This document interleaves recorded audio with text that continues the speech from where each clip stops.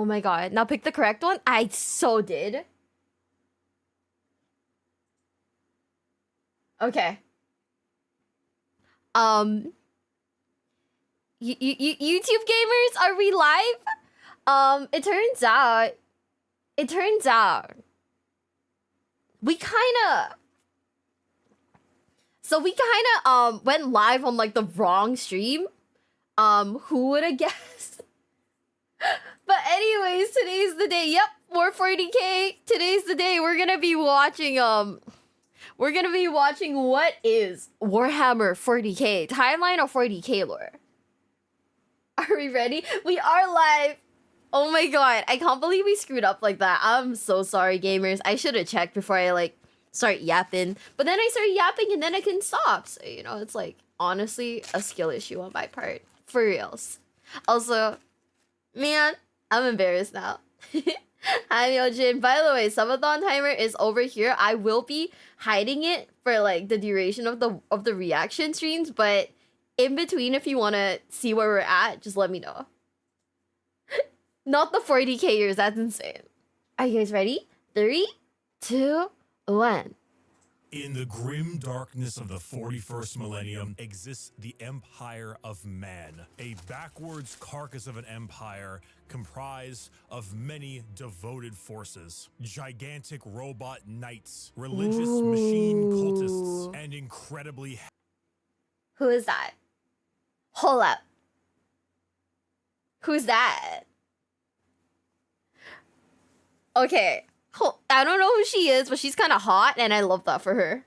Heavily armored women, most likely with sweltering abs, and one You must know what those abs taste like. I believe. No, stop. No, stop. This was a Gamer Subs. Is this a Gamer Subs ad? What the fuck?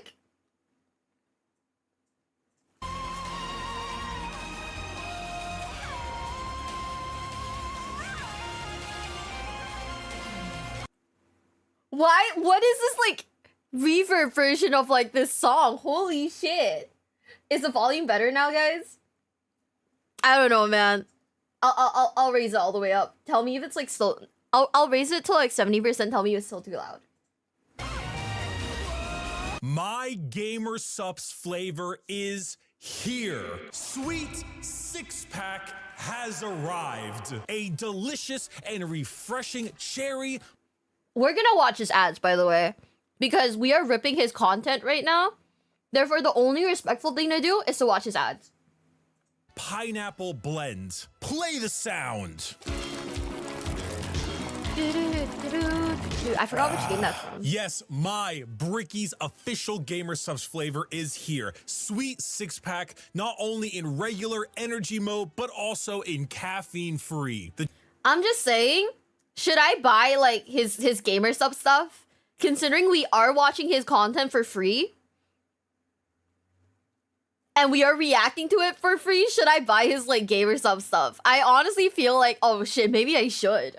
The cherry pineapple flavor is not the kind of flavor that just smacks you in the face. It is light, it is refreshing, and it's one of those things where you sip it and you go, not bad. And next thing you know, you are having your 4th refill the same day. What? And it is available now. Link in the description. Use code Bricky for 10% off your entire order. Not just for this, but for everything you buy. And I'm not dumb. If you buy any of these tubs, regular, caffeine-free of my sweet six-pack flavor, you will get a Muscle Girl 32-ounce shaker completely for free. There are only a couple thousand of those shakers, so get it while supplies lasts. I cannot believe we finally have this, but I told everyone, like, once you find out the flavor, you'll be like, yeah, that tracks. And damn straight does it track. Sweet six-pack available now. Code Bricky, link in the description.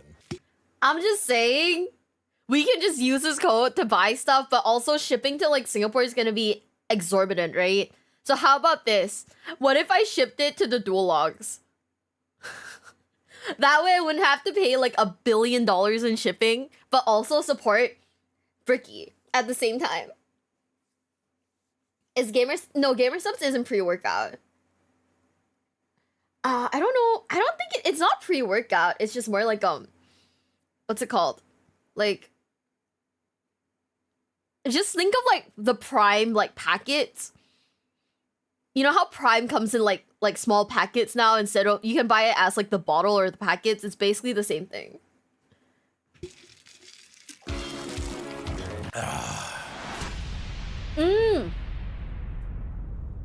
That's what it was. I couldn't remember the name. It's an energy drink. The age of knowledge and enlightenment has ended. The age what? of darkness has begun. Wait, what? Roughly 60 million years ago, there existed aliens. Oh. And these aliens lived short, painful lives. They belonged to radiation-stricken worlds and often died of various cancers before the age of 30. These aliens, the Necron tier, looked up to the stars and found extreme beings of real power. Beings with the ability to create life. The old ones. Is that like Nurgle, Slanesh, that group of people, or is it like different? Also, aliens were not like the race. That's crazy. Of the galaxy. They asked these old ones for help. Please cure us of our ailments. To which the old ones said, piss off. So the Necron tier gathered together and did the sensible thing. They declared war upon these old beings and were promptly beaten into the dirt back to their short, painful lives. In the world of Warhammer, there is a hell. This hell is not like you and I know it. It's more of an afterlife, a place where dead souls end up. This place has many names: the Imperium, the Sea of Souls, the Imperium, and the Ether. But mostly, we just call it the Warp. While you and I know of hell as a place of horrors and punishment, the Warp isn't really that. Not in the beginning. It's energy, but the kind of energy. I don't know why, but the screenshot behind him, I thought that was from like EVE Online or something. What the fuck?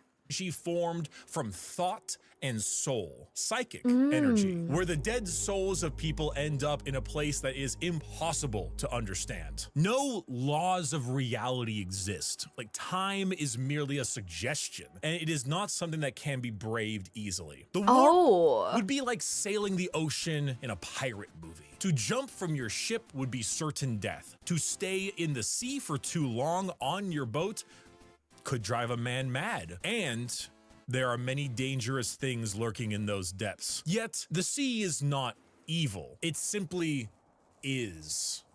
Mostly. There are more malevolent beings in those waters. Areas that you do not sail toward. The Kraken! Wait, what else is in the water? The Megalodon? The Smegalodon? This would be known as the realm of chaos. The realm of chaos exists in the warp as a special area led by 3 chaos gods. Khorne, the god of combat, murder, and slaughter, with a pile of skulls taken in his name. Tzeentch, god of change, mystery, and deceit, a confusing paradox of lies, schemes, and sorceries. And Nurgle, god of rot, pestilence, and Genshin impact. All things rot. Genshin Impact gamers, I know your allegiances now. I know where you stand. I get it now. Okay. Genshin Impact gamers for reals. In the end, and Grandfather Nurgle is waiting for you with open arms. These gods ruled their respective realm in the warp, sending their many followers against each other in the great game to be the most powerful of all the gods. So the warp exists. Hell is real, parallel to our galaxy, with the realm of chaos and its gods fighting for control. But there are also gods of real space, gods of the normal world too. They're called Catan, and they eat stars. You think God stays in heaven because he too lives in fear of what he's created? These star gods saw the plight of our poor Necron tier and how the old ones cast them aside and said, you know what? You guys want immortality? Oh, we will make it happen. We are the gods of the tangible, of real space. We can give you a cure. So then they ate all their souls. What? Wait. So we have the bad gods and we have the even badder gods? Huh? And turn them into robotic automaton, feasting on their souls and leaving a hollow shell of an intelligence left that is technically immortal. With the power of an entire species' souls, they turned their new robotic slaves on the old ones and hunted them to extinction. The Necron tier, now the soulless, undying Necrons, got their wish at the price of their souls. But we can count the number of kind gods on an amputated hand. With time, the selfish star gods turned on each other, fighting one another for more chances at glory and power. With this, the leader of the Necrons, Zarek, the Silent King, the man who doomed his species when he accepted this deal, waited, planned, bide his time until he seized the perfect moment and turned his legions of undead citizens against the star gods. Gods cannot be killed, but they can be broken. So Zarek broke the star gods into thousands of pieces and locked them away in vaults, taking their free will away as they did to them, and sealed them away as basically Pokemon to be used as weapons in the future. No, stop. So basically he put them in the fucking PC? That's insane. That's a crazy way of putting it. Wait. Can you confirm they put the gods in the fucking Pokemon PC? Who's that Pokemon? It's Pikachu! It's the Void Dragon. Zarek then, with his perfect memory, exiled himself for his sins, flying out to the darkness between galaxies to atone for what he had done. This entire situation, the genocide of the old— Hold on. He has to atone? I don't know, man. I think he's a little justified, though. What do you... I honestly think he's a little justified. I don't think you really need to atone for shit. But, you know, hey. Old ones and the rebellion of Zarek will go down in history as the War in Heaven. It is the most Stop. That's such a sick name. The War in Heaven? Guys. That's so sick. What the fuck? brutal war the galaxy has ever seen and ever will see. This was a conflict that took an entire galaxy-spanning species and pitted them against gods that ate stars. The Necrons, rather crippled from, you know, the war in heaven, decide to go to sleep in gigantic tomb worlds on various planets until the upstart species of the galaxy died out. And I'm just saying, going to sleep for all eternity, I would too. And so turns out when you have a war that lasts tens, hundreds of thousands of years and involves the genociding of multiple species, the old ones of the galaxy, and the consumption of souls from an entire race, the warp gets a little wacky. You know, if you had a kiddie pool and it was nice and calm, Korn is over there splashing about, so you don't really go in that direction. Nurgle has explosive diarrhea, so you don't really go in that direction either, but you can still kind of get in the pool. The pool's still fine. Turns out when you add a couple trillion souls to that kiddie pool, it'll make the waves a little more turbulent. And turns out a lot of them like to pick a side, Nurgle, Tzeentch, or Korn. So the once calmer warp, the once relaxing kiddie pool, has now been bloated. A million years of war will certainly make Korn, god of murder and slaughter, more powerful. A million years of war will probably make Tzeentch, god of deception and change, a little more powerful. And good God, a million years of war will make Nurgle, god of decay, oh, just the tiniest bit more powerful. Now, entering that kiddie pool is no longer fun, it's dangerous. The warp is now a problem. Hell is resembling hell a lot closer to what we imagined it originally. I just want to say something that's a little stupid, but I feel like Nurgle would be a really good name for a dog. I would name my dog Nurgle. Just because it sounds very cute. Oh, I forgot that Corvus Corax is Crow Crow. What if I got like a bird and just named him that? That's kind of funny. The Sea of Souls and the Realm of Chaos are now intertwined. So who else to brave the galaxy than a species that won't need to deal with that?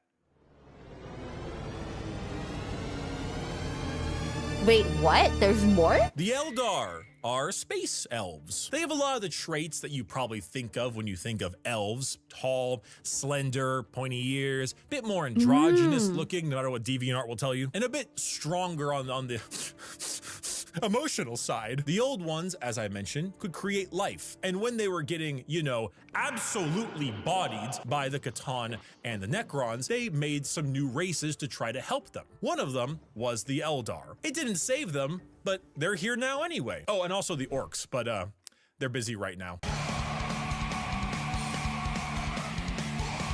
Wait, what? The Eldar are a particularly psychically powerful race, so they were really adept at being able to handle the new turbulent warp of chaos and good at killing Necrons, hence why they went to sleep. Being psychically gifted is basically like being a wizard, but you get your wizard powers from hell. This is called being a psyker. And basically, if you want to do cool wizard shit like lightning from your hands or reading someone's mind, you can do that, but you siphon the energy to do that from the warp. Luckily, the Eldar are very good at handling this without too many negative effects because, you know, summoning power from the Sea of Souls with the new Chaos friends can be a bit of an issue. But Eldar are pretty good at it. And you see, what's really cool and also awful about Warhammer is that most developed species travel long, faster than light distances by going through that warp. They create a tear in reality to unreality and move through it faster. Wait, huh? Give me like give me like a second, guys. I need to process that real quick. So they tear through reality. You know, I did not get that bit. Oh, you go through hell to travel. Oh, okay. You know what? That makes sense. I was like, huh? Than light travel? Cringe. We go through hell itself to deliver your packages. For those of you who play Minecraft, you know how the nether is like a pocket dimension? So moving 10 spaces in the nether is actually moving something like 1,000 in the real world. That's basically what warp travel is. Just much like in the nether, there are a lot of things that want to kill you. The Eldar found a way to do so in between realities. Not regular reality, not the warp, something else. A purgatory of sorts, a fabricated psychic realm that allowed them to travel without fearing the negative effects of the warp. The Eldar were the perfect fit for the new galaxy, and they took it with open arms and pointy ears. The empire of the Eldar spread everywhere, and it spread all the way until now, the 21st century. I want to say something a little controversial, but why does the Eldar look like that one guy from Ben 10? That one like alien guy from Ben 10?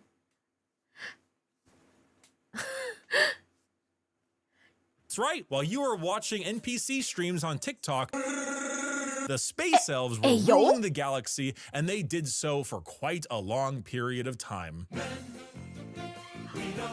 Oh my god, humanity! The 21st century came and went. Humanity grew and grew, all under the nose of their elf overlords. At this time, humans advanced, your classic sci-fi style way. We began to expand, colonize our solar system, terraformed our planets, created new and more powerful machines and starships. The age of Terra, also known as Earth, but we call it Terra here, was here, and existed between the 21st century all the way until the 15th millennia. Not much is known about this time, not much needs to be known. Humanity grew up, sought the stars. It's classic. Then came the years between 15,000 and 25,000, the age of technology, or to some, the dark age of technology. This is when humanity reached a new apex of technological understanding. When you think of sci-fi, there's a lot of things you can think of. Star Trek, maybe Star Wars style. You can go cyberpunk dystopian. The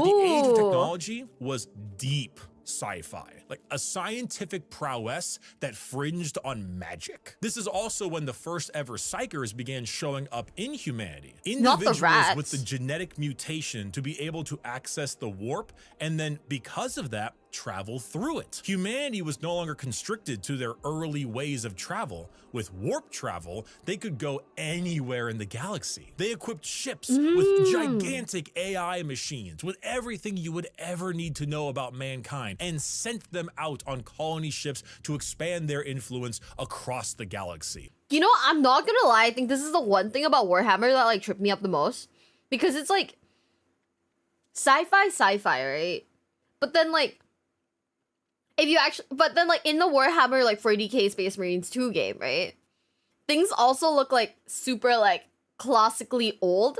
I don't know if I can make my point.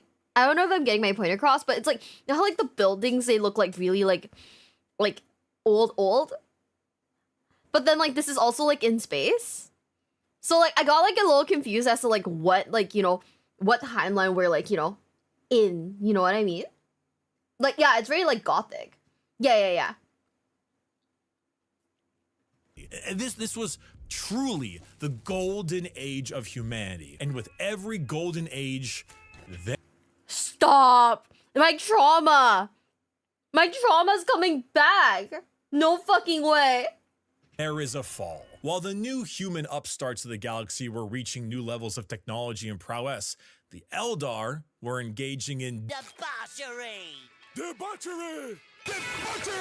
What happens when a species has everything? You can produce unlimited food out of nothing. Your need for farmers and workers, gone. You have dominated the stars and have created a fast travel system that doesn't rely on the dangers of the warp. You have nothing else to do. You have no struggles, no problems, and feel as if there is nowhere else to go. Well, you begin to experiment. The Eldar started harmless enough. You know, you take a serious interest in your species' culture, your arts, paintings, poems, plays. These are Eldar, elves, remember? Their emotions are heightened, more powerful than us humans. So your plays get louder. They start to push on the limits of your hearing ability. Your music becomes different, more deranged. It pushes the boundaries of what is art. The visual spectacle of art becomes more bizarre, more delusional, more eccentric. And let's not forget a very important sense.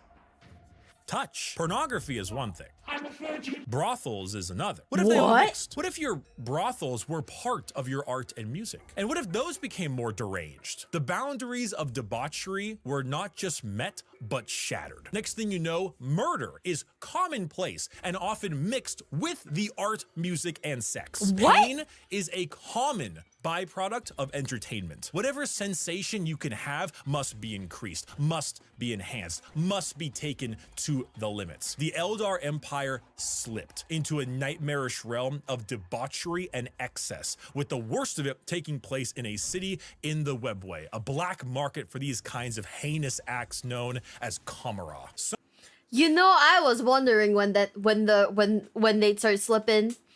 That's kind of crazy though, like, what? That tangent is insane.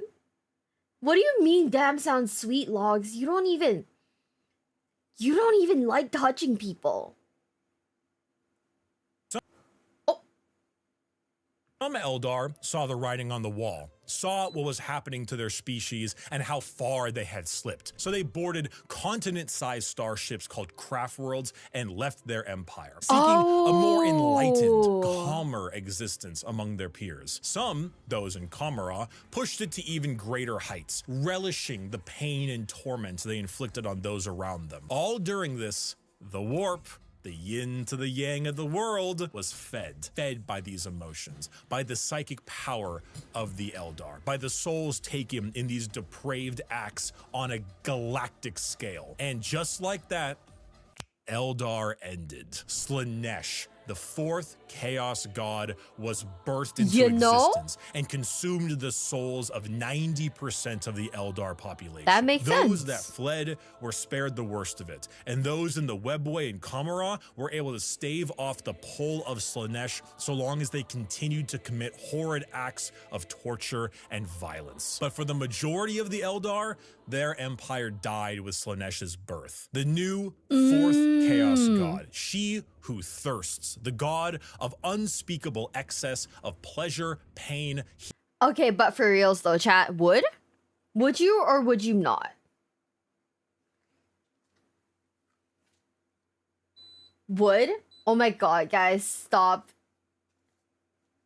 Hedonism and perfection had been born. With the fall of the Eldar Empire came the ruin of humanity. Slaanesh's birth sent storms in the warp across the galaxy, making travel between star systems impossible. Coupled with a huge classic AI rebellion, as a staple in these sci-fi settings, humanity began to suffer the age of strife. Now, planets that relied on intergalactic travel were completely cut off. Long-range messages normally sent through the warp were snuffed out. If you were a planet that was great at mining stuff but couldn't get food, well, you know that They're fucking cooked. Also, just hop on Discord, forehead. No, I'm kidding. But also, like, bruh.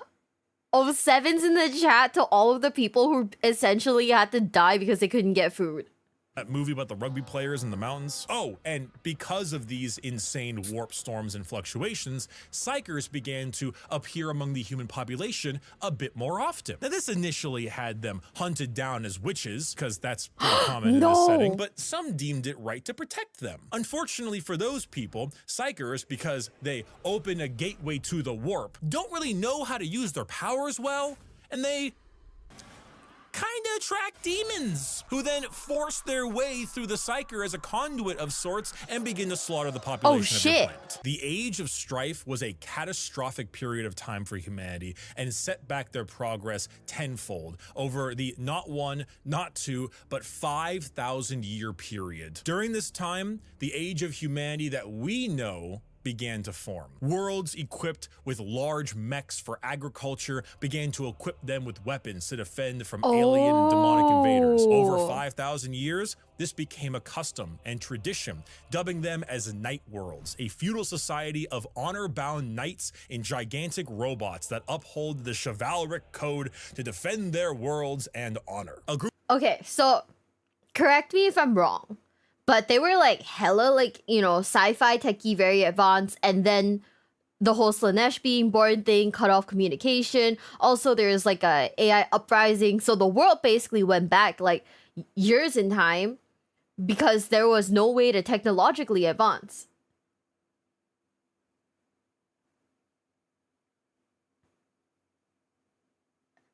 Yeah? That's why. That's why the style suddenly shifted so hard. I was like, I could not figure that bit out. Ah, okay. Group of individuals on Mars, after radioactively bombing their planet to become inhospitable to human life, ran their entire lives underground on the few life support systems keeping them alive. Those technicians who could work on the machines and keep them operational were revered, and over 5,000 years went from skilled members of society to full-blown priests. The cult Mechanicus, or tech priests of Mars, formed in the ashes of the Red Planet with a religious fervor and that's literally Leah. That is literally Leah. Doctrine on the cult of the machine god. And on Earth, or Terra, techno-barbarian tribes waged war across the planet in a Mad Max style of blood and gore. Until finally, a mysterious man who lived in the shadows of Terra for millennia finally revealed himself to the... It's our Oshi, guys. Everyone get ready. Everyone get ready. It's our guy. Populace. His name was the Emperor. He deemed himself the Emperor of mankind. Where did he come from? I don't know. Why is he 10 feet tall and the most powerful psyker of all of mankind? I don't know. Why is he basically immortal? I don't know. Where'd Cotton Eye Joe go? Who knows? But he's here, and he isn't happy with all of you ripping up Terra. So he began the Unification Wars, where he and a very early version of the famous Space Marines, the Thunder Warriors, reunited Terra under a single banner.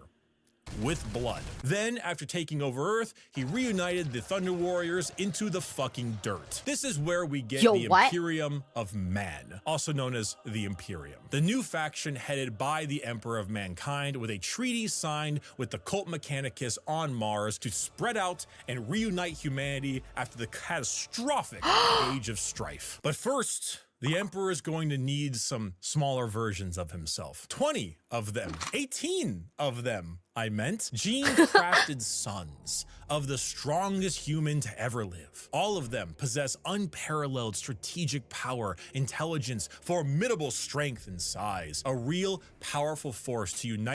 How much do you think he has to pay in child support? 18 kids. 07's in the chat. RIP his wallet. Humanity and stop the chaos of the current galaxy. Speaking of chaos, you ever seen that image of that guy? It's like throwing the Yo, baby what the like fuck? a basketball. It's about what happened. The Chaos Gods intervened and grabbed the 18 Primarch gestation pods and yeeted them across the galaxy at a whim, everywhere they could possibly go. A galactic game of keep away. So the Emperor had to get them back. So begins the Great Crusade, a crusade across the stars to reunite not just humanity, but the Emperor with his fallen sons. The first to be found was Horus, one of the strongest and most noble sons. The Emperor carried with him a That's the book guy, right? That's the book guy. Oh my god, let's fucking go. legion of newly crafted warriors with genetic material made from their Primarch father. These are the newly made Space Marines. For Horus, his were the Luna Wolves. And as the Emperor continued on his great crusade, he found more and more of his sons, reuniting them with their individual Space Marine legions. Leman Russ, the cunning hunter with the Space Wolves. Rogel Dorm, the Phalanx with the Imperial Fist. That's my favorite one. I think they're so funny, and I really like them. The Imperial Fists, where they're just like, I'm gonna build. I think that's so funny. I love it. Angron, the barbarian, the very angry with his world eaters. Fulgrim, the perfect with his emperor's children. And Jagatai Khan, the swift, the stoic, and his white scars. Those were just some of the 18, and one by one his lost Primarch sons were returned to him, and their Space Marine legions returned to them. The Great Crusade saw humanity once again reconquer the stars, returning worlds of humanity back to the Imperium and killing any and all who stood against their noble crusade. But in the years of the 31st millennia, treachery would break this all apart. We don't know what we did. This is truly... is Horus technically a boy failure? Is Horus a boy failure? I low-key feel like... maybe. Yeah? Kinda? You think? Boy failure. Horus, the Emperor's most beloved and favored sons, named War Master for the Crusade, succumbed to the power of chaos and daddy issues. All because of that bastard Erebus. Yo, fuck Erebus. Fuck Erebus. Also, Horus is just like me, for reals, daddy issues. Slowly, Horus would become corrupted, turning the Emperor's sons against him. This begins the most pivotal moment in our story, and the one that has like 50 books written about it, the Horus heresy. 9 of the 18 Primarchs turned against the Emperor, and the following years were a bloody battle for the throne of Terra. The Emperor originally was working on a special webway project, just like the Eldar, to make faster-than-light travel significantly easier and safer. Really improve humanity to allow them to conquer the stars without the risk of the warp. Well, this big red idiot named Magnus kind of blew a hole into that, literally and figuratively. So Biggie over there is stuck on a gigantic golden throne, holding back the oncoming rush of demons and powering the Astronomicon. Basically a big North Star for people who are sailing in the warp to help them navigate. The Horus heresy saw many loyalist and traitor legions pitted against each other in a bloody war until it reached Terra itself. Horus, unable to break through the lines and with time running out, made a gambit. And look at that. Look at that. Do you see who's that in the back? That's my fucking... those are my fucking boys. The fists. I'm just saying. I feel like they carried. I feel like they fucking carried. And opened his ship up to be boarded. The Emperor took this challenge, quickly allowing someone else to take control of the throne as he teleported his way onto Horus's flagship, the Vengeful Spirit. The Emperor, unable to truly kill his most beloved son, changed his mind right quick when Horus strangled the life out of his other son, Sanguinius. Oh no! Oh, right. I'm sure you've seen this image at some point. The Emperor then said, "I'm not gonna sugarcoat it," and proceeded to psychically blast Horus into complete oblivion, killing not only his body, but also his soul. Oh. Horribly wounded from this duel, the Emperor is returned to the Golden Throne in order to keep the demons at bay and power the Astronomicon, because without it, humanity would be flying blind. There he sits, slowly dying from his wounds and the strain of powering the Golden Throne. The only thing keeping him alive is feeding upon the souls of 1,000 psychers every single day. This was 10,000 years ago. We are now in the 41st millennium, modern day. Warhammer 40,000. That's why it's called Warhammer 40,000? Okay. Oh, I get it now. I was like, what? There's a movie? There's a Warhammer movie?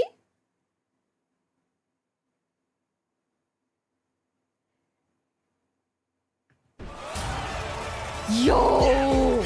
The Emperor remains on his throne. The Imperium is a rotting carcass of an empire, a fascist, xenophobic cult that worships the Emperor as a deity despite him never wanting to be seen as a god. Over the span of 1 million worlds, the ecclesiarchy, the church of the Emperor, is spread throughout. Inquisitors with unparalleled power root out any sign of heresy or lack of devotion to their god Emperor. The other half of the traitor legions move about as Chaos Space Marines, raiding and pillaging the Imperium, while the loyalist half does their best to keep the Empire alive. All throughout this, they must endure orc invasions, Eldar trickery, the reawakening of the Necron race, and the Great Devourer, the newest tyrannid threat from the darkness between galaxies that has arrived to feast on their worlds.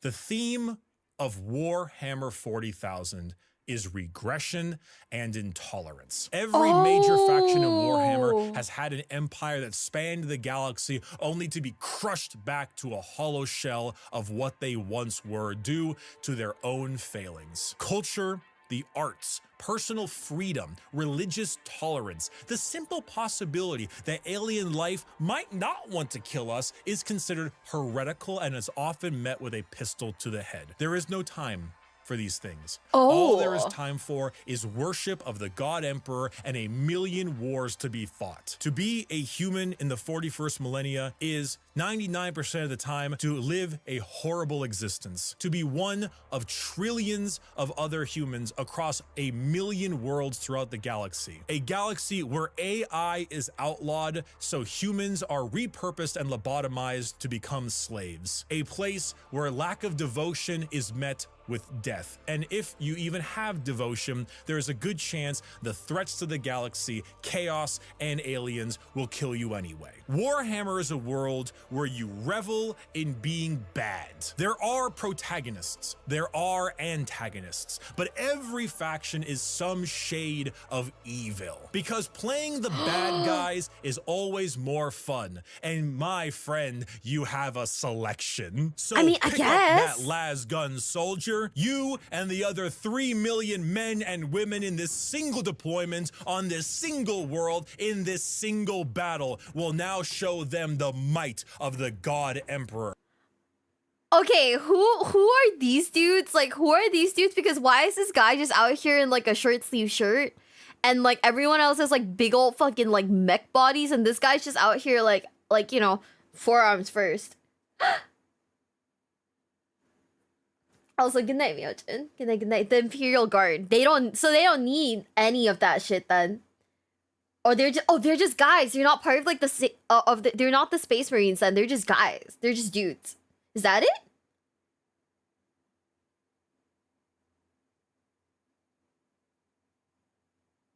Like, bro's out here with a fucking pistol. I am in awe. That weapon in your hands has killed 99% of the alien populations in this galaxy. Unfortunately for you, soldier, you're fighting the final 1%. May the Emperor be with us. Glory to the first man to die, for in the grim darkness of the far future, there is only war.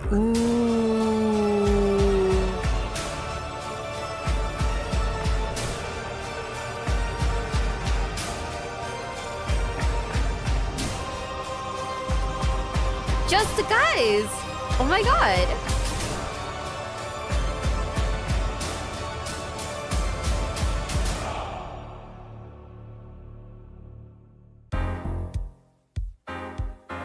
Dun, dun. Thank you, everyone. I hope I have helped teach you about Warhammer. If you are a brand new person and you want to get a bit more about the world, there are multiple books that do a great job at showing off how the entire universe operates. For the most part, Warhammer is a setting, and often stories are told in that setting with a Warhammer coat of paint. Gaunt's Ghosts is Band of Brothers, but Warhammer. It's honestly one of my #1 recommendations for new people. Assassinorum Kingmaker is an assassin novel involving those night worlds. This is Mission Impossible, but Warhammer. Bloodlines is Blade Runner, but Warhammer. And the list goes on and on. If I had to recommend a brand new novel for a first-time Warhammer enjoyer, these are the 4 I would recommend. Horus Rising, Caiaphas Cain, First and Only Gaunt's Ghost, and Infinite and the Divine. They are all fantastic novels, and they will get you acquainted with the world without needing to know too much. Thank you all so much for watching this video. Get yourself a Gamer Subs flavor. I'm just saying, I think it's time for us to get a Gamer Subs flavor. Also, majority of humans never get to see Space Marines. They're really rare. Majority of wars are being led by Imperial Guard, regular men and women. I don't know why, but the game made it seem as though there's like a billion of them. But there's like very few of them. That's kind of crazy to me. I'll probably do like I'll probably like watch the audiobook or something. I must say the support on my This is an older Bricky video. It's like 4 years ago. But it's what's the best Warhammer 40k faction / army to start with, which like sounds like, you know, something that might be useful to us, right? If we ever want to get into the hobby.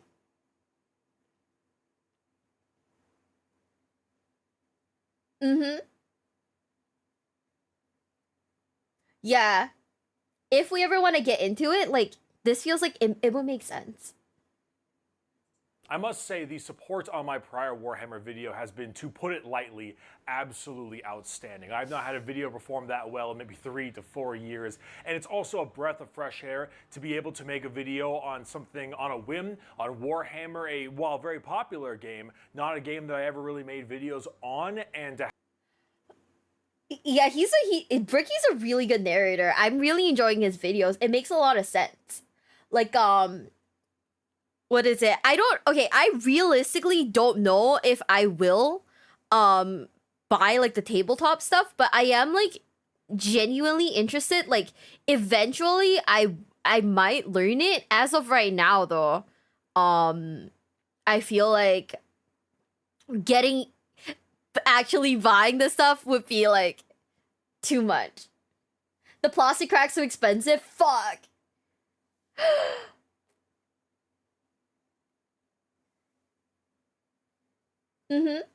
It's more expensive than Yu-Gi-Oh! Wait, what? Guys, do you guys think my wallet can handle it?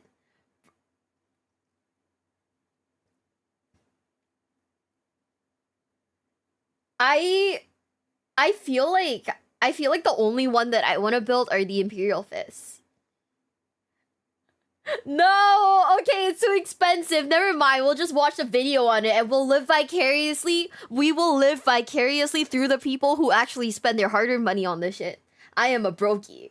I am a brokey. Ugh. Ow. I think the only thing that I really wanna like that I really did someone say a new hand touches the beacon? Isn't that the Skyrim? Isn't that the Skyrim reference? Okay. The only thing that I want to buy is the yellow guys, the Imperial Fist, right? So that's the only one that I so far that I really like, because I think they're really funny. I don't know if I will necessarily build anyone else. I mean, for starters, I'm not gonna build like fucking, you know. I'm not gonna build like a. Oh, you have to paint them too. Oh no. Okay, well, I never grew past like you know, like my primary school like painting classes. So I think this might not be good. But plastic is more important than food. You know, I feel that, but also I am on that cardboard crack. So I don't know. So now we have to like weigh the differences. Do I like cardboard or plastic more?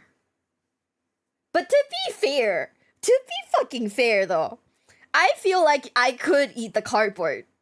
You know, you buy a box, there's a ton of bulk. Right? There's like at least like 50 cards that you won't actually want in a box.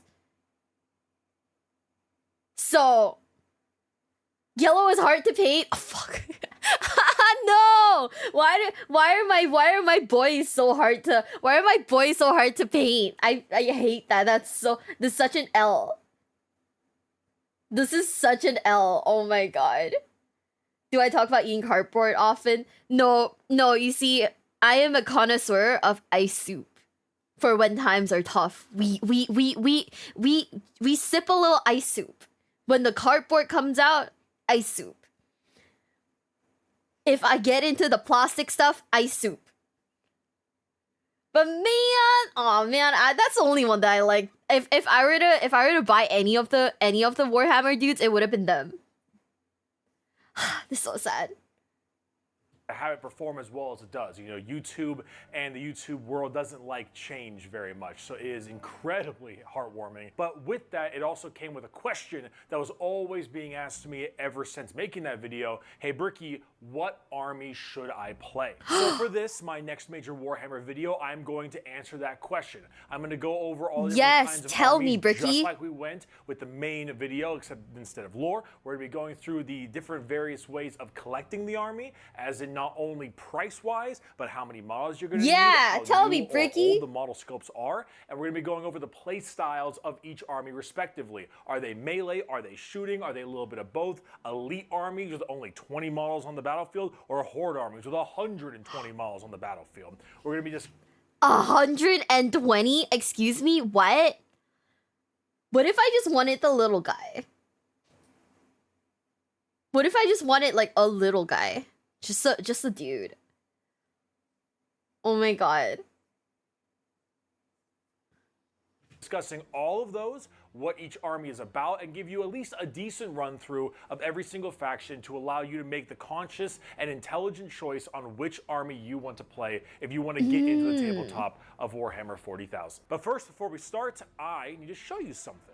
So I own an absolute boatload of wall art all across my house I've received from cons. And so when I was contacted by Displate to sponsor this video, it was like an immediate yes. Anyway, I wanted to show you the ones I got because Displate is the sponsor for this video. The first one is a wonderful one from the Coen brothers, No Country for Old Men. No, stop. I watched this movie on the plane and the first scene where he does that thing with the gas tank, right? Like the lady sitting like next to me was like, could you not watch that right now? And I was like, I guess.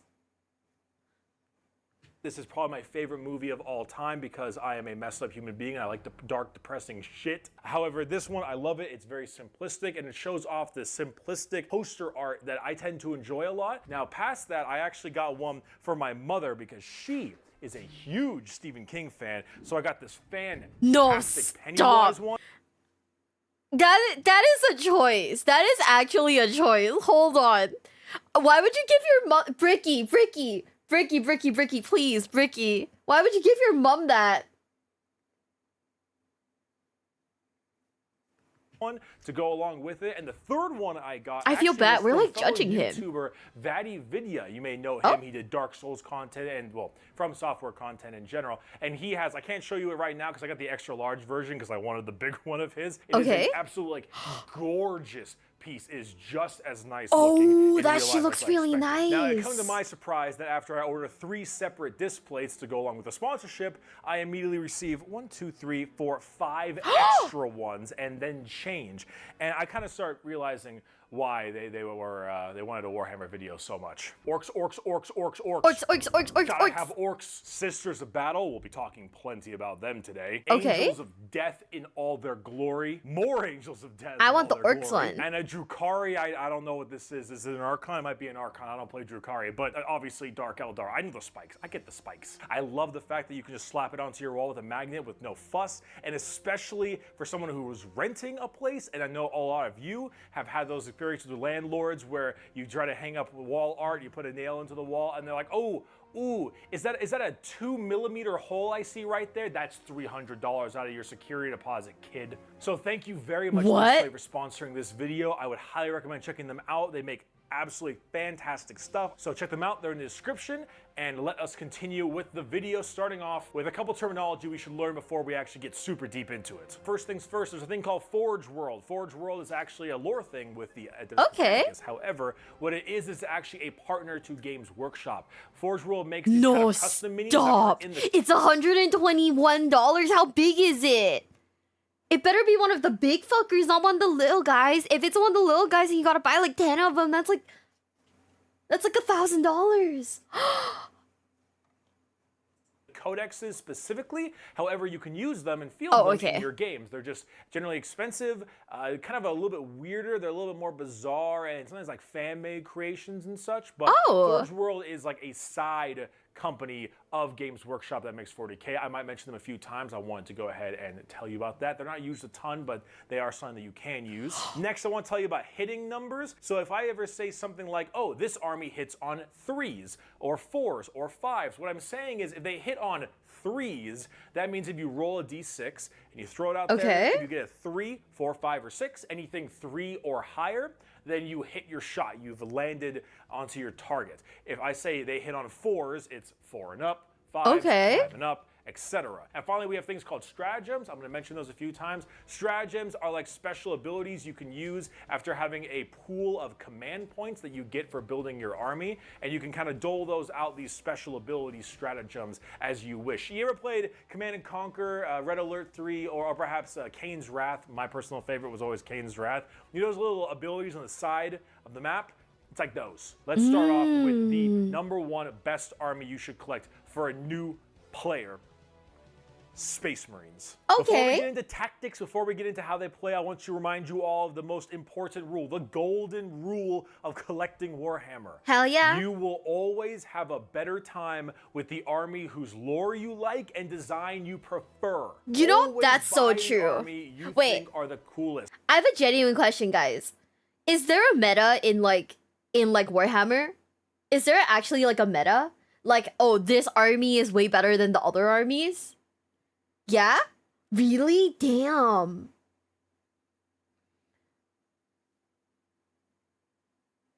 Always has been? Ooh. Yeah, that's what I was thinking. I was like, this is a really expensive hobby to have like metas.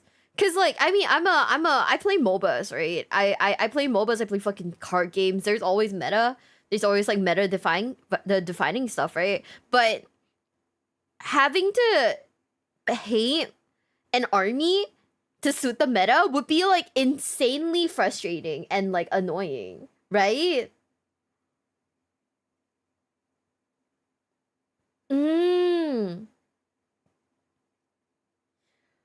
Yeah, that's what I was thinking. Like, wouldn't that be like insanely stressful? Like, oh yeah, I just got my first army. Turns out it's kind of shit. I'm gonna buy like the new army that's like in the meta. Finish painting all of them. By the way, the investment's like at least like a few thousand. And then like you take the L on that? Oh man. That's why you have the golden rule? Yeah. Honestly, I feel that though. Like every time someone asks me about like Yu-Gi-Oh or like what character to from like League to play, I just go for like I just tell them like pick the one that you like visually. You know, there's no sense in picking something that's a meta if you don't have like a significant interest in it. Just pick the one that makes you like happy. If you like undead Egyptian space robots that not you. enslaved gods as weapons, buy the damn Necrons. I don't care if Necrons are S tier or F tier, buy the damn Necrons, okay? If you love Viking aesthetic and you love Space Marines, get the damn Space Wolves. I don't care if they're S tier or F tier, get the army that you love the lore and the design of first. Nothing sucks more than playing a meta army that some people might not even want to play you against because you're going super power gamer and having to paint and create an army that you don't like. Play the army you think is the coolest. That makes so rule. much sense. Okay, Space Marines. So the poster boys of Warhammer are our first faction today, and I know when I said that the best army to collect, all the new players are like, oh god, not the Space Marines, the generic ones, and all the veteran players are gonna say, oh god, not more Space Marine But they're players the I gotta deal boys. with, and the tournament players are already ready to hire a hitman to kill me. But I'm sorry, I know, I agree, Space Marines are, whew, right now, but they really are the best army. If you are a new player, Space Marines. Oh my god, hang on. Wait, Mac, thanks for gifting 39 subs on Twitch. Thank you so much, Mac. Thank you. Thank you so much. Also, Anthony, thank you for the $10 super chat. Not men. That is a crazy thing to say. You know what's the thing? I fully do believe that like Warhammer is like the guys kind of game. Right? Welcome into the basement, bestie. Welcome in, guys. Welcome in. But yeah, holy shit. I completely get it now. Not memeing a tournament ready army is like 802k USD depending on army, but unlike Yu-Gi-Oh, the army can last you 5 to 20 years. You also have some money. Wait, okay. Warhammer people in the chat. Okay. Warhammer people in the chat. Real question. Real question. Wait, Jago, thanks for 20 gift subs. Thank you. I thought you guys were saving for Power Hour. I was gonna announce it soon, but I forgot. Oh man. But a genuine question, right? How do people usually when it comes to Warhammer, right? Are there tournaments for it? What are the prize pools? Because we know the prize pools for Yu-Gi-Oh are not the best, right? You forgot, oh my god, Jingo. Like, we know the prize pools for Yu-Gi-Oh are not the best. What are the prize pools for Warhammer? If there are tournaments. Yeah, because if the Warhammer guys didn't know, in a Yu-Gi-Oh tournament, right? If you win like the top, like you literally win like the tournament, the top tournament, right? You get a Nintendo Switch and an air fryer. And like a really big card that you can eventually sell, but then you're gonna have to like, you know, sell the card, so it's kind of annoying. But then you also get an air fryer. You can't make a living. You can't make a living on like Warhammer tournament prize pool? One guy won a full Tyranids army on last year's LVO. Do you guys think that like, okay, so do you think that the cost to enter a tournament, like, and when I say cost to enter, I mean including like your building your army, the paint, all that kind of thing. Do you think that it is justifiable to the cost of like, you know, winning in the tournament?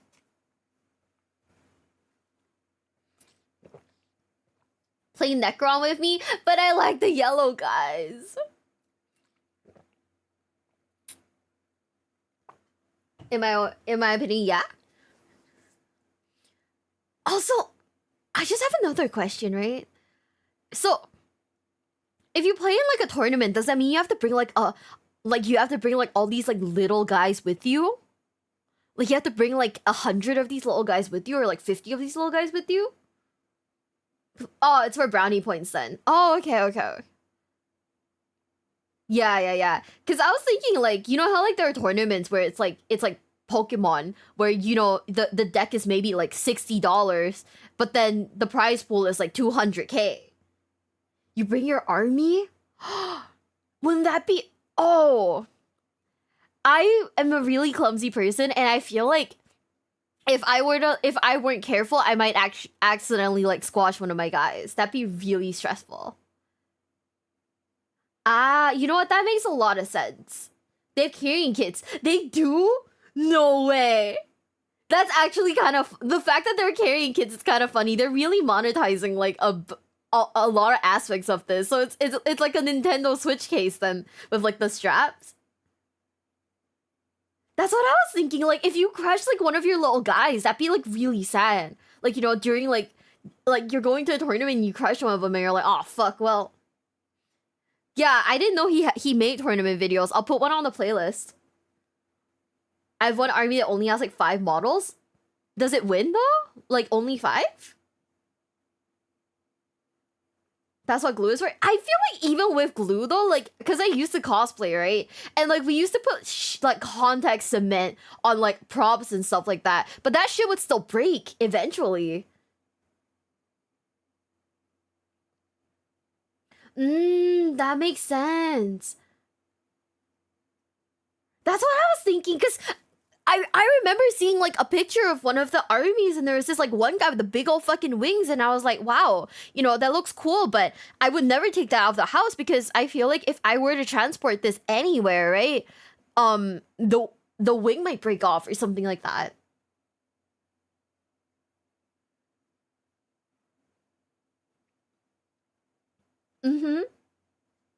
In tote tubs? Yeah, that's what I was thinking. Like, I feel like I mean, I love super glue, don't get me wrong. I just don't know if I would rely on it like that, you know what I mean? Oh my, is that the actual prayer? Also, is that fucking Henry Cavill? To the if YouTube gang doesn't know what I'm saying, I'm talking about this one comment. You know, I will put it up on the screen real quick. I'll put it up on the screen for you guys so you guys get exactly what I'm referencing. But yeah, I think the deep dive into the fact that there's actually lore behind all of this is very interesting. I am thoroughly enjoying this. Ricky is praying to whatever it is. Plastic cement is better. That's what I was thinking, right? Like, you know, you would be like, it would be a lot of hassle to like transport the shit, you know, everywhere. Ne? He plays Adeptus Custodes. I feel like Henry Cavill could build whatever he wants. He's got that Witcher money. He's got the Netflix money. He could build anything. Yeah, it's so interesting. It's so deep. And now that we're getting a little bit into like the IRL bit of like Warhammer, right? The fact that there's like, you know, tournaments and everything, it's so interesting. Henry Cavill is the closest man in the Emperor's image is crazy. Is it really? He's an Adeptus Custodes. Okay, does he like actually play during like tournaments and stuff like that, or is he just like a I play at home with my besties kind of thing?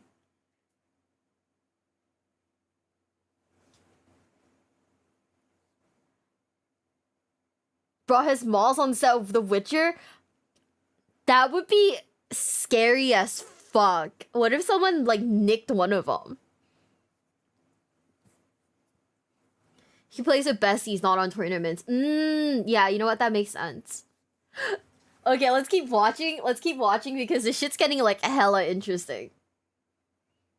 Marines are your best bet. They are the best army to collect if you are a new player, and let me tell you why. Number one, Space Marines got all the lore. They got a monopoly on lore. They easily have the most fleshed out backgrounds of any of the characters or factions in Warhammer. Space Marines have the most books. Space Marines are a huge part of the Horus heresy. Just Space Marines will always have the most, and they have the most depth to them. Number 2, Space Marines are very easy to paint, especially for new players. When you get Space Marines, you have a ton of variety of chapters, and they all have a ton variety of colors. And they're also pretty easy. Space Marines are also very large, or at least larger than normal, so their canvas size is much bigger. Smooth armor, much easier to paint, especially their vehicles. And the paint schemes are easy. Ultramarines, blue, White Scar, white, Imperial Fist, yellow, Salamanders, green.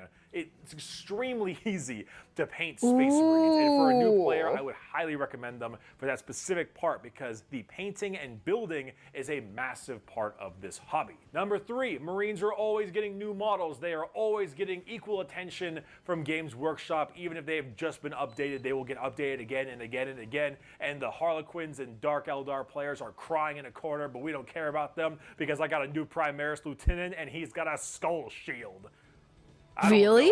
They're always getting new models, and while it might be a little excessive at times, they will always be updated and your rules will always be changing, and therefore it keeps it very fresh if you're interested in playing them. Number 4, you have a vast amount of data sheets and units at your disposal. See, in a codex, you have a part after all the lore of it, after some of the keywords and art pieces and stuff, you have the data sheet section where it goes over all of your units and what they do and their stats and everything, their special rules and so on. And when you get to that spot, however many units an army has depends on, well, you know, how many pages of data sheets is it. Take the Adeptus Custodes. They have a very small amount of units, and their standard codex of data sheets is only 11 pages long. Sisters of Battle, however, a little more medium force. They have 19 pages of data sheets. The Imperial Guard, they have a much, much larger amount of data sheets because they're such a large army. They have 39 pages of data sheets. Space Marines, 56. Bro, stop. Be for reals. No way. Ain't no 56. 56? And I wanted to play these guys? Oh man. This is so sad. You know, when I play Yu-Gi-Oh!, I barely even remember what I just did, like what I just played in the previous round. 56 pages for the Space Marines? I don't think I'm gonna remember jack shit, dude. Oh, fuck. That's insane. 56 pages of data sheets for different kinds of units. It's a little bloated at times because of the amount of characters and stuff, but still, they are all over the place. Their variety is endless, and it is being even more updated and added as time goes on. Which brings me to number 5, and the most important of them all. Space Marines use every phase of the game. See, in Warhammer, there are phases in each turn. We're just getting into 9th edition, so we're getting something called the command phase soon, which is fine. But then we have the movement phase, psychic phase, shooting phase, the charge, fight, and then morale phase. Now, the last 3 are kind of all packed into one, if I'm being perfectly honest, but the main thing is that a lot of armies might utilize some of these phases a lot more often than expected. Grey Knights are very big in the psychic phase because they're all psychers, and so they really have a lot there, while Tau don't have any psychers, and they won't even use that phase, but they've got really damn good shooting. However, they don't have any melee, so they're not going to be using the charge phase, whereas, say, Slanesh Demons will use the charge and psychic phase plenty, but they won't be doing any shooting of like any kind, pretty much. The Marines, they will use every single phase, and you can't get good at the game and get good at the phases unless you're able to use all of them. And that's where Space Marines really shine. You can play them however you want in any kind of role. See, if you are running, let's say, an Iron Hands or Imperial Fist army, these are both shooting-based armies. Yeah. But you can still have good melee. Where if you wanted to play a more melee-based army like Space Wolves or Blood Angels, you'd still have good shooting units. You could still do plenty in the shooting phase. That's the most important part. Space Marines will use every single phase, and they are very, very good at it. So that is the main 5 reasons why you should be playing, or at least you should try collecting Space Marines. And I know I don't need more Space Marines in tournaments, but it is the best decision. They're good to paint, they're good to collect, they're always getting updated, they got tons of units, they use every phase, and you can tailor them however you'd like. Do you guys agree that Space Marines are the most like beginner friendly? I mean, I'm gonna be for reals with you guys. I don't think I would ever take part in like a tournament for stuff like this. Just because, like, I mean, number one, I'm from Singapore, that shit. We have like Warhammer communities here. I don't think they're that big. Also, yeah, I don't think they're that big. But also, like, you know, I don't really go out like that anyways.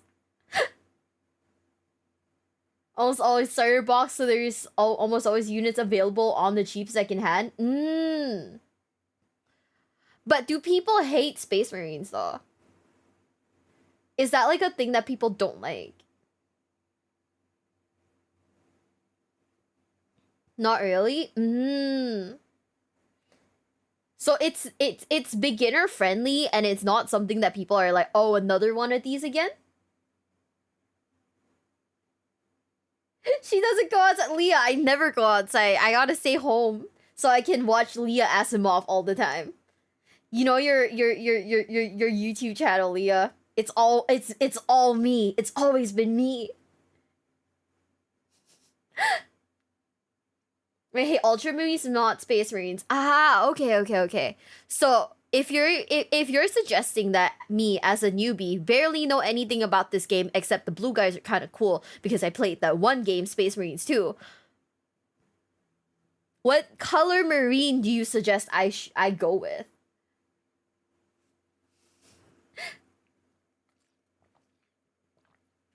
Who cares what you play? Just play what you like. Whatever color you want. Ooh, depends on playstyle. Okay. So it really just doesn't matter then. Your favorite? Oh man. Can they like drop like a pink Space Marine? Thank you. That's my favorite color. But honestly, I probably built the yellow ones if I could. Probably yellow. No, the yellow ones are my favorite. The red one because they go fast? I thought the white ones were the ones that go fast. Was it the red ones or the white ones that go fast?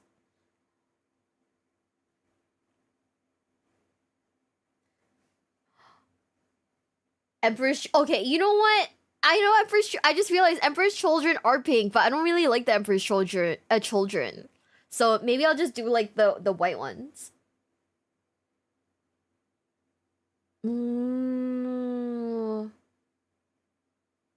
Can't you just paint the pink? That, but like, if you want to play them in like an army, is there like a pink like army? I don't think so, right? What if I just bought like a singular like Space Marine and painted him pink for the vibes?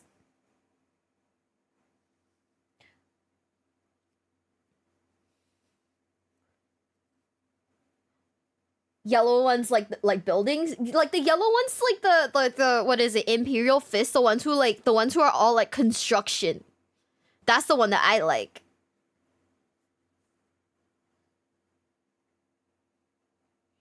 Oh, so you technically could make your own pink stuff. Wait, that is crazy. Make 2 of them, make them kiss. Holy shit. Wait, someone said when the community wasn't quite so friendly to the color pink, so much so someone painted a pink Necron Hello Kitty themed, and it got the color discontinued. What?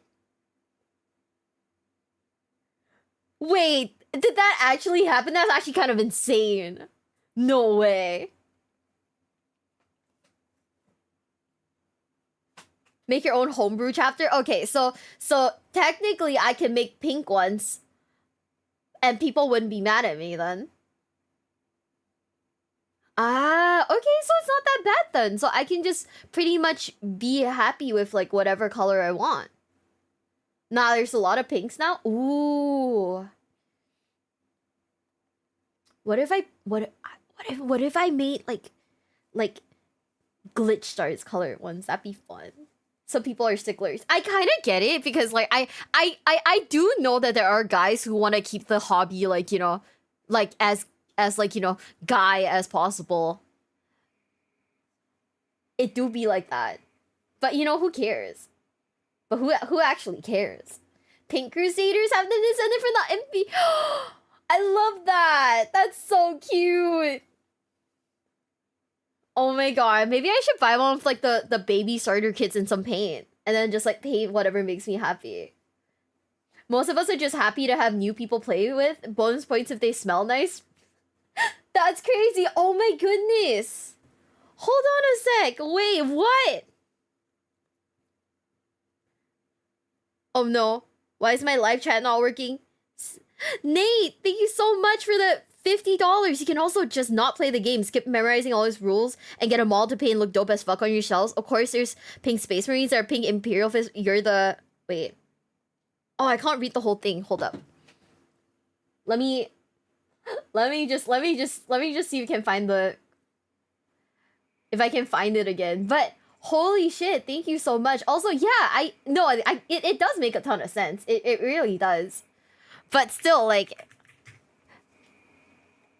what if I don't know, maybe I'm just being pedantic about it, but like, what if people get mad, you know, kind of vibes. It's probably fine, though. What are they gonna do? Exile me?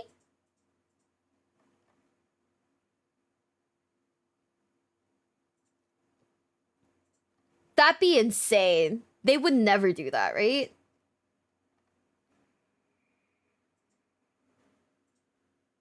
You're the one that's painting the models? Yeah. That makes sense. Yeah, you know what? We should get... I might just get, like, some models then. I'll get a model, get some paint, paint them pink, paint them the girl, paint them after, like, my girls, and, you know, that'd be fun.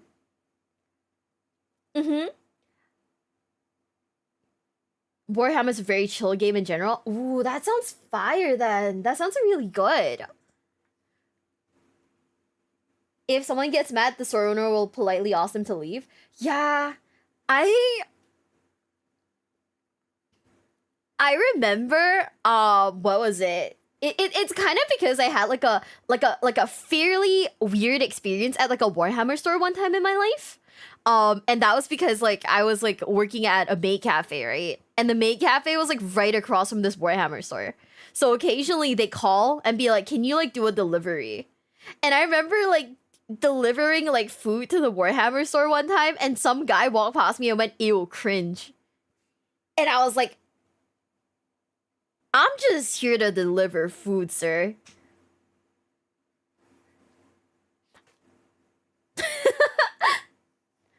But yeah, I was like, "I'm just here to deliver food, sir. I don't know what you're talking about. Like, I'm just vibing." Plus, and this is kind of down the line, but eventually after playing them enough, you might understand which army you'd want to collect second. If you start collecting a little bit of Space Marines, you start realizing, oh wow, I really think I'd prefer having more models on the table, or I wish I had tougher models. Then you can go for Tyranids or then Adeptus Custodians. It helps you figure out your second army a lot better. If you're a new that player, makes sense. you want to get interested in it, just do this. Go online, get yourself either, or check eBay, because there's tons of offhand Marine stuff on eBay. Get yourself a pack of Intercessors or maybe a tactical squad. I'd say Intercessors because they're more modern, they're newer and more meta, and they're bigger for better paint canvases. Put them together with some glue, get some paint on them, try them out, and try getting into... Wait, do you guys actually use Tahamiya boxcar like cement glue? That's funny. I love that shit. To the game that way. I think it'd be a pretty smart and a pretty solid idea to get someone new into the hobby, and Space Marines just really are one of the better choices right now. Okay, now that I'm done sucking as much Marine dick as Yvrain, let's move on to the rest of the armies. Is that some lore reference? What does that even mean? I love Tahamiya boxcars. I think they're cute. I think they're fun. Oh man, that was like some lore reference for sure. And my personal favorite army at the current moment, the Imperial Guard, or the Militare, is fucking the Imperial Guard. The Imperial Guard are my main army. They are what is known as a gunline horde army. Whereas Orcs and Tyranids have a horde army that has shooting but it's more melee based, the Guard is going to be running 60 to 100 infantry men, support walkers, artillery batteries. Oh, these are the dudes. They're just guys. These are the ones that are just guys. Right? Oh my god, it's a dude army. Let's go. I love them. Aircraft, drop troops, tanks, bigger tanks. The Guard is all about just blistering firepower. Now, however, the downside to this is that the Guard, while well-trained, are only 4-up well-trained. They hit on 4s, and they also do not have very good survivability. Guard stuff tends to be rather fragile. They very rarely have any special saves to keep them from taking any damage. Most of their stratagems aren't based around survivability, but in fact more firepower. Guard don't shoot amazing with their 4-up accuracy, but they make up for that with just sheer amounts of numbers of shots. Okay, so now that he's a sheer amounts of numbers, does this mean that like this shit's gonna be really expensive to build because you need like a ton of models?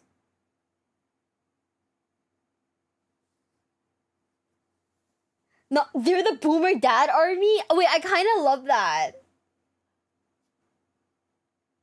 Horde armies are always expensive, yeah. You probably have to spend a ton of time painting it too, huh? Okay, so I'm gonna write this down. Don't build Imperial Guard. We cannot afford this. I will go into depth before I build one of these. Ooh. Shots. I don't care if my tank hits on 4s when I've got fucking 3 of them. If the Marines are like the pristine Swiss Army knife where they can do anything and they have a little tool for every situation, Guard are like a Swiss Army knife that's about 10 times as big and attached to a big wooden stick that you just beat the shit out of people with. Your units are squishy, they don't hit great, but you've got so many of them that you just take people out by drowning them in gunfire. As for Wait, okay, random segue, but like I saw like some people say that you can 3D print these things. Are they like legit to use at local tournaments? 3D printing stuff? Is that like, do they actually let you? Because like Yu-Gi-Oh, they don't really let you use like proxies or anything. At tournaments, no. So if it's like you just want to play it at home, that's completely okay. Ah, okay. How would they know? How can they tell though? They'll sue you?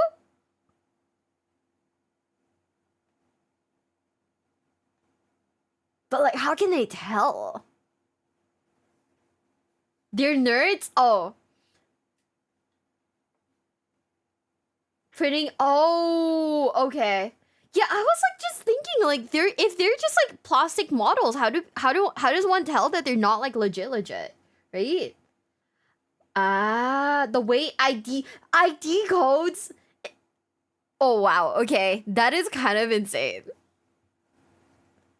You know, now that I think about it, the Warhammer store, right, that I went to, that was the first time I'd ever seen someone's ass crack before. just right out there in public too. Tabletop simulator. I might have to get tabletop simulator at this point in time, probably. Got burned by a bad lawsuit on this a while ago. Ah, okay, you know what? That makes sense. Is Prince the one cares in friendly games? Yeah, you know what? That makes a ton of sense. Maybe I should just get like tabletop simulator at this point. The argument to get it is, you know, really compelling at this point. For collecting the Guard, it's a little bit of a mixed bag. Their models are a bit older than I'd like. I personally think that they could use a decent amount of updates. They do get updated plenty rules-wise, but since they've got so many different kinds of units and so many Forge World options, a lot of them are a bit old and are showing their age. As for collecting them in the money side, they're pretty expensive. You're going for a Horde army, so you're gonna have tons of models on the playing field. That being said, I still do love them. I love their lore and their design. I love the large swaths of infantry, and I personally think they are pretty fun, if maybe not the greatest army as a main army. The Adeptus Mechanicus are the war cult of Mars. Oh, is this the Henry Cavill one? Locals will rarely care. You know what? That makes sense. We'll put into an army on the front page. Owner came out, so it was all 3D printed. Oh, this is a Leah one. Okay. Very weird. and I've been over how weird they are plenty before, but they are probably one of the wackiest armies in the game, maybe along with Gene Stealer cults. The Identitas Mechanicus have a lot of really weird back and forth styles when it comes to their gameplay. They're mainly a shooting army. I'd say they're about 75% shooting, 25% melee. However, they do have a couple dedicated melee units that can hurt pretty bad, but These look kind of insane. I'm sorry. Wait, what? Okay, these have to be like some like. These are the shooting ones. Also, NJ Gamer, thank you so much for the $10 super chat. Thank you, thank you, thank you. Miwabelle, the Emperor's a human. One time he poked me a lot, wanting to know. He made me talk. Oh, just follow his orders. That's crazy. Thank you so much for the super chat. Also, Anthony, thank you for the $5 super chat. The official models are injection molded, so you can tell. Oh, that's why. You know what? That makes sense. Okay, that makes sense. Guys, I'm sorry. Is this like kind of a crazy look though? Is this like low key a crazy look though? Like, nani?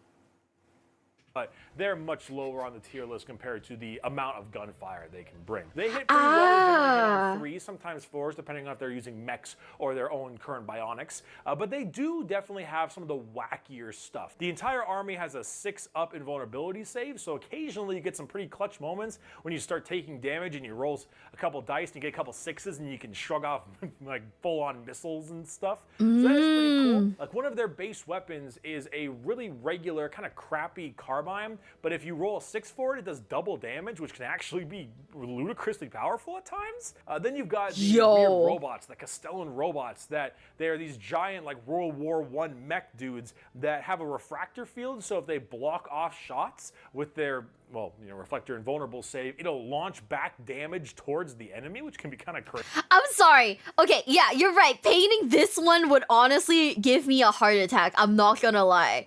This is so intricately detailed. I could not. I genuinely could not. Holy shit. Crazy. They're very strange. They definitely are quite strange. Much more shooting over melee and definitely fun and has some great looking characters. Belisarius Call might be one of the best. No, stop. This guy looks insane too. Also, I would be genuinely concerned because this part looks like it could break off. The part in the back looks like it could break off. The wand thing itself also looks like it's really like fragile. How do people with kids play this game?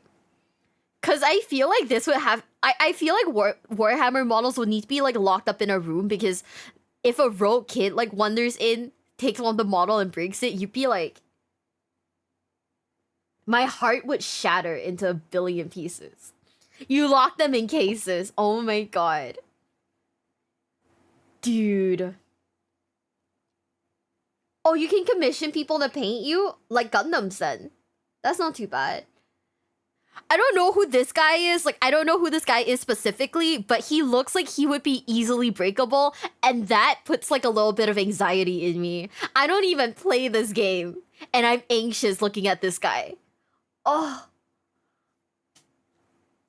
Models in the entire game. Super cool looking too. A bitch to paint though. Oh my god. And that does lead me to the collecting of the AdMech part itself.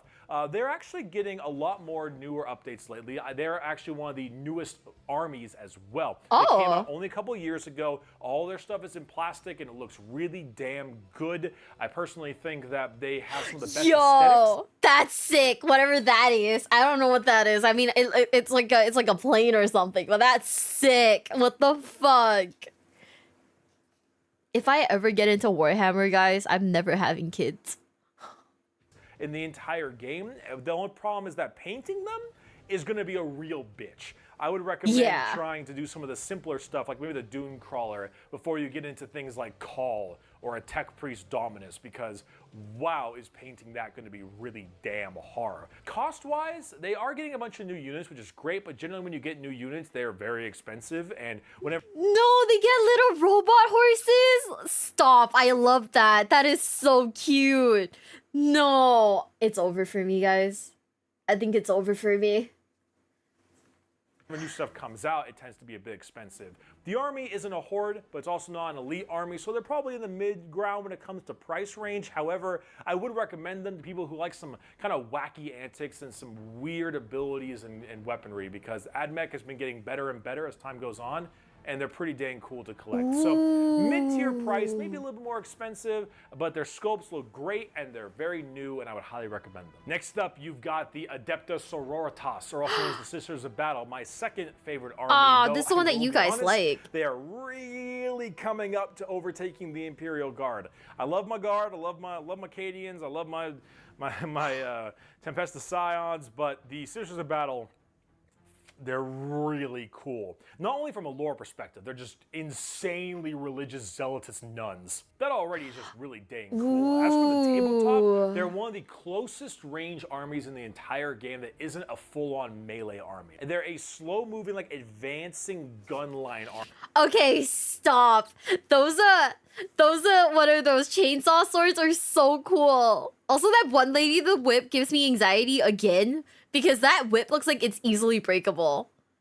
If anyone in the chat owns like one of those like models with like the whip out there, is it easily broken off? Genuine question. Army with some actually horrifying melee units and just some like ridiculous close range firepower.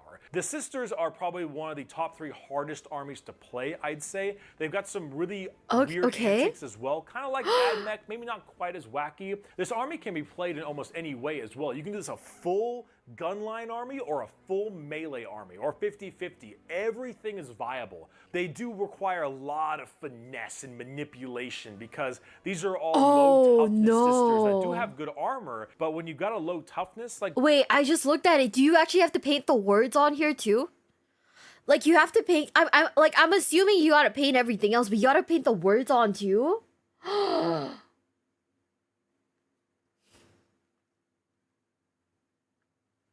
God, thank God I'm a brokey. Have I heard about Saint Celestine? I don't know who that is. Oh, okay. Thank God I'm a brokey, guys. They do, and they're not necessarily the most powerful when it comes to the actual punching. They can actually be shot off pretty quickly, so you need to be really smart on how you maneuver them, because you've got a super short-range, kind of squishy army at times. That can be a little bit challenging to get through. That being said, people are sleeping on the power of Sisters. Let me be the first one to say it. You are all sleeping on how strong this army is. Okay, whatever this thing is in the back also looks like it can be easily broken. And with how intricately detailed it is and how much like time you realistically have to spend painting this thing, I'd be heart fucking broken. Holy shit. This army, if played well by a smart person, will crush you. As for the actual collecting of the models, Sisters are the most recent army, at least as the time of making this video, who have had a complete army overhaul. For a while, there were no plastic sister models whatsoever, but the entire army, besides I think one unit, got a full overhaul of models. Everything is brand spanking new, and they probably have the best looking models in the entire game, in my opinion. They look incredible. That crazy gothic, kind of Catholic nun look. I mean, come on. Their tank is a pipe organ missile launcher. It's a pipe organ. No, wait, really? Yo. The sheer amount of anxiety that I would have having to carry this, or like if having to like carry this around with me would be like insane. That is really cool though. That is really fucking cool. No way. You can change the plastic stuff out with a brass rod to protect. Really? This is so cool. This is really nice. Okay. I think the more I think about it more, I'm like, okay, I think I've decided what I want to do in terms of like Warhammer, and that is I will buy some of the Space Marine models just to like, you know, paint and display. But I think the meat of it would be me getting like Audible, reading like audiobooking the books, and probably buying like the old like Warhammer games to play. Cause like actually playing the actual like game aspect of it seems I don't know. It seems a little stressful, I'm not gonna lie. Right? Yeah, it feels very involved. I'm not saying I don't have the drive to do it. I'm just saying I don't know if I've got the time to do it. Or like the energy to run like Yu-Gi-Oh, Vanguard, Warhammer. Target missile launcher. Sisters are one of the coolest looking armies in the entire game. That's They so are a bit sick expensive. though. What the fuck? That's the one downside, is that because this entire army is brand new, it is brand new with a brand new price tag. So I personally love them. They might soon become my favorite army. I can't quite tell yet.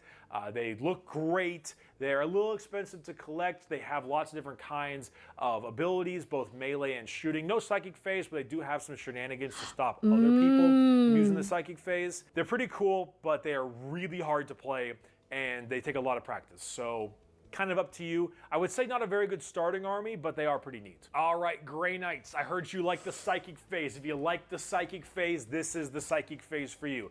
Grey Knights are Space Marines X2. They're super mega duper elite Space Marines that are all psychers. They're nuts. Grey Knights are insane. They are very, very elite. I hate that at this point in my life, every time every time I pause, it's because I've seen a model that I want to look at a little bit more, because this shit looks like it'd be tough to paint. Look at this one big guy. Every time I pause, it's just because I've seen like a model that I know is gonna be insanely like complicated. So I'm assuming, right? Because I've never actually seen like Warhammer like box. I mean, I've seen box kits, but I've never seen like the inside of it. So I'm assuming that like it's kind of like a gunpla where like everything is like where you have to build it yourself, right? This would take so much time. Like I knew a guy who built gunpla for like a living, right? And he would like spray paint each piece before like putting them together. I'm sorry, they're called the baby carriers.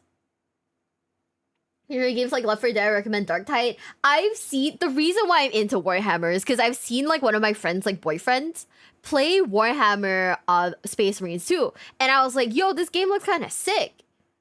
Like I wanna get into it. And then the more I like watched my friend's boyfriend play it, right? Because I mean, you know, it's not weird. We're in a Discord call together. We were just all chilling, hanging out. It's not that weird. But they started talking more about the lore. And then I was like Googling it out of interest, and I was like, wait, this is actually kind of interesting. But also like oh no, I get it now. Wait, hold up. Is that a guy that's just strapped to a mech? Are those his little feet? Then the rest of it's just mech?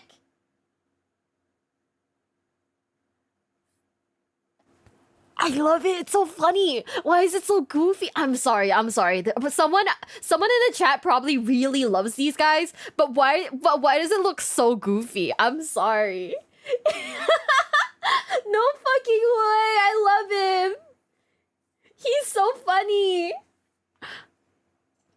However, you have probably like maybe 40% fewer models than an average army will have.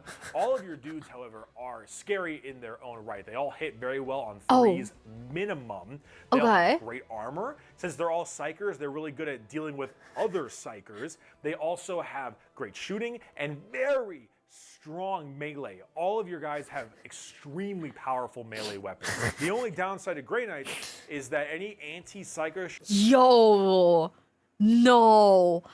Look at the words. Oh my god. You're really gonna have to like paint the hell out of this thing, huh? I have a sense of humor. Okay, it's so funny. It's so interesting and it's so funny. I love it.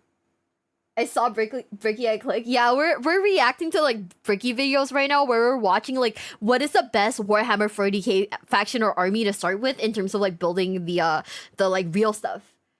This is very interesting. Oh, these are engraved. Okay, yeah, the models are really pretty. Like the models look really nice. I would be stressed out like, you know, building this stuff. But it looks really, really good. I don't know how they did it so cleanly, by the way. Like, the words are a different color than, like, the base. I feel like I would accidentally, like, get like, you know, the paint color on the back. But it looks really good. Holy shit.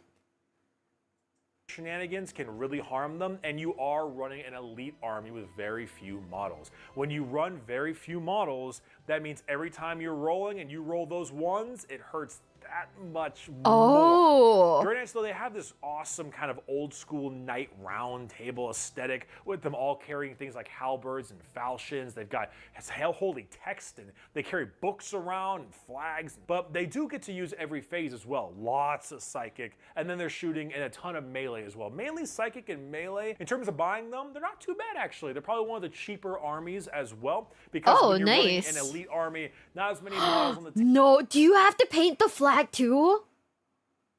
Is the flag something that you'd have to paint on your own? Really? Oh wow. Is it like a, you know, those like paint by numbers kind of situation, or do you actually just have to like decide on the color and paint it yourself? Because that is insane. No, I haven't seen that one yet, Novikov. We're just watching. Okay. Basically, I have a react, like a playlist on YouTube where I just like react to stuff that I think it looks interesting about Warhammer 40K. Ah, okay. So nothing would stop me from painting whatever on there, even if I were to paint something really dumb.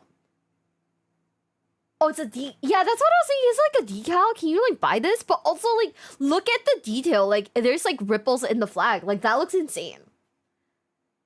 Ah. Then pick up your brush. Yeah, that makes sense. That makes sense. I'm just here thinking like, wow, you know, a lot of detail goes into this. Like I think I appreciate Warhammer a little bit more now because of the amount of detail that goes into like the models. Like the game itself, like, you know, that shit looks cool, that shit looks fire. The models though are really fucking sick. Holy shit. Yeah, like realistically, could I just put like, I don't know, fucking yaoi art of like I don't know, the Emperor and someone else? I can just do whatever I want. The image, oh, the image is made into a plastic. You know what? That makes sense. That makes sense. Guys, I'm not gonna do like fucking yaoi art of like the Emperor or whatever, you know. I'm just saying, you know, whatever. No, we're not gonna do an Ahegawa banner either. That's crazy. But okay. So realistically, that could happen though, right? Because why would I do that? That's kind of insane. 40K is Game Workshop, sci-fi game, Age of Sigmar is a fantasy game. Models in there are really creative if you want to see more later. Ooh. Now that would be heresy. What if it was just, oh man, you know what? No, it's okay. Why not? Because I'm not, because I don't know, I'm not insane. So it's a lot easier to fill out your entire army by only purchasing many or fewer boxes than normal. Okay. As for their sculpts, I don't know exactly how new they are. I wouldn't call them very new. I call them like middle ground when it comes to But they look so cool. They're not super old, but they're not necessarily super new either. That being said, if they are, say, medium old or whatever, they do look great. I love the way the plastic models look. I think they look fantastic, and I would recommend trying them out if you like a Psyker-heavy Space Marine thing. You play Space Marines and you're like, wow, I like the Psychic phase. Grey Knights. No competition. Infantry is for losers. It's big mech boy time. Big mech boy time. There's a light sculpting. There's a Keeper of Secrets of a noticeable third leg. That's crazy. Like Bricky having character of a dog head. Honestly, Ahegawa banner would be so funny. What if it was just Cat Girl? What if it was like Cat Girl the Emperor or like Cat Girl fucking Horus?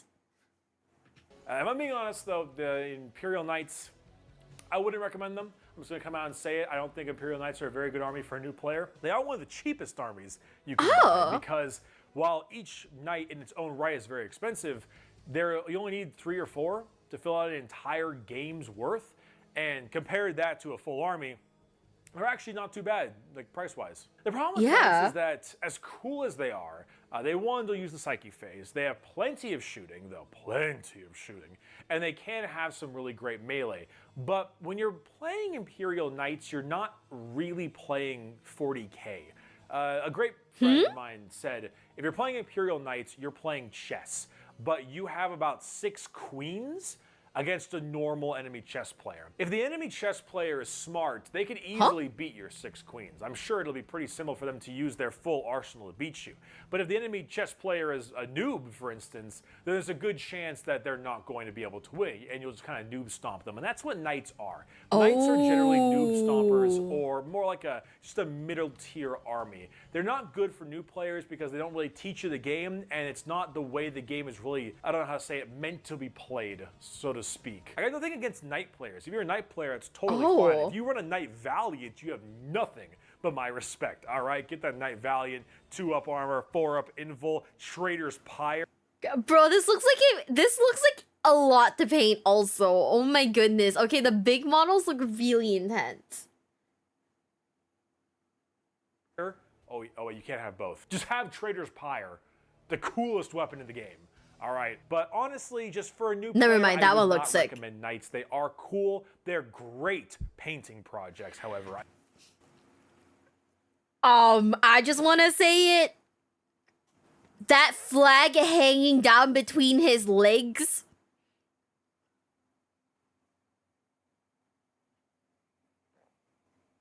You know, it's low-hanging fruit. I'm just saying. I could paint whatever I want on the flag that's hanging down below his crotch. Am I right? And there's nothing stopping me from painting whatever I want. Oh, you know what? I wouldn't, now, if it's like really expensive, if it's really expensive, no, but if it's like for the memes, I fucking do it. Like, hi, I draw my own like VTuber model. I draw my own face down there. Like, on fucking God, I do it because I think it's funny. if you just want to paint something, definitely pick up a knight for that. They look great. You're not really playing 40k when you play Imperial Knights. You're playing kind of a weird hybrid of it. If anything, get a normal army like say Imperial Guard or maybe Space Marines, and then buy one big knight and throw it into your army as an ally. That would be the way to do it, I'd say. I think they're better as a supplementary character as opposed to a main army or force. This is also the same for Chaos Knights as well. They do look really cool though. They do look. They just showed us 3 different ones. Oh, the temptation. This is insane. Really cool. Golden Boys, Golden Boys. Adeptus Custodians. Henry Cavill. Custodians are the elite of the elite. This is probably one of the most elite armies you could possibly play.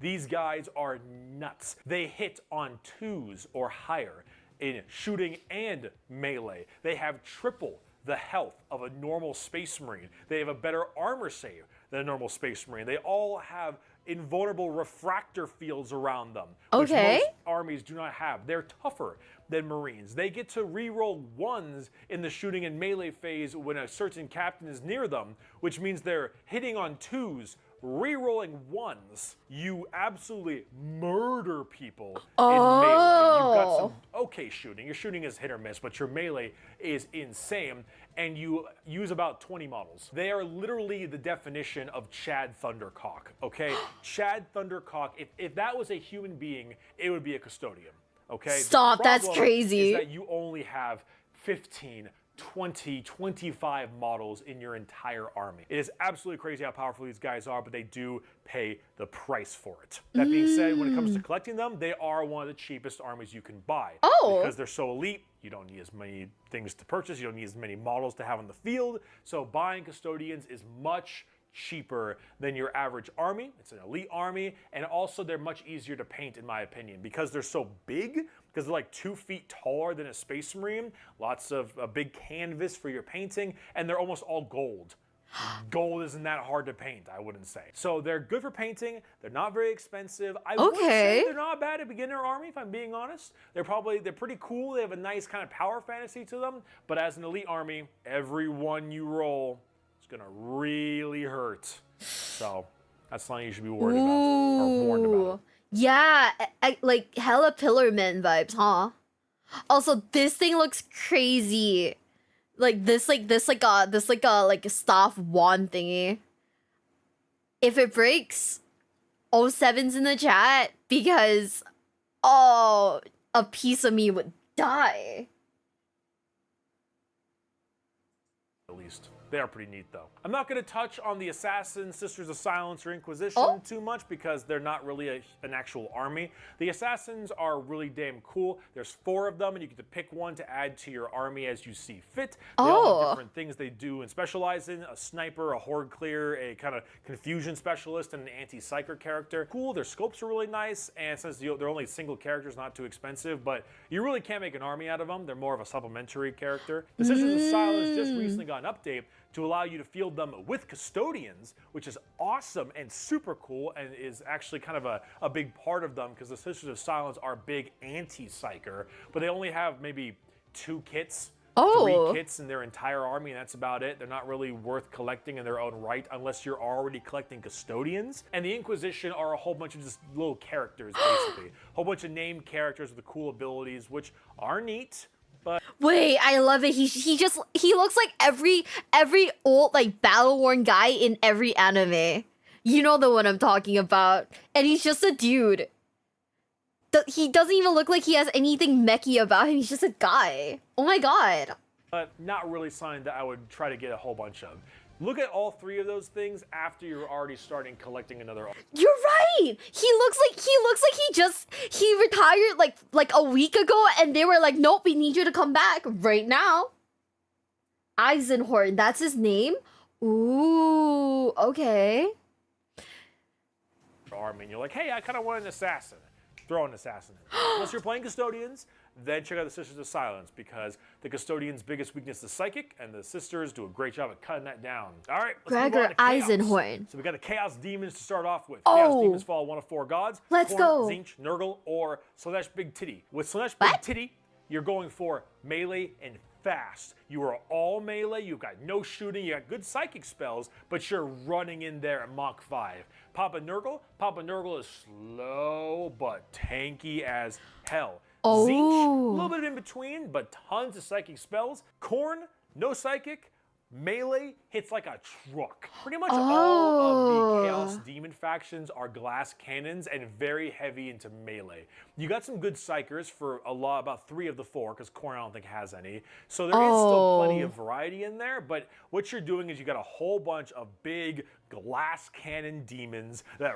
Guys, if I played this and this broke off during like transport, I would absolutely cry. This is so big, this is so intricate, and like holy shit, these ones are so intricate. What the fuck? Run up and just break your face. That's Chaos Demons in a nutshell. They all have their various traits. Slanesh is fast and hits a lot of times. Nurgle is tanky, Tzeentch is psyker, Khorne hits really hard. Pretty simple in that sense, but overall, Chaos Demons, to collect them, they're not something you would really collect by themselves. Yeah, I don't want that. You would ally them in with things like Chaos Space Marines, which we're I'm not hating on Nurgle, I just feel like this would be really hard to explain to anyone. Glue it back. Yeah, no, I know you can glue it back, but still, I feel like the moment that you find out that it's broken, my heart would sink to my stomach. we're going to be talking about in just a moment, but as an army in their own right, don't try to make a demon army, I wouldn't say. They don't teach you a ton of the game, and they're a little bit limited because you have to stick with one Chaos faction normally. If you want to ally in multiple things, you're probably going to need some Chaos Space Marines to go along with it, and with that, let's talk about that. Chaos Space Marines, you're kind of getting the butt end of Games Workshop. They don't really seem to like you, Chaos, that much. I don't know why. A lot of your models aren't very new, and a lot of them are expensive, and your rules aren't that great most of the time, with the exception of something that happened in 7th edition with Chaos Demons, apparently. I heard it was a very, very strong codex. Chaos Space Marines are very similar to regular Space Marines, but they're much more focused on melee combats. You still have shooting, and it depends on which faction you're going through as well, but while you do have your shooting units, it is generally more melee-based, I'd say. Demons in their own right, and Chaos in their own right, want to run in there and start breaking face. That's generally... Is that kind of pink? Wait, are they pink? I don't know if I like the blue, but the pink though. Hell yeah! Wait, I don't really want like Chaos Space Marines. It's okay. we'll have to. They're yeah, they're kind of girly pop. I do love that. Their MO. As for Chaos Space Marines, it depends on what Legion you're joining, but overall, there are a ton of different ways for you to go ahead and get about completing your objective. The Death Guard and the Thousand Suns, I believe, are the most fleshed out. They both have their own codexes. Okay. They both have their own special units, especially Death Guard. Death Guard is very recent, and both of them allow you to field a Primarch, which might be one of the coolest parts about. This one on the left is really cool. Oh my god. There's no way people actually carry this around with them, right? The one on the left? Do people actually carry this one around? It looks heavy. It looks like it would be heavy. This is Nurgle? Mortarion, the Stinky Reaper. People actually do carry this around? Ooh. Oh, he's a Primarch. Okay. It looks heavy. Oh my god. If I ever play Warhammer 40k, I need to get a boyfriend who will carry my models for me. We've cracked the code, gamers. This is why we get we get, you know, a partner in the future so that someone will carry my Primarch for me.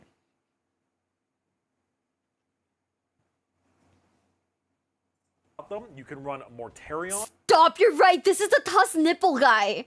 Oh, I didn't even look at it that right. He does have his titty tusk.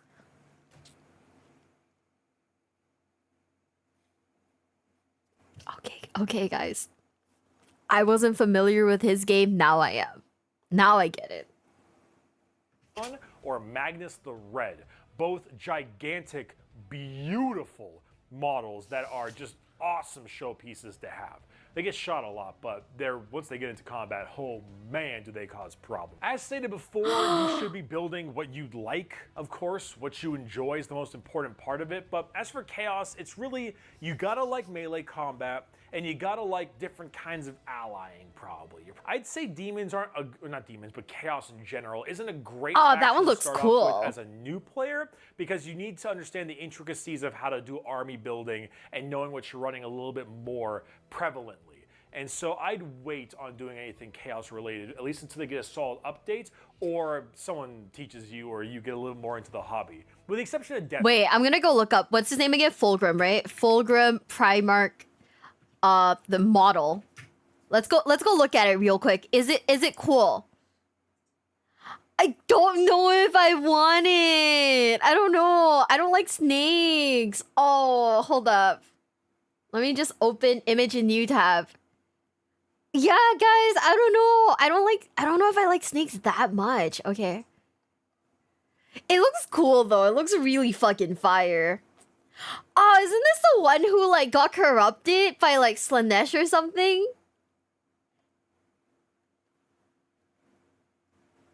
Not that one, another one? What do I look at specifically if we're being like really specific? He has two. New 40k. I think they hate me. Is it this one? There's this one that they're showing. Nope. Okay. Okay, so we're just gonna try again. This is still 30k. Okay. Slanesh's fabulous flex. New Fulgrim model versus old. Okay, this should have the new one then. Come on, bestie. Is this the new one? Oh! Yo, that looks fire.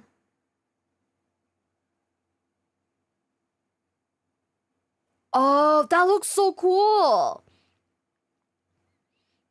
I still don't know if I'd ever like get this though, but like it looks really nice. It looks really sick. What the hell? They released an Angron model for Valentine's Day with his girlfriend. Angron has a girlfriend? I thought the guy's entire deal was that he was angry. Okay. We'll go look up Angron then. We'll take a look at him. It's probably not this one. This looks. Why is it $876?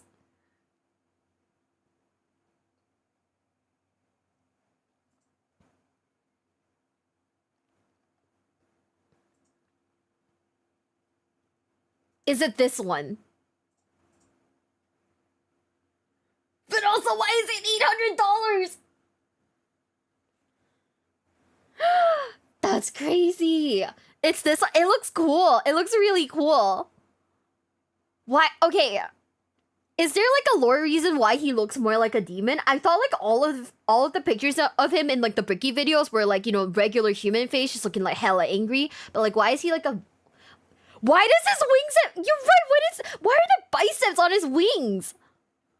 Bro is so angry that he worked out. Jesus. It's lore. Ah, okay. This was a Valentine's Day release? Well, I mean, I guess if your boyfriend likes, you know, Warhammer, you get this for him. But like...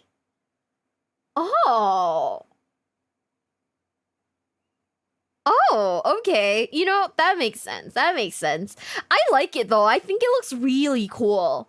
I'm not gonna lie.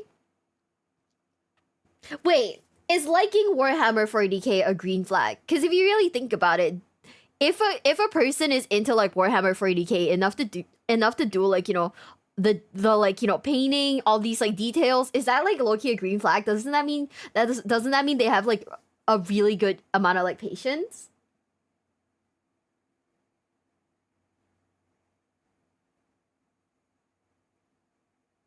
Oh my god, it's official. The true green flag is not League. I mean, League of Legends has never been a fucking, you know, like... League of Legends has never been like a fucking, you know, green flag. But, you know, this is a true green flag game right here. It means he has money. You know? But they spend too much money on it. You know? That makes sense. Do they still oh my god, that's true! Wait, does the Warhammer community have, like, an issue with people, like, being stinky? Because you know how, like... I mean, you know, not to shit on Yu-Gi-Oh, but, like, the Yu-Gi-Oh players kind of do have a reputation of being, like, a little stinky. Warhammer players are stinky, too? 07's in the chat. 07's in the chat. I think every hobby low-key people are kind of stinky, huh? Oh no. League green flag. I don't know why I said that. We all know League is not a green flag. Liking 40k means you either have lots of money or in crippling debt, so take your chances. Oh. So is Warhammer a beige flag then? Because you can find the rich guys who shower, or you can find the guys who are in crippling debt from playing Warhammer who don't shower. There's a 4chan story that wasn't confirmed? Oh. That's crazy. Oh my god. Okay. It's 50-50? Okay. It's okay, guys. We are hella beige. It's just a beige flag. It's not as bad as Magic. I just remember that one cringy Magic video that we watched of like the cheaters that play the like most famous cheaters in Magic the Gathering, and it was so cringe. It was so bad. I was like, ooh, I don't know about that. To ward off the stink? I mean, I think that like the fact that more people don't like shower, like, you know, and in like card shops / like Warhammer stores, or I don't know, what are those stores called? You know, the combination like Warhammer card game stores. I don't know what those are called, but the number of people who don't shower confuse me, because it's like you go out, you touch grass, you leave your house. You know, why don't you shower? Hobby shops, yes, that is what they're called, hobby shops. Yeah, I don't understand. Like, you know, is it like a society kind of thing? Like, I hate society. I don't get it. Local game stores, yeah, that's the term. Death Guard. I think Death Guard is in a good place for a new player because Death Guard is pretty cool. But besides that, they're a little tough. Okay, let's talk about some Xenos, starting off with the Space Elves, the Eldar. So the Eldar are definitely a more glass cannon-y kind of style group. They are the first Xenos So this is Eldar before the corruption. race we're talking about, and there are a couple versions. There's also the Drukhari and the Harlequins. However, the Eldar, they are strike hard, strike fast, and get out of there immediately. So Wait, this is after? So is this like, okay. Oh, these are the so this is the Craftworld gang then. So this is the Craftworld gang. They're not the ones who got corrupted. Oh, okay. the thing about Eldars, what would happen is they would fly out of somewhere, immediately gun down with extremely high-powered weaponry, hitting on threes with some kind of BS stratagems, if I'm being honest, and then they can zip back into cover and really annoy you. Honestly, Eldar probably have some of the more powerful shenanigans when it comes to the game. They have lots of weird rules. Their stuff hits extremely hard, but of course, once you fire back at them, if you live, they will crumble under a slight breeze to an extent. If you play Eldar, you won't be making a bunch of friends, if I'm being honest. I'd say Eldar are top 3 most aggravating enemies to fight against. People don't like fighting Eldar a whole lot, myself included. I find them to be quite aggravating. But if you're that kind of person who likes zip in, zip out, and be all kind of trickery and sneaky, they're definitely the army for you. They're definitely more shooting and psychic based. That's the 2 main things. They've got some good melee, but mainly shooting and psychic based. As for collecting Craft World Eldar, I'd say that they got some good sculpts. Some of their models look pretty good. They got some nice plastic. A few of it's a little bit older, but you don't need a huge army. So when it comes to the money side of it, not too bad. I'd say the financials for it are pretty dang solid, and I wouldn't call them an expensive army to collect, at least not from my knowledge. The Dark Eldar, or the Drukhari, are like Eldar cranked up to 12. They're faster, they can hit harder at some points, and they have really good melee units. Their melee units can actually be really scary, but they are also doubly made of paper. They're also a lot harder to play. They're probably top 3 hardest armies to play, along with the Sisters of Battle. And that actually goes on to the Harlequins as well. I didn't even know there was a Harlequin faction. Damn. The clowns. Also, Dagenhard, thank you for the $10 super chat. Angron's sword is a Slanesh demon that tried to claim his title of the greatest gladiator. So Angron beat him with an iron bar until the demon fused with it and it became his new sword, Samnieres. What the fuck? What the fuck is that backstory? Hold on, what? That is so incredibly metal, it's kind of insane. No fucking shot. That is crazy. Also, yeah, the clown faction. Do people actually play the clown faction? Harlequins are an army that just don't collect Harlequins, if I'm being honest. They're not a great choice. They have barely any models, and they're really weird, and they have a lot of shenanigans if you want to pull them off. If you're a new player, I would not recommend Harlequins at all. Dark Eldar, and Harlequins, speedy, made of paper, hit like absolute trucks, and not too expensive, I wouldn't say. Drukhari, I think, is a little bit more expensive than the other 2, but they look not cool. Too pricey because you don't field a ton of units in your armies. Moving on, we got Tyranids, bugs. Bugs! Bugs. You gotta love those bugs. So many bugs. Now, Tyranids obviously are a horde army. It should be very obvious. They are also a melee horde army. Whoa, I know, call the presses. You are mainly spending your time in the melee phase, as well as some of the psychic phase. You got a lot of good psychers in the Tyranids army, funny enough. You've got some pretty involved and advanced bugs. And your melee phase is as it seems. You have really gigantic, gargantuan creatures that eat everything alive, or you've got 40,000 little boys that eat everything alive. You do actually have some somewhat good shooting too with your Exocrine and your Hive Guard. You can Wait, this one looks really intricate. This looks really cool, but also like really hard to paint. What the heck? I actually like the bugs. I think the bugs are like good vibes. Like I think they're just like, they might be my favorite of all the villains just because their entire backstory is just is just hunger, you know? Their entire thing is just I want to kill, and that's it. They hangry. And it's so simple. It's like everyone else has deep motivations, and it's just I'm a bug and I'm hungry. That makes so much sense. I love them. I think they're great. You put out some pretty decent shots. They are definitely the kind of army you run if you want big swaths of just these angry little running bug dudes that just swarm on your enemy. It's literally called the Tyrannid Swarm. As for price-wise, though, I'd say they're actually very, very expensive to collect. What? Their sculpts are... Some are a little bit older, but not all of them. They're a little bit in between when it comes to the actual date release for their sculpts. I'd say they are a bit older.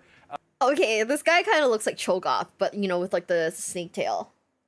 Oh, you know what? Okay, that makes sense. Yeah, because it's a horde army. That's why you need a ton of them. Okay. I just want to get one of them so I can paint him like Hello Kitty colors, you know? Though they are expensive. They're expensive, and you're running a horde army, so that's definitely one of the top more expensive armies to collect because come on, tons of bugs, tons of models, and older sculpts. Can be a little bit of a challenge. I mean, Genestealer cults. You want to play bugs, but you want to play human bugs with scrotum heads. What? Genestealer cults are a very new addition. Very, very new. And they run in this almost as weird as AdMech style army. They're very fast, they hit really hard, and they like dip underground, they crawl from underground, they hit you with very powerful short-range weaponry and super strong melee attack, and then they kind of run away and they like hit and run tactics. That's probably the best way to do it. Hit and run tactics, they come out of the ground. This one too, then. They do a bunch of damage, they run away, they got some weird psychic spells here and there, they run these like makeshift Mad Max trucks and stuff. They definitely have a unique play style. They deploy strangely, they like to zip around the place kind of strangely, and they definitely are one of the more unique armies there are. Okay. Do I recommend collecting them? No. They kind of fulfill a niche, but they're not that like overarchingly special, I'd say. I don't know the word. The lore is exactly, fucked up. They are a very specific play style for a very specific player. If you're running Tyrannids, you might consider doing Genestealer cults, but at that point, you already kind of know what you're doing, so I don't think I recommend this to a new player. Genestealer cults and Tyrannids both a little bit rough to recommend to a new person because they are very expensive, both of them. And while the models for Genestealer cults are definitely a lot newer and that's much nicer, they need practice. They are definitely a harder army, and I would recommend waiting on those if you're a new player. Orcs. Ooh, orcs. Now, orcs. I would say orcs are great if you like the horde army and you like having RNG dictate your life. So orcs hit on 5s, as I mentioned in my last video. However, if you roll a 6, you get to make another attack with the weapon. Everything from the little pistol to the giant rocket launcher. No, that sounds like it'd be hell. If you're a generally unlucky person, this sounds like it would fuck you up. I love orcs though. Fuck. Man. Fuck. I like orcs. You can have a rocket launcher that fires 3 times, and if you get lucky enough, you can have it fire 5 times. But the main thing that you're probably going to be jumping with orcs for is the giant green tide, because their melee ability is pretty humongous. They have very weird gunfire. They got their weird weapons and their strange rules, the Daka rules. All these extra shots, and they can even have some pretty dang good shooting with things like shock attack guns and Daka jets and stuff. If orcs hit on 5s and shooting, they hit on like 3s in melee. Orcs love to beat the hell out of each other. So it's very obvious that once they get into melee, they'll just start pounding on you because they are really good at hitting stuff. In fact, I might be speaking a little bit too hyperbolically when I say RNG controls your life with orcs. Or RNG controls your shooting, but your melee is actually pretty dang good. They've got a special ability called Here We Go, which allows them to re-roll their charge dice, which is a very rare thing and extremely powerful buff. Getting into melee has never been easier. No, that sounds so cute. What the heck? Collecting orcs, expensive. Probably the most expensive horde army there is. Probably more expensive than Tyrannids or Guard or anything in between. They have sculpts that are sometimes new, sometimes very old. You can have cool new models like Gazgul Thraka, but then you got a whole bunch of really damn old orc models because orcs have been around. I'm just gonna say it. If this thing is painted Hello Kitty style, this would be so fucking cute. Oh! it's so I like orcs so much. I like them so much. Oh man. Okay, never mind. Around forever. Their codex in their own right is pretty neat, and there's some pretty good models in there, but orcs just, they're showing their age, and you need a shitload of them. And they are very expensive for that reason. So they're expensive to collect, and you need a ton to collect a good-sized army. But playing them, if you like melee with some really fun shenanigans and a bit of RNG, I can see why someone would like orcs, because they're orcs. Come on, they're great. I love It's not orcs. Necrons. So the Necrons, if I had to pick a Xenos army, I'd play Necrons, honestly. Necrons, I mean, they're just so cool. Undead, Egyptian, skeleton robots that carry enslaved gods into battle. How is that the coolest thing ever? So What? Necrons are Oh, right, they named do. all about necromancy, but not like the undead homina necromancy, but like necromancy through metal. So the way Necrons are is that they are kind of a slow-moving, at least some of their units slow-moving, gun line with some mixed-in melee units. Not all their army is melee, but their melee units that they have are actually like really scary. But for a while, these guys are kind of slow-moving Terminator-style guys. They just blast you away at a distance with some very powerful weaponry. They kind of have Space Marine stat lines, actually. They run about as many models as Space Marines. They got similar stat lines and similar weaponry. I say that they are actually quite similar to Space Marines in the terms of how they play.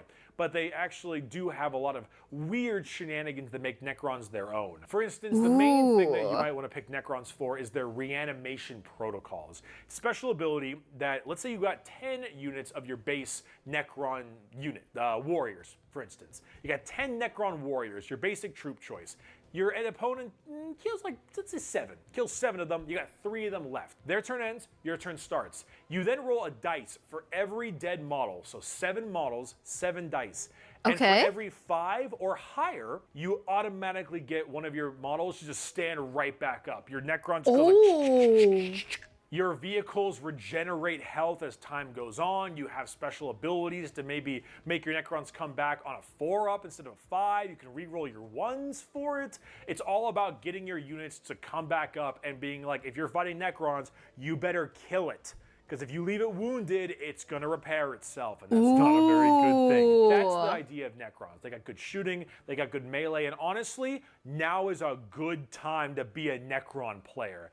They are getting a massive update right now. This is right before 9th when this video is coming out, and they are getting huge new model ranges, a ton of just new units in general, massive updates, rule updates. Necrons are getting big additions, and I think it's going to be super. This one in the back, whatever this is, looks so cool. Like, I don't know how it's being held up like that, but it looks insanely sick. This like temple thing, also very cool. Like, a lot of this is really, it looks really interesting. I really like it. Also, I don't know if this is gonna like show my age, but low-key, why does this look like Bionicle? If you know what Bionicle is. Great. Now is a good time to be a Necron player. The new stuff might be a little expensive to collect because it is new stuff. That being said, they're not an elite army, but I guess they can be played an elite army if they wanted to, but they don't have a few models, they don't have too many models, they're nice in between, and now is a damn good time for it. Last but not least, we have the Tau Empire. The Tau Empire is for people who want to gun their opponent down.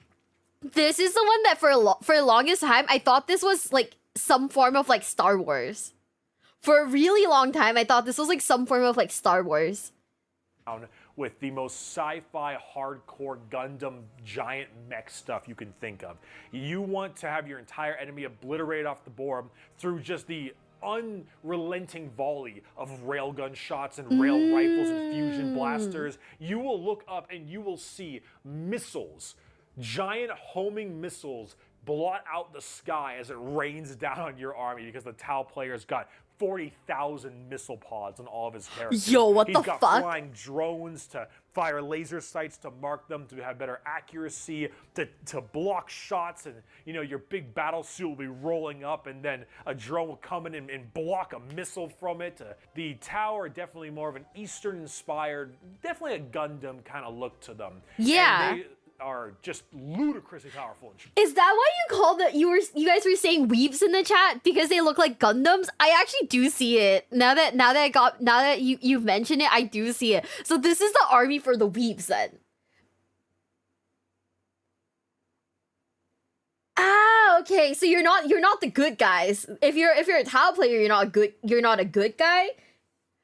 They speak like Japanese in lore. Oh. Okay. So you're like Japanese inspired fish people. Shooting phase. And they also have tons of special abilities to stop your opponent from getting to you in the charge phase. The Tau has no melee.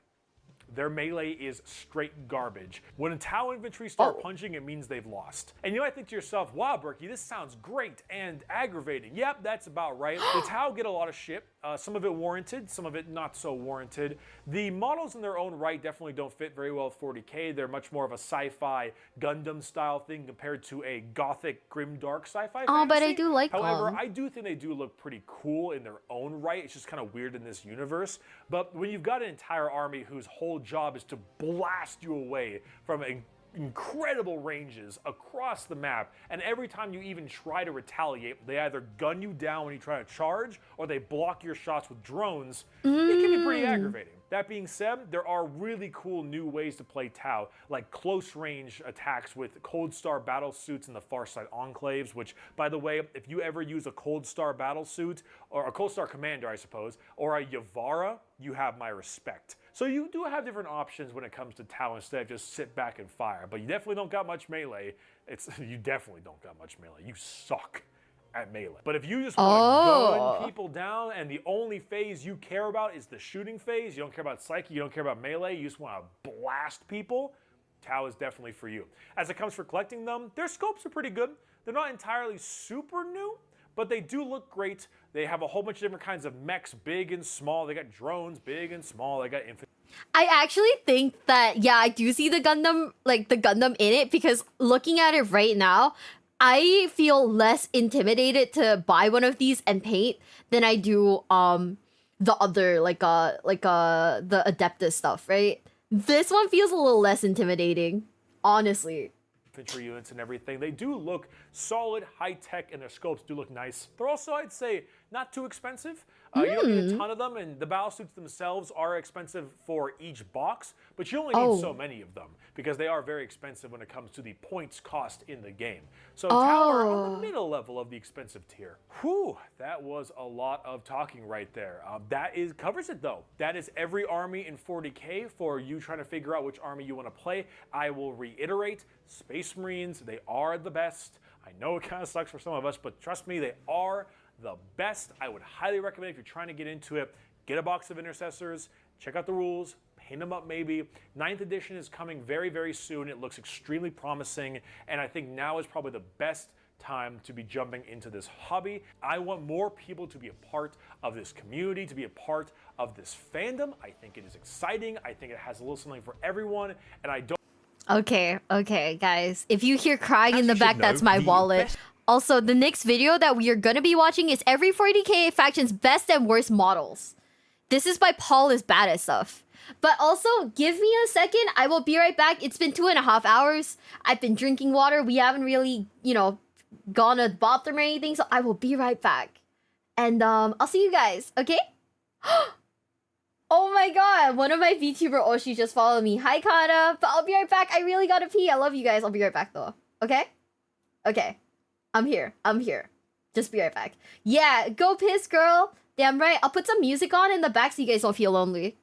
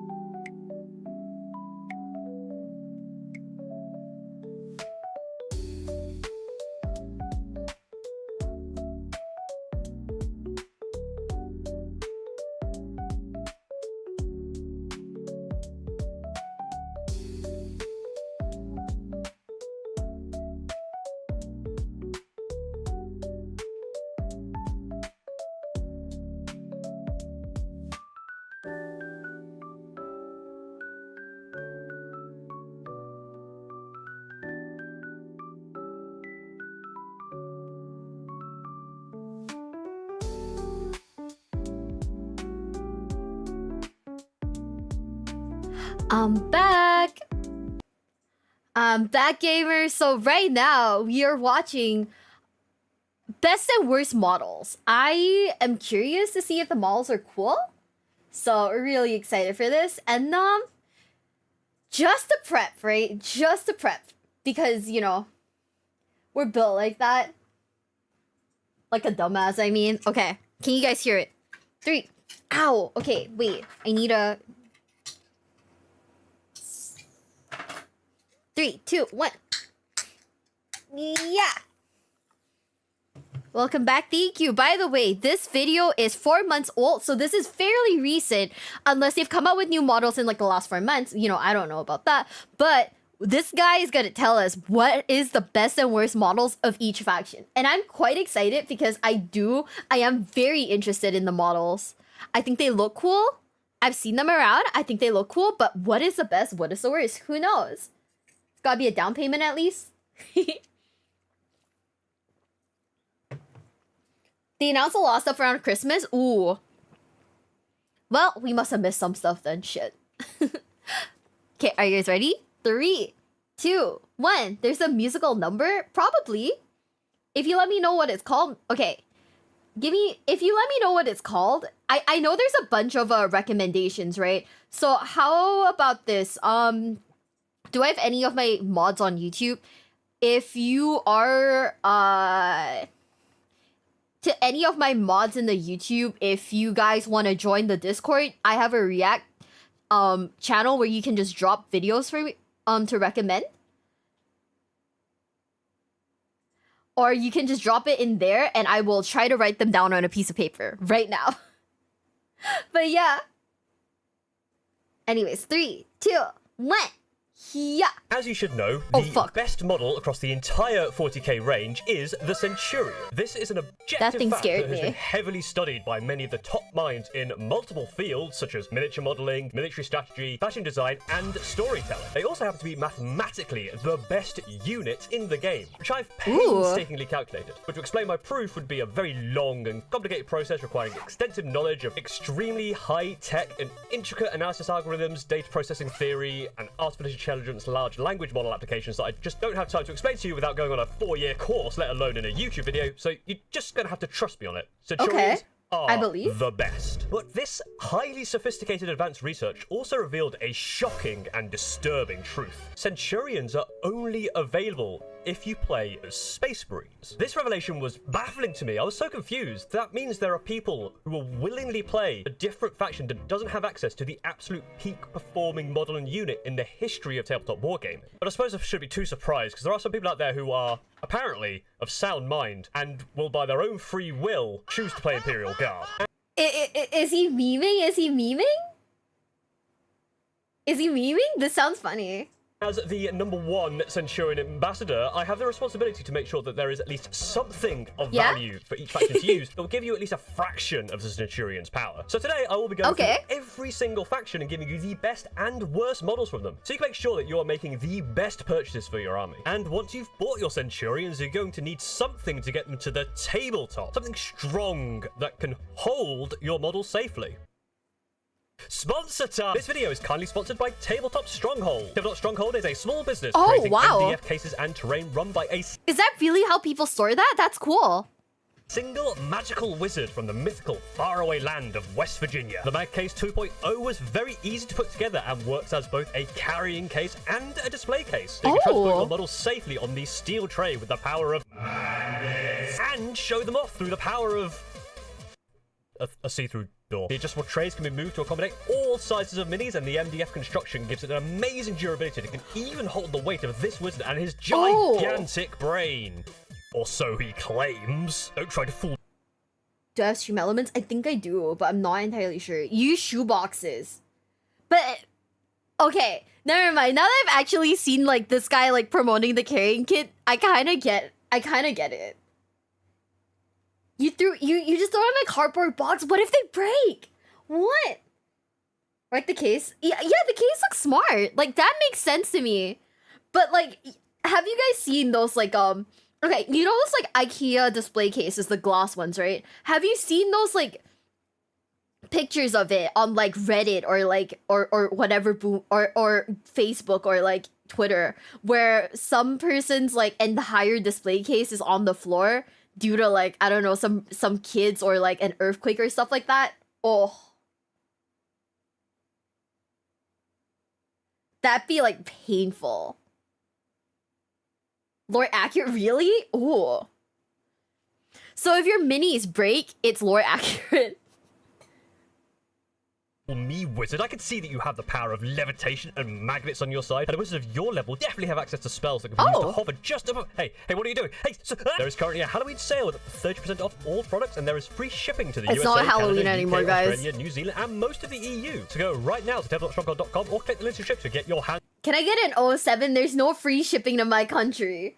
Fuck. So one of their awesome cases or NDF terrain sets. Once again, thank you Tabletop Stronghold for sponsoring. As you should be well aware, I have... Okay, wait. Genuine question now. Okay, hear me out, okay? If you are traveling for a Warhammer tournament, right? Do you put your figure... Okay, do you put your little, like, figurines, your little models, right? Do you put them in your check-in, or do you carry them on the plane with you and put them up top?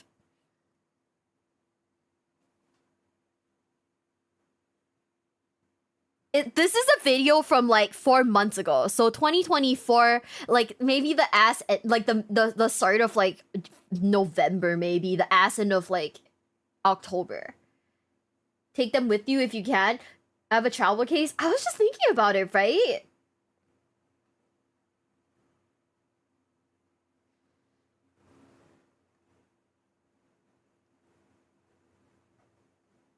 No, it says 4 months ago. If it's 4 months ago, it should be, Oh, yeah, 25th October 2024, gay. Wait, that's 4 months ago? Oh, you're right! That's what I was thinking, like... You put them in the space where deodorant would have gone, you just... You know what, driving makes sense. Driving makes sense, but if I were to, like, if let's say I were to, like, be crazy enough to go, like, oh yeah, I want to go to a Warhammer 40k tournament in America, I would probably have to put them in, like, you know how you can, like, have a personal carry-on item and you put that in the seat, like, the seat, under the seat in front of you? I'd probably have to do that. Any other time, I'd be too stressed out to put it, like, up there. Because you know how people will attempt to, like, maneuver your stuff so that they can put their own stuff up there? I would not let anyone touch my shit. Right?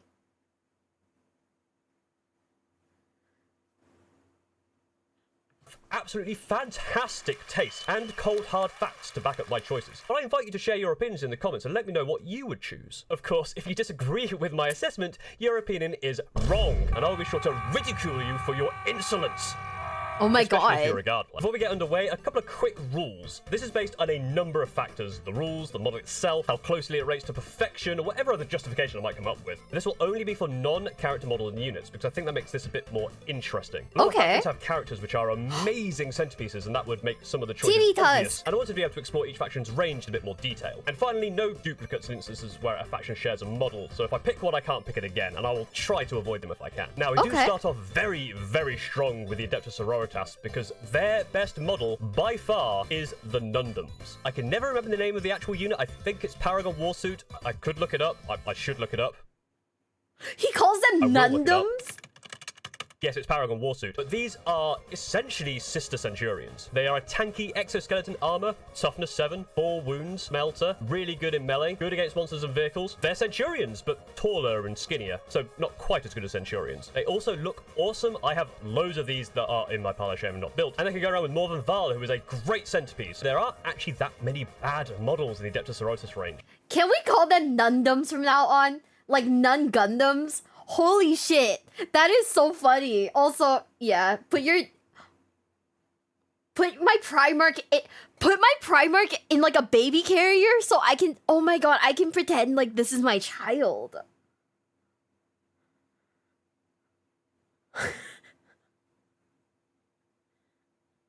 They call them Nundums already? That's so fucking funny.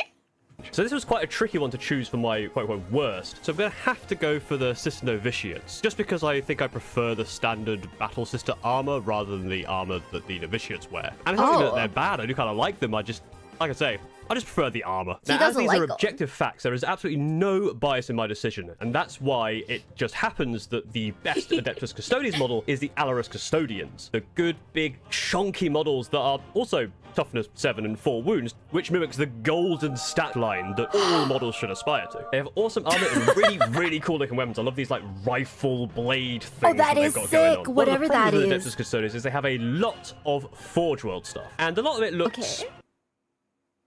Yeah, the grav tanks do look a bit weird, but not my least favorite. My least favorite, because I've never seen it before and it looks kind of odd, is the Orion Assault Dropship. Not only do I think it just looks a bit weird and flat, but it also has a rule that I really want on my Stormbraver. Why can't I have that rule, GW? Being able to advance and charge after disembarking from a dropship, that'd be perfect for the Screaming Ravens. I might steal that for the Screaming Raven detachment. Now, AdMech also have a decent range, but Okay, I just gotta say, well, I'll just go back because I just want to point something out. I think that the weathering on it to make it look like all old and shit looks really cool. I think that looks fucking fire. I like that it's not like gold. Instead it looks kind of like tarnished gold, and that like adds like so much like depth to the model. It's so sick. Oh yeah. Yeah, if you join my Discord, I have a channel specifically for people to drop reaction videos in there. For me to react to. So if you'd like to do that, feel free to. Because usually if people drop it like in the chat itself, Twitch doesn't like links. I don't know if YouTube likes links. So yeah. But I like this so much. I mean, I guess yeah, you know, people might not like it, but I think it looks cool.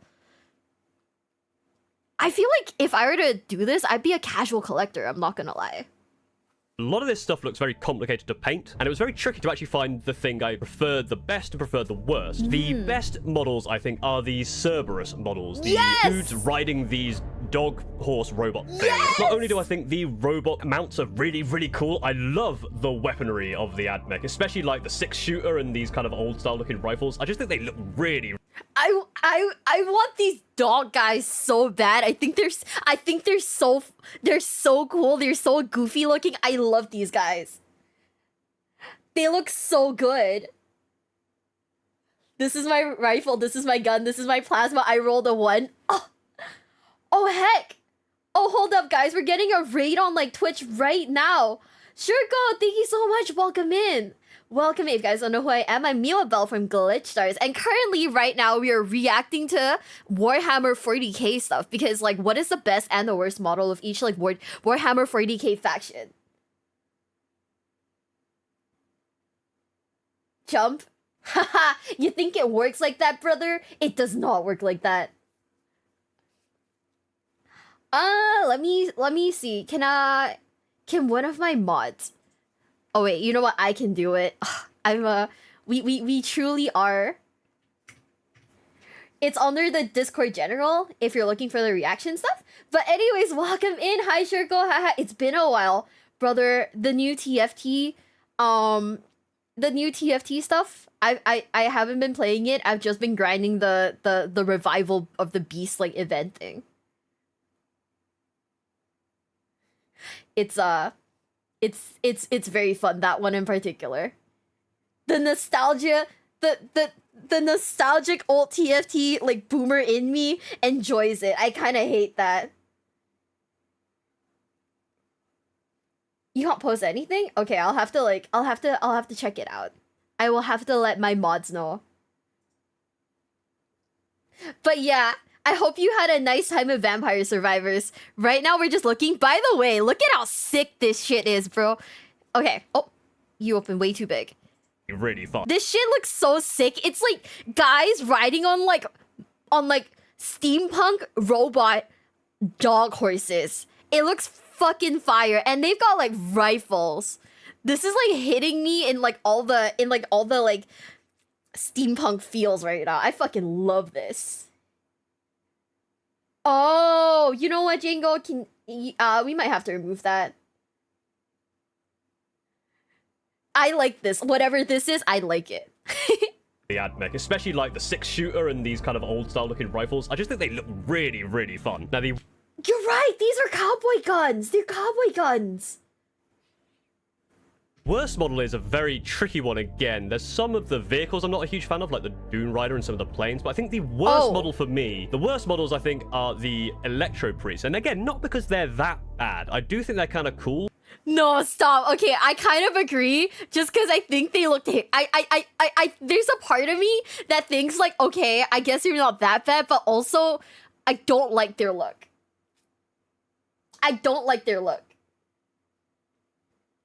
How does anybody new get into Yu-Gi-Oh with all the new classic cards? It's kind of intimidating, if I'm honest. Okay, so one of my biggest recommendations when it comes to Yu-Gi-Oh, right? If you're someone who's rejoining Yu-Gi-Oh, yeah, is you play a deck that focuses heavily on a certain summoning style. As opposed to learning a meta one that has like multiple summoning styles, you learn one that has a linear combo. That's a linear combo with like maybe 2 summoning mechanics. That's the easiest way to ease yourself back into the game. So one of the decks that I suggest is either Black Wings or Sword Soul. These are the 2 best ones. Yeah, I don't know. I kind of hate this. It looks like, okay, you know why I don't like it? It looks like Hellraiser. It looks straight out of Hellraiser. And it's kind of uncomfy in the Hellraiser kind of way. They have T-Rex arms. They do. Their arms are so short. But I just prefer the standard AdMech look. And I think the Cesarian Rust Stalkers are just a cooler looking model, and I'd rather play with them than the These look like the one Star Wars guy. What's his name? General Grievous or something. Play Trickstars if you hate yourself. Trickstars is simple enough, but I think that like Black Wings and Sword Soul, you get a higher chance of like winning your games. So it gives you the motivation to like actually continue like learning the deck and playing the deck. Because they're not super meta decks, but they're not absolute garbage either. Right? Like they're relative, like the thing about it is that I don't want to go back into Yu-Gi-Oh, play a deck that I like, but it absolutely sucks and I just get sacked like for 10 games straight. That makes me want to hate the game. I would rather play a deck that like looks good, is relatively decent, and I win like 70% of my matches, as opposed to getting like the shit kicked out of me every 5 matches or so. That'd be like, oh, in the feels. But yeah, they kind of look like General Grievous, right? They do have that kind of vibe, right? Cyber Dragons is good. Cyber Dragons is actually like relatively not the worst, I'd say. Like if you want to climb to like the highest rank with Cyber Dragons, it might not work out well for you, but if you're, doing it because you like it, you're gonna, climb relatively high. It won't let me post. Yeah, so it's currently like disabled. I need to like get someone on it. Fel, if you're in the chat, could you help me out? Because this thing needs its perms changed and I don't know how to do it right now. Let me see.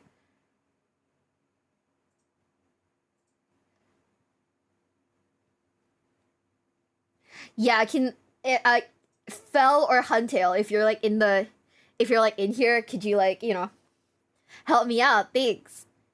Why did you break it? You see, I don't know how to tell you guys this, but I'm kind of a boomer.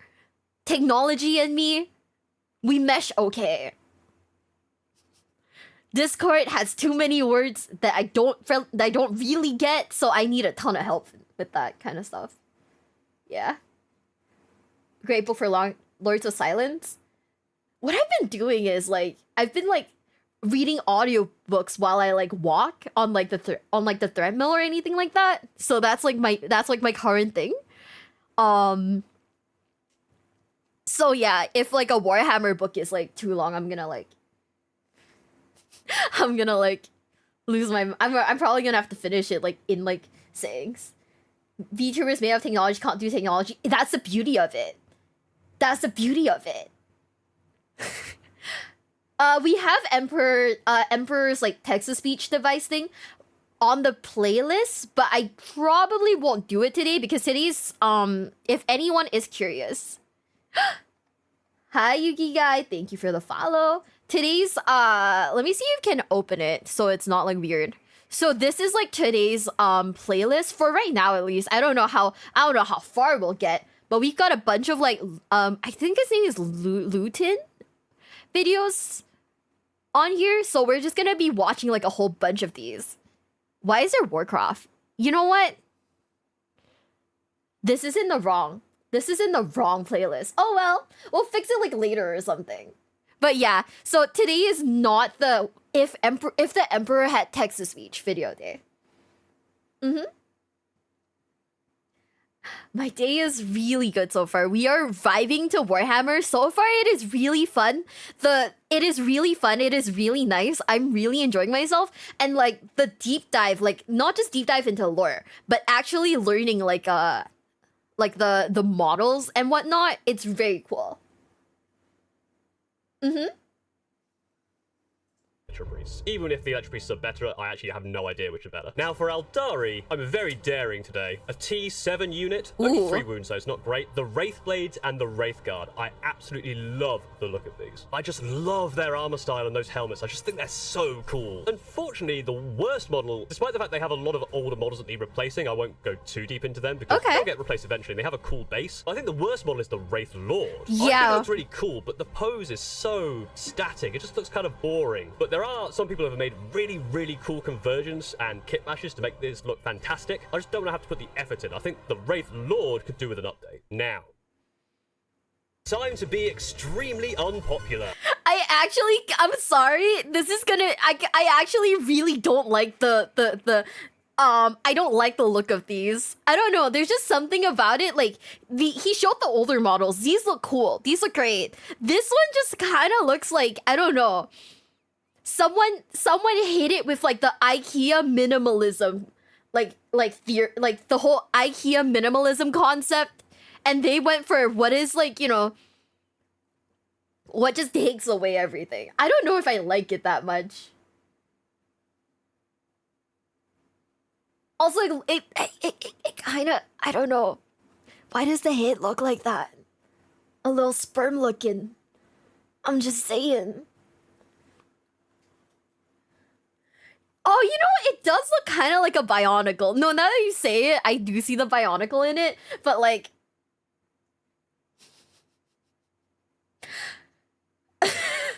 But yeah, I don't know, man. Like, there's just something about Warhammer, right, that excites me because of how, like, intricate it is. You know, the fact that it looks like a ton of effort is put into it looks really cool. The fact that this is like, you know, like Warhammer, but make it Timu. I don't know if I like it. So static. It just makes this look fantastic. Time to be extremely unpopular. In a vast sea of just bland-looking army men and boring, standard-looking tanks that you could find anywhere in the day-to-day, like them. It really is difficult to find a model that's actually interesting. Although, I have to say, hypocritically, I do love the Basilisk. But Paul, you just said you hate the fact that they're just kind of standard army people, and this is just an artillery cannon. Like, why is this your favorite? But tanks are cool. What? Why do people hate tanks? I love tanks.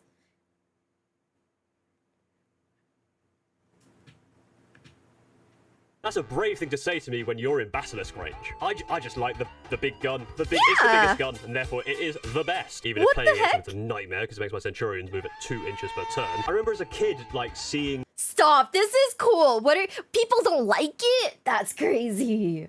That's insane. It's so cool. Okay. I just feel like this could not be a male fantasy game without like the soldier fantasy aspect of it. They're a little boxing generic, I guess, but also like these are like the Imperial Guard are basically like the dudes, right? They're just guys, they're not Space Marines, right? I wouldn't expect anything like super fantastic from them other than like, you know, the standard like G.I. Joe looking, you know. Yeah, it's very World War I, World War II. I like them a lot. I think like in terms of like in terms of like the most like average like guys, like the boomer dads, it makes sense that they're tanks. I like them. I think they're so cool. Oh my god. Do I have the tank autism? You know? You want to know something crazy? There's like a VTuber convention that's happening on like a US like warship, and I thought for a really long time about applying to go to one of those just because I thought that the warships would be really fucking cool. Oh my god. Do I have the tism? Am I a boomer dad who collects World War II things?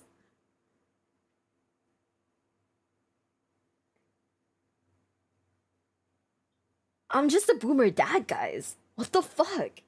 This being used as an Iron Warrior's army, because I think you used to be able to take this kind of stuff as Iron Warrior, and I really, really wanted to make an Iron Warrior Basilisk. So I guess what I'm saying is I like the Basilisk because I've seen it outside of Imperial Guard. The worst model is the Rogal Dawn. Oh. And I mean this with complete disrespect.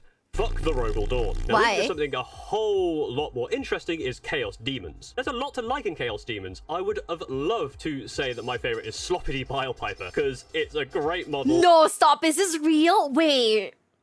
Is this an actual model in like Warhammer? That's crazy. The art difference looks so goofy. He looks like he'd be like a villain in Crash Bandicoot or something.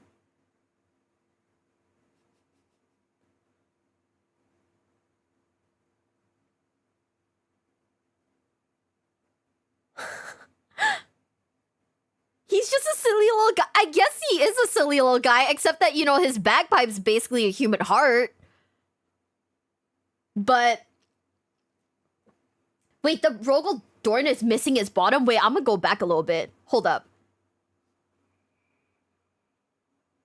I kind of get it, because, like, there's just something that's kind of basic looking about it. I don't know. It's kind of cool, but also why are there so many guns? I don't know. I do get why he doesn't like it as much, but also, you know, I can't quite put my finger on it. It's okay.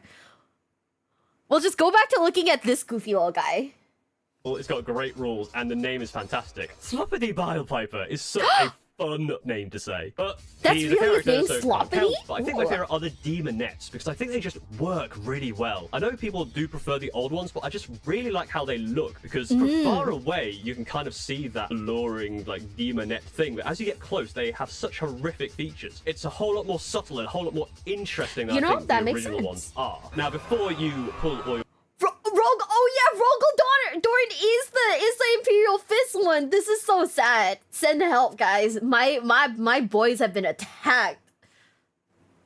pitchforks out, I will say that the worst model in the Chaos Demons range are the Horrors. And again, this isn't because they're awful. I do actually quite like the Horrors, the blue or the pink or the whatever the other color is, brimstone. I don't know, I'm not a horror. But my god, the old one. No, you know what this looks like? You know what this looks like it looks like it would be in any late 80s to early 90s JRPGs. These would be like one of the jobber monsters. These look like they'd be jobber monsters in like any like early 90s JRPGs. I guess they kind of fit into like the Warhammer universe. I just wouldn't think that they'd be like strong or anything. I'd just be like, oh yeah, this is like 10 EXP easy. Are they actually jobber monsters? Oh, they're old models. Dragon Quest looking ass. Exactly. Yo, they do look like Yu-Gi-Oh cards. Ones are just so peak, and I don't know why they changed away from that design.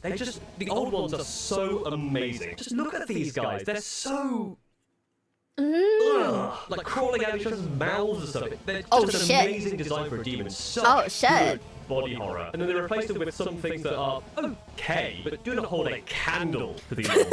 Now, Chaos Knights, I realised most of the range are characters, so I will have to make an exception here for characters. I think my favourite is the Abominant. I just really like the helmet. I love the Oh my god, having to paint the birds would be insane. How small are these birds?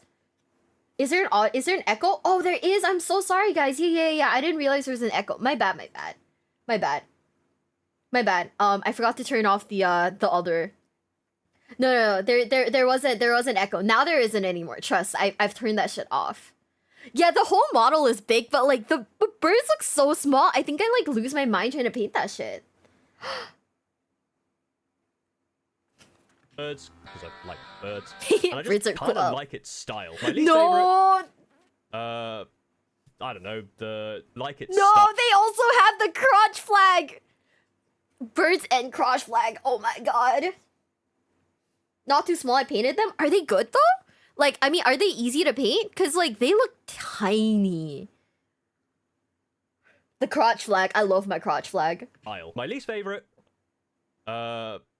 I don't know, the War Dog with all the melters on it because it hurts and I don't like playing against them. Chaos Space Marines have a really good range of things. I would have loved to say the Lord Discordant was my favorite, but it is a character, but it just looks so amazing. That is cool. The mount, and it just looks cool. I think my favorites are either the Obliterators or the Warp Talons. I'd say out of the two, I think Warp Talons just These are because the cool. pose, especially seeing some of the amazing...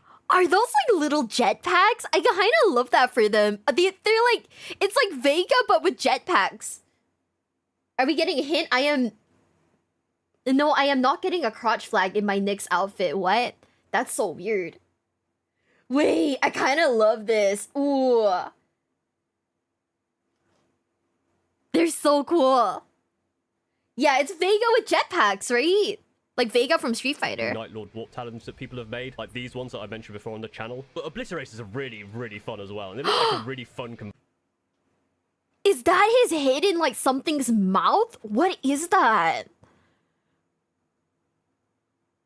No, wait, I don't like this one, guys. I don't like this one for one major reason. His dogs are out. The fact that his dogs are out makes me uncomfortable and I don't like it.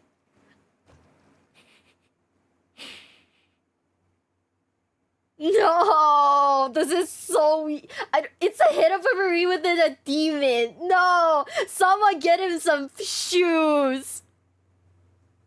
That is crazy. He morphs weapons out of it. Paint the toes. I feel like the least you could do is give him like if his dogs are gonna be out, then the least you could do is give him like a toenail like toenail paint, you know? Girl, your dogs are out in the intermission ski. Okay. But to be fair, though, I didn't show you guys, like, the toes, right? You know, just the foot, not the toes. His dogs are out, man. Oh. Conversion to do, because there's a lot of cool stuff you can do with their mutation-y things. Now, I generally try to avoid old models for being the worst because they are old and it's kind of obvious, but for this one, I feel like there isn't really another choice. The Chaos Bikers are just outdated at this point. There's not really much else to say here. I just think they are... They look old, they look out of place, and I think they just need an update. Now, Death Guard, I've always said, is one of the armies which is the most cohesive. I think Games Workshop have done a fantastic job at bringing the Death Guard to life. And in fact, in Age of Sigmar, the Maggotkin of Nurgle are also very similarly excellently cohesive and excellently designed across the range. I love all of their Terminators. I was very close to choosing the Death Drow, but I do think that the Mephitic Blightholder is my favorite, just because of his goofy face. I really that's like so this cute. model. It's also a Wait. Okay. This is gonna be wild, but he kind of reminds me of like, I don't know, there's something about the face that looks kind of M&M-y. Like, you know how like they put like faces on M&Ms? I kind of love this one for that. Taller is my favorite, just because of his goofy face. He's really just like a this model. guy. It's also a chunky, tanky thing with melters, so of course I'm going to really like it. But I just really like that one eye and the chompy face. I just think they look really fun. And the worst model for me is kind of whatever. It's just the Poxwalkers. They look fine. They're not my tempo. It's not the kind of thing if I was to... Wait, I want to look at it. Oh... Yeah, no, compared to the other ones that he showed, this one just looks like Skinny Tank from Left 4 Dead 2. I don't know if I like it as much. Yeah, I do see what he means. This one is not the vibe. Yeah. The forbidden green M&M, right? Yeah, this one's not really my vibe. Okay, I get it. I get what he's cooking.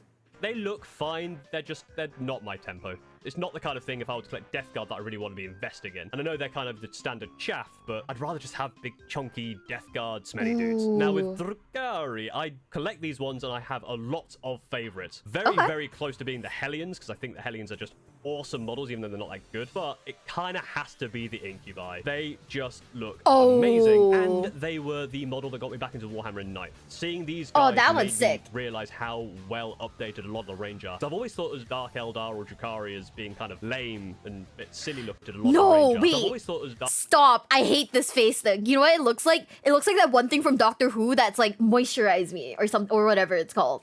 But you know what I'm talking about? I kind of hate how it's like stretched out. It's just a stretched out face. I do not like this. Dark Eldar or Drukhari as being kind of lame and a bit silly looking, but seeing how they updated and made the this one is cool. This good really got me back into the game, and I just love their weapons, their style, their armor, the fact that they just rip everything to shreds, and being able to use those helmets in various places for Archons and Succubi. It's so good. I love the Incubi. And the worst, there's actually quite a large choice for the worst, seeing as half the range doesn't bloody exist because it's made of resin. But I do think the worst is grotesque, so I just think they look kind of bad. GC the cults as well. No, I don't like really good range. I want to choose the Kelemorph. I love a rooty tooty point and shooty multi-arm dude. It's a cowboy. Oh, I kind of love that. That was a face that's not his. Oh,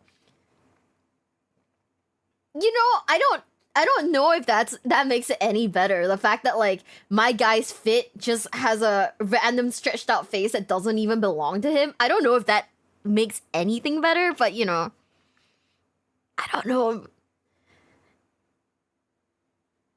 Yeah, I kind of love that guy though. Him and his little like his little cowboy fit. I'm obsessed. I'm fucking obsessed, dude. That's so cool. To choose the Kelemorph. I love a rooty tooty point and shooty multi-arm dude. It's so cool, and just look at him. Not just dual wielding, triple wielding. Hell yeah. Let me try that again. Not just dual wielding, triple wielding. That I still can't say it.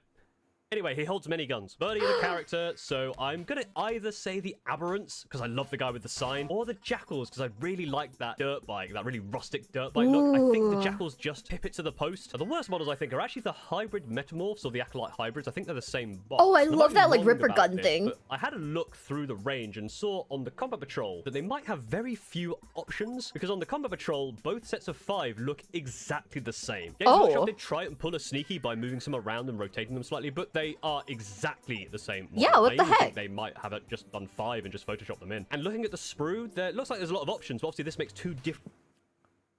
It is like a Gundam kit then. It is just, is this just, okay. Is Warhammer just is it just Western Gunpla? I never seen this before. Like I you know, we've been watching Warhammer videos, but I never actually seen how people built them. Is this just Western Gunpla?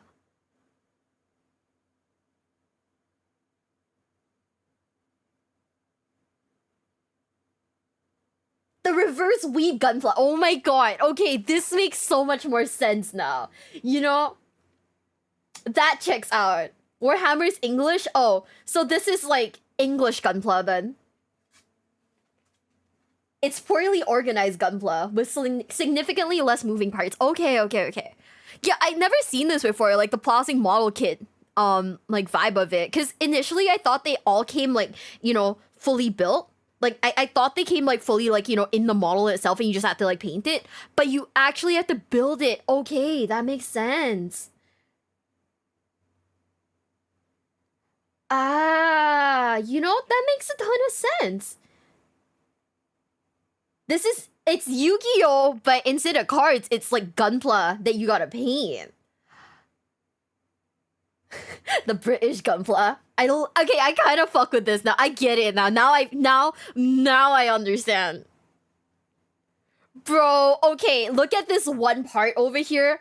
I would cry trying to get the little like bits out. It's being held together by like this little bit. Oh my god, if I accidentally cut it, I'd be like, I just lie down and like cry for a bit and then like maybe get up and like continue working on it. But oh, that's why the orcs have British accents? That's crazy. Different kits, so it feels like you have very limited options. I'm sure you could do some head swaps here and there, but the actual weapons and poses seem very static. And when you've got a lot of these on the table, that really won't look that good unless you put a lot of effort in trying to make them look distinct. Now, the Grey Knights. Ever since I was a kid, I've loved the Grey Knights. They need an update, sure, but even now, the Terminators. I want the baby carrier one. I want the baby carrier one. Everything else, you're cool, but I want the baby carrier one. It's so goofy looking. Oh, I love that.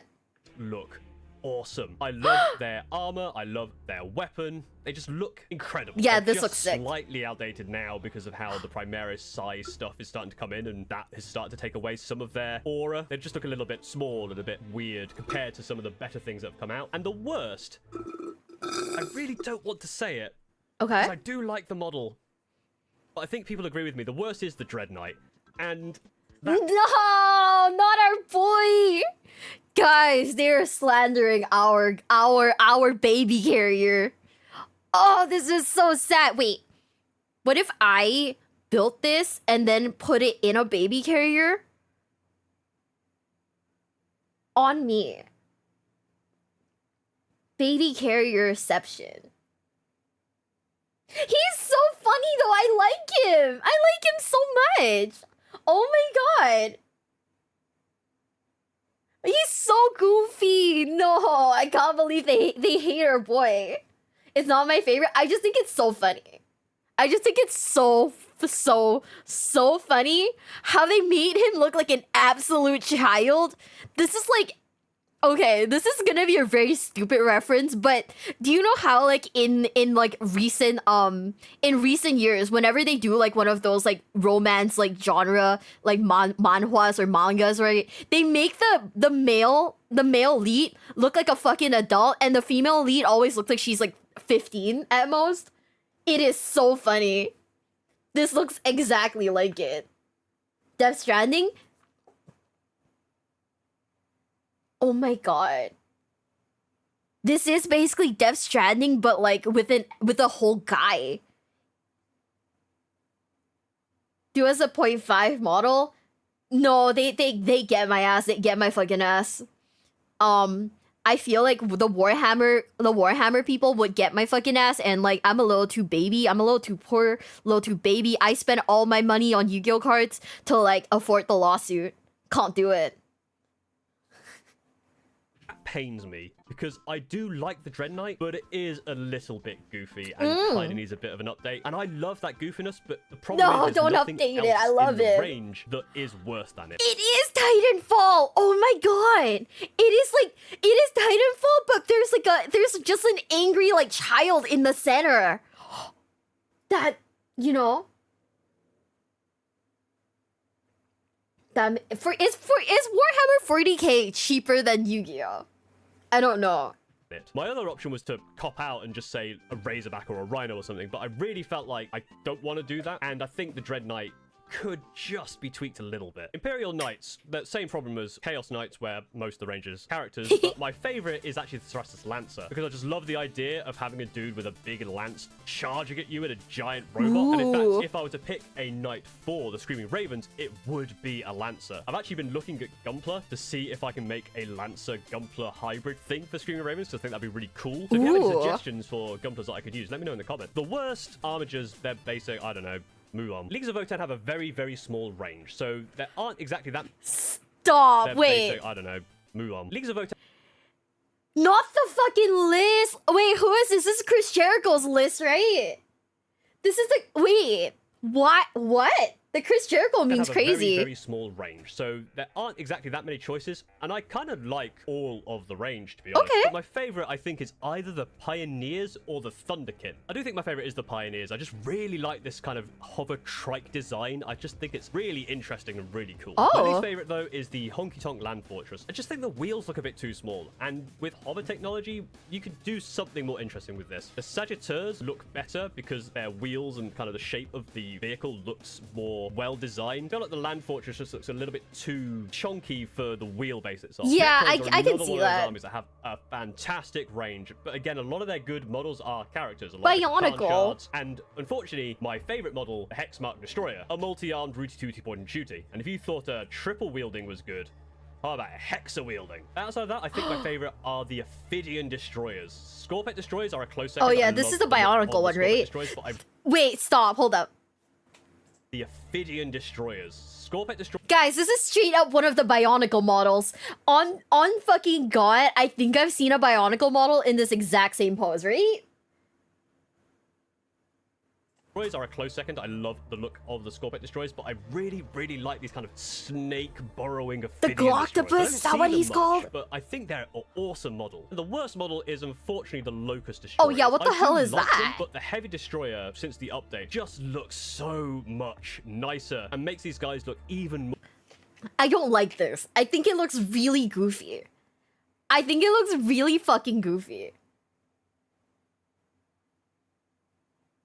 I actually think this looks fucking goofy. I don't know, maybe I'm being a hater. Maybe I am being a hater. But there's just something about it that just looks unfinished, you know? They're old. Outdated. Oh, okay. They just need an update to bring them in line somewhat with the Heavy Destroyer, and then they'd be awesome again. Alright, it's crumping time with the Orcs. I won't do this voice the whole time because it'll be annoying, but just letting me know the Orcs are the best and their entire model range is the best. But the actual best model across this very, very good range is the Boomdaka Snazwagon, which gains maximum points for the... Is this like Mad Max? With like the guy chained in the front? Is this just Mad Max? But like orcs? name. It's such a good name. Boomdaka Snazwagon is one of the most fun things to say. And it just looks great. It's such a good model, lot of personality. I mean, there's a lot of personality in all of the Orc models, but this one just has so much going for it. Now, similar to something like Eldar, there are a lot of older models in the range, and so there's quite a lot of things that look outdated, look a bit silly compared to some of the new stuff. And the worst model is, surprisingly, actually one of my favorite models. It's the Mega Knobs. Now, why are the Mega Knobs the worst? Why did they suck? They do look awesome. They've got great rules. They are just very fun. Why is the faction name just Wah? What is that faction name? The issue is Age of Sigmar exists. If I was to make an Orc army, I would 100% be using Iron Jaws instead of Mega Knobs. They just look better, and you can easily fit them into a 40K that Orc looks army sick. because you can just start bolting stuff to it, just like regular. Cause what is war in Orc? That's so cute! Orcs, where you can just take your entire bit box and a pot of glue and just yeet it at your entire army and probably make a good looking Orc army. Space Marines, very simple. The Centurion. What's not to love about the Centurion? Yeah!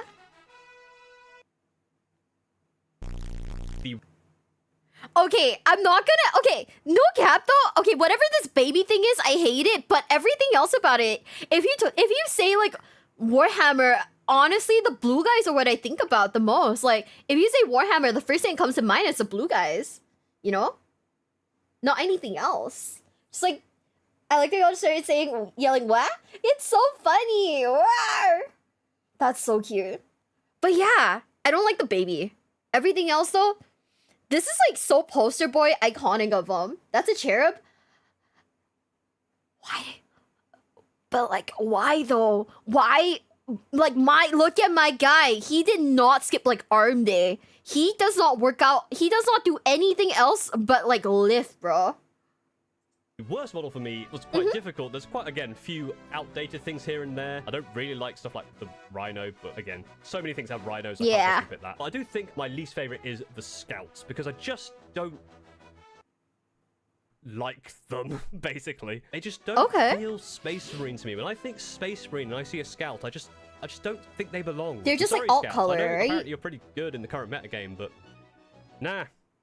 Get some real armor. Become a Centurion. Tau have the right idea. This is an army that has a lot of chunky robot shooty guys. And I think the best of the bunch, for me, is the broadside, because it's the chunkiest boy with a big fat railgun. But there are a lot I love railguns. Like Riptides as well are really cool. The Ghost Keel's really cool. The standard battle suits are really cool. Just a lot of really fun stuff here. My least favorite, unfortunately, is the stealth suits, just because of the way the mask looks. It just looks a bit weird. They look a bit dumpy with that face mask. It just looks a bit off, and I don't really like how it works with the rest of the army. It doesn't look stealthy.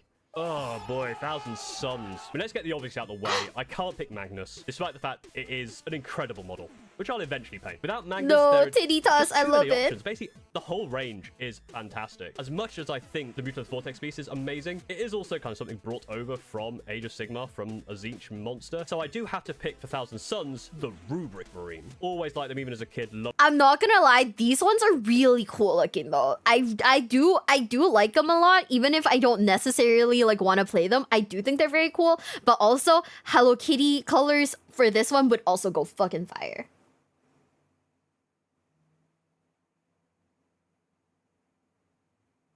Have fun, guys. Everyone who's leaving right now, have a nice day at work, class, school, whatever you guys are going off for, but have fun. And I'll see you guys later. Ooh, we don't love Tau? Yeah, I kind of figured, like, some of the people in the chat were like, oh, fuck the Tau. And I was like, ooh, they're awful to paint. Oh, 7. Yeah, they look like honestly, they kind of look like they'd be hell to paint. I'm not gonna lie. No, don't make them big, but like, why? Okay, you'll go insane trying to paint them? Oh, okay, you know what? That makes sense. That makes sense, yeah. I still think like we're gonna start off with the baby like Space Marines, but we'll pick like a nice shade for them, like a really cute color. But also thank you everyone for all of your follows today. I haven't been able to shout them out because we are gonna be turning this into a video, so I had to turn alerts off. But thank you so much for all of the follows. Thank you if you're following on YouTube, on Twitch. I greatly appreciate it. Thank you so much. Love their design, and they just give the Thousand Suns their it is so cool look, their entire vibe. This awesome looking model. They are a horrible pain in the ass to paint, but they do look fantastic. Now, the worst model in Thousand Suns is an absolute cop-out. It's the Rhino. I don't really like the Rhino in any of them, and it was so difficult not to pick the Rhino for any of these other ones. I guess they're kind of boxy. Because I needed it for this one. I guess they're kind of too boxy to like... I mean, I don't know. You know what's the thing? I think there is like some charm to it, but I don't know if I don't like it. You know what I mean? It is very like tank-like. I do get it. I do think it is kind of cool. Yeah, it's just a classic box tank, right? The spikes make it worse. The spikes on the top, yeah, they're a little extra, but I feel like a lot of Warhammer is very extra, don't you think? Magnus did all things wrong? Oh my god, why do we hate Magnus? Yeah, I do kind of feel like a lot about Warhammer is very extra, don't you think? So it's like, I don't know if I don't like the fact that it looks extra. It makes sense to me. But yeah. It doesn't fit the box. Yeah, I kind of get that also. Like, if you cut off the spikes on the top, it would still look fine. I don't know.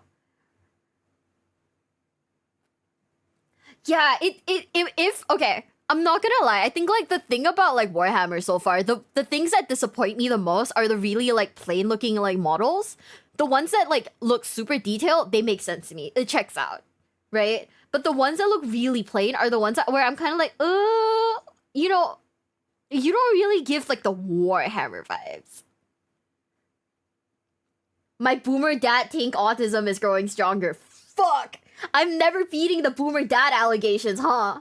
This is... Damn. This is so sad.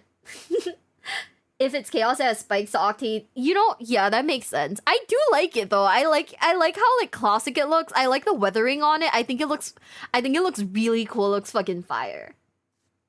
It's a cop-out Sue me. I don't care. The worst is the Rhino. It's just a Rhino. Who cares about Rhinos? They're boring. They look dumb. Tyranids is another one of those armies with just a lot of very good models. And it's also a very cohesive looking army. But my favorite out of all of them is the Lictor. Not only is it a great model on the table in terms of rules, also just looks awesome. And I love how this thing is on its own and just can tear everything around it to shreds. I read it in one of the books that I read. That is cool. One of the Euro Adventurous ones, where a Lictor is just hanging around one of the cities, and it's an awesome monster boss thing to have. This awesome villainous monster that is there in the shadows. I absolutely love the vibe of the Lictor. The worst model was a surprise to me, because if you just look at the stats, you'd think this would be the best model. It's T7. It's 4 wounds. It has really good shooting with some anti-vehicle stuff. But the Hive Guard just look weird. They're too smooth. That's my problem with them. They just look too smooth. And they just look a bit off compared to all of the Wait, I kind of see it. And finally, World Eaters. They fall into a very similar thing, kind of between something like 1,000 Suns and League of Votan. Very small range, but all of their range is very, very good and very, very cohesive, and they really fit into that World Eaters corn stuff. The best is the Berserkers, very similar with 1,000 Suns, the best with the rubrics. The Berserkers, I love the way it looks, and I just love their helmet design, I love their poses, I love what they stand for. You can really make them look great by just chucking Blood for the Blood God on them. Really cool models. Like with 1,000 Suns, we're ignoring the fact that Angron exists, because Angron is... He's so cool, though. Angron's a fantastic model. When GW do centerpieces, good lord, do they do centerpieces. But the worst model, even, again, this is one I do kind of like, but it's the 8-bound. They just aren't as cool as the other Terminator. You know, now I honestly, yeah, it might be unfair for him to put like older models on, but like the older models, like the faces especially, look so goofy compared to like the newer ones. It makes sense, but I really do like this model though. Like the touch of like having the Space Marine like what is it, the helmet thing on the back, it looks really sick. But yeah, I do get it's not that old. Oh.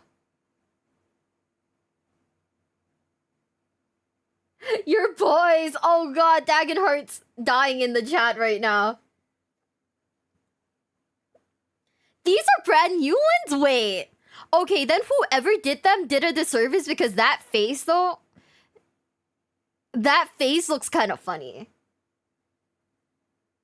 No, stop. I thought it was old because of how the face was molded, but yo, I'm sorry. I can't. That face is funny. I love the detail though. I really do think it's cool. It's very cool looking. If like, you know, you put like a paper bag over his head. GW can't paint faces. So it's not that like, it's not that the balls aren't cool. It's just that GW can't paint faces. 07's in the chat, guys. This is sad. This is so sad and fucked up. As they just look a little bit off. There's something not quite right about them. They're meant to be Terminators. I guess they're not like Red Butchers or anything. I really like their weapons, but again, there's just something just not as cool. You know? With this face in particular, I think it's a little better. With this face, it also looks fine. But without the mask, I think it looks funny. What do you guys think? As what something in more of a Terminator form factor would look like. There, that is the best and worst model from every single faction. What about Agents of Imperium? What about Agents of Imperium? GW didn't care, neither do I. Hopefully this will be useful in helping you choose your next purchase, making sure you spend your money in the right place. But if you think that somehow, in some way, my fantastic and clearly correct opinion is wrong, I'm sure you could argue in the comments and look in the comments for some different opinions. But if you're still unsure about what you should be buying, what you should be playing if you're a new player looking into getting into the game, my best advice to you is just go buy some Centurions. Just buy as many Centurions as you get your hands on. Nothing will go wrong. They are super future-proof. Nothing is going to ever happen. Is that true? And they will never go to Legends, because if they do go to Legends Games Workshop, I know where you live. I swear to God, if you so much as hint that Centurions are going to Legends, I will hunt you down and gut you like a fish. But thank you very much for watching. If you did enjoy this, go and like, comment, subscribe, all the good YouTube stuff. And a special thank you to all of the members who help support the future of this channel. I'm going to point at one.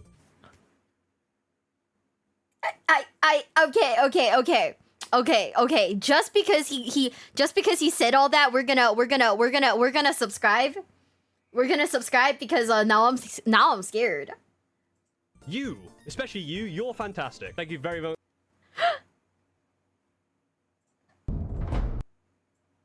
Okay, so guys, yeah, I gave him a sub out of like fear, guys. Nothing is future proof. That's what I was thinking. Honestly though, like I feel like games like these, it's gonna be really hard to future proof anything. Just cause like the meta has to be constantly like evolving for people to keep like a healthy like player interest in it, right? Yeah, we're going with how do you say his name? Lutin? Do we pronounce the E? I don't know. But we're gonna watch the Imperium's 10 worst jobs in Warhammer lore. Are we ready? A lot of people were recommending Lutin 09 in the first Warhammer video, so I decided, okay, we're gonna watch some of his videos just to see. But also I didn't want to pick the ones where it goes too deep into the lore, because right now we're still kind of like baby tier, normie tier. Like I know a little bit more about Warhammer, but going too deep into the lore might be too confusing. Lutin. Oh, okay. So we're just like going for like a little bit more surface level stuff that isn't too lore heavy, so we can still learn a little bit more, but not, you know, be confused and, you know, I have to alt tab and Google and read the wiki. Are you guys ready? 3, 2, 1.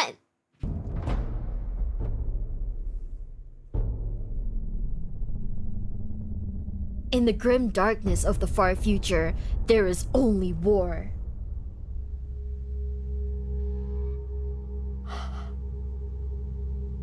This is intense, what the hell? When people forget their duty, they are no longer human. They become something less than beasts. They have no place in the bosom of humanity, nor in the heart of the Emperor. Let them die and be quickly forgotten. Holy Synod of the Adeptus Minute. I can't read that bit. The worst Imperial jobs.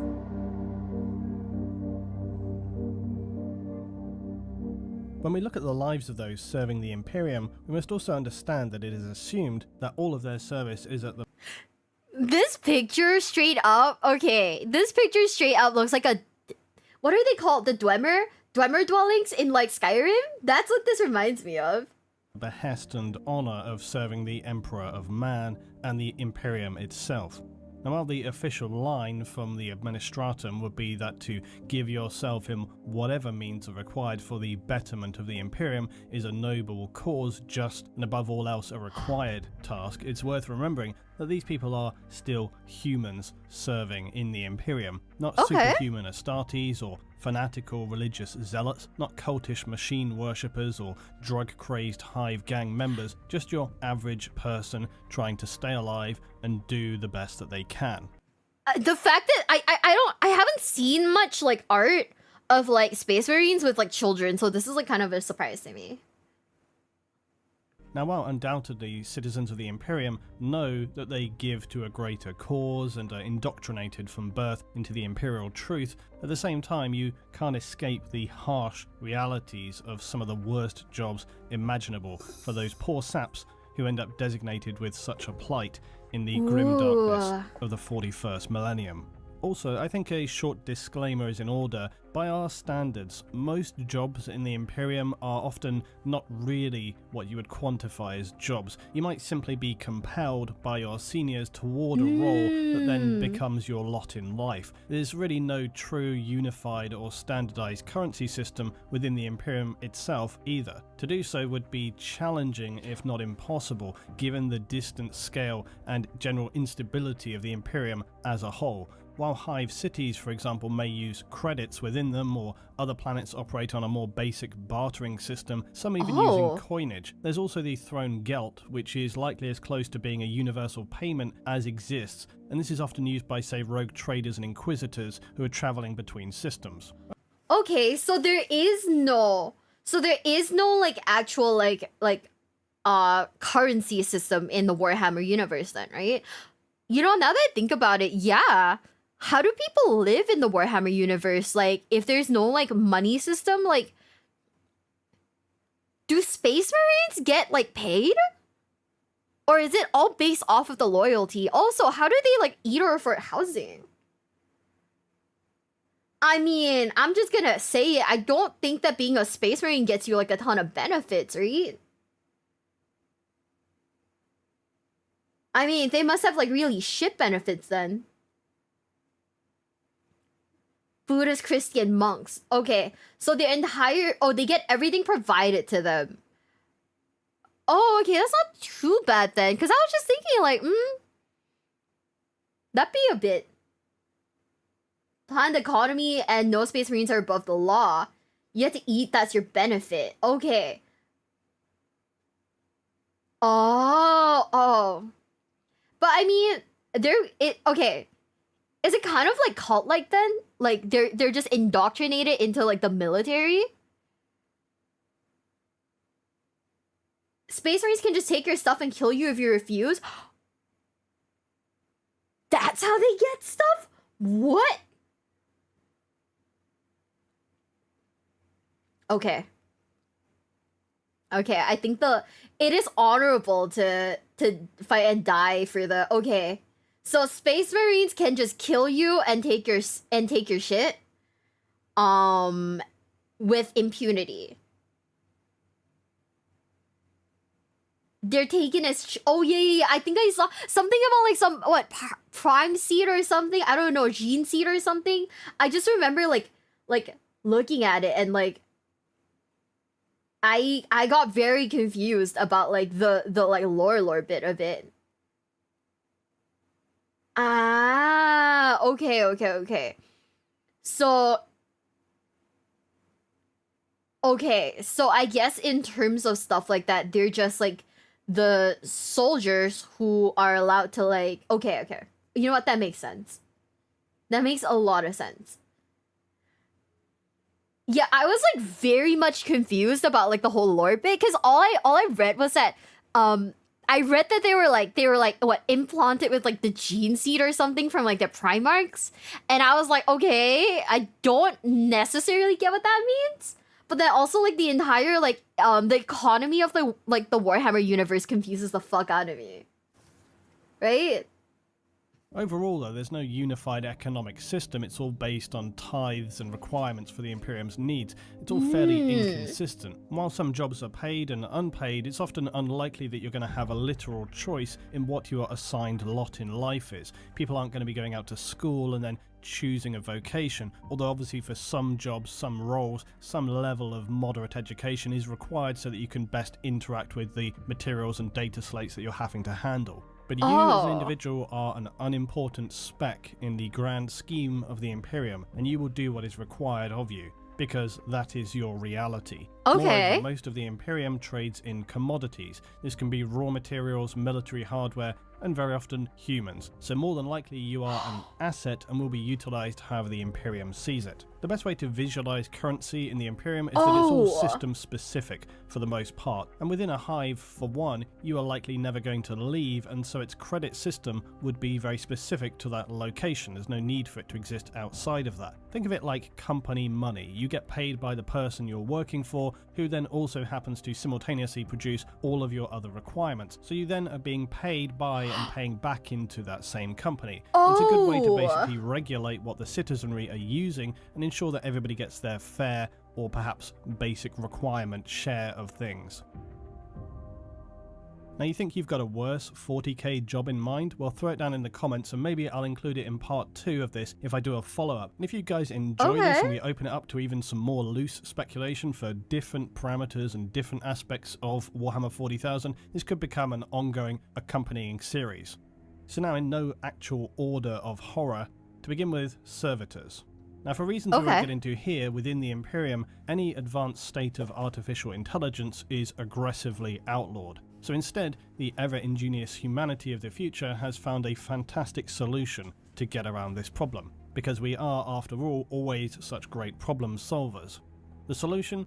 Well, as is always the case, there is a plentiful supply of human plebs, criminals, and general undesirables. So how about we part lobotomize them, hopefully they get the gift of being mind-wiped, and then fuse what's left of their still living but now eviscerated carcasses into a somewhat functional cyborg. It's not really AI, and it's not really human. Problem solved, everybody's happy. except likely the unwilling participants of becoming a servitor. Servitors are a vital part of the Imperium, carrying out tasks too dangerous or too enduring for humans to want to take on the role. Although if no servitor were available and push comes to shove, you know that somebody's going to have to install that hyper-dangerous fuel system, and it's not going to be any officer types. While servitors are questionably necessary, they are a sad and incredibly depressing portrait of the dark future. And it's very questionable, given the fairly immoral state of humanity in the 41st millennium, just how well lobotomized these individuals are if they're not mind-wiped. That is Servitors, while carrying insane. out their instructed functions, if left to their own devices, have been seen to become confused and disorientated, sometimes found in a lost corner of a starship or missing in the maze of a hive city, babbling to themselves with a sea of incomprehensible speech, with perhaps some scant details of their former selves and former lives, perhaps trying to formulate some cognition or sense of who they were before. Worse still, we hear stories of people who undergo surgery appearing to be under anesthetic, but are in fact just paralyzed and fully conscious. So it broaches the possibility that some or even many servitors are actually fully aware of the lives they are living, and with full awareness and memory of even their former lives, but who then simply lack the ability to speak or even control their own bodies, trapped in a silent, monotonous and potentially unending agony in the prisons they have been physically melded into. One of probably the most common and unpleasant tasks to partake in within the Imperium will be working in its vast factories. Now, planets with hive cities will usually be spattered with important resources, and their factories will then churn out any number of processed materials necessary for the functioning of their hive and or required by order of the Imperium off-world. The administrators and governors will not care how these orders are fulfilled, only that they are completed on time as required. This subsequently means the conditions for workers are just about as awful as you could imagine. Toxic, acrid air, long 20-hour shifts, token pay, and squalid, cramped living conditions. Still, for most people at this level of society, it's probably the best they could hope for.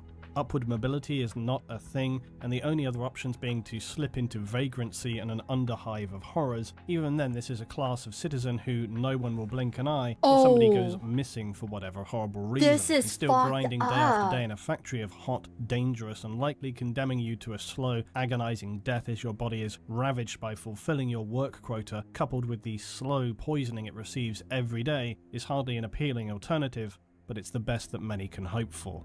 Okay, I'm not gonna lie, at this point, right, I'm really thinking about it, right? Which is a worse world to get isekai'd into, right?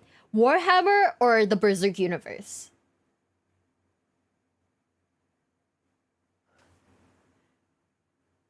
Warhammer, you guys think?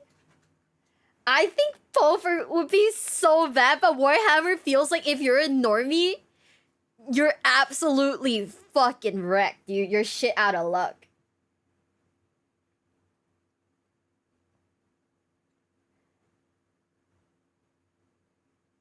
Attack on Titan's pretty shit. I feel like Attack on Titan, right? You could kind of still live like a normal life until the Titans breach the wall, at which point you're fucked, right? But for the most part, you could live like a relatively normal life. Warhammer though, like, it doesn't seem like, you know, it just seems like everything is bad. Like, oh yeah, if you're a weak normie, you just kind of get like sent to like a factory to work, you know.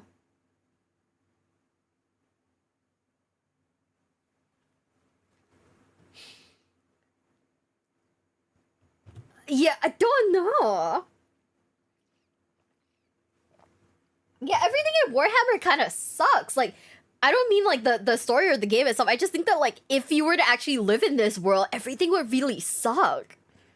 Unless like, I mean, even if you're like a space marine or something, you're still at like at least like a 80% risk of like, you know, dying, right?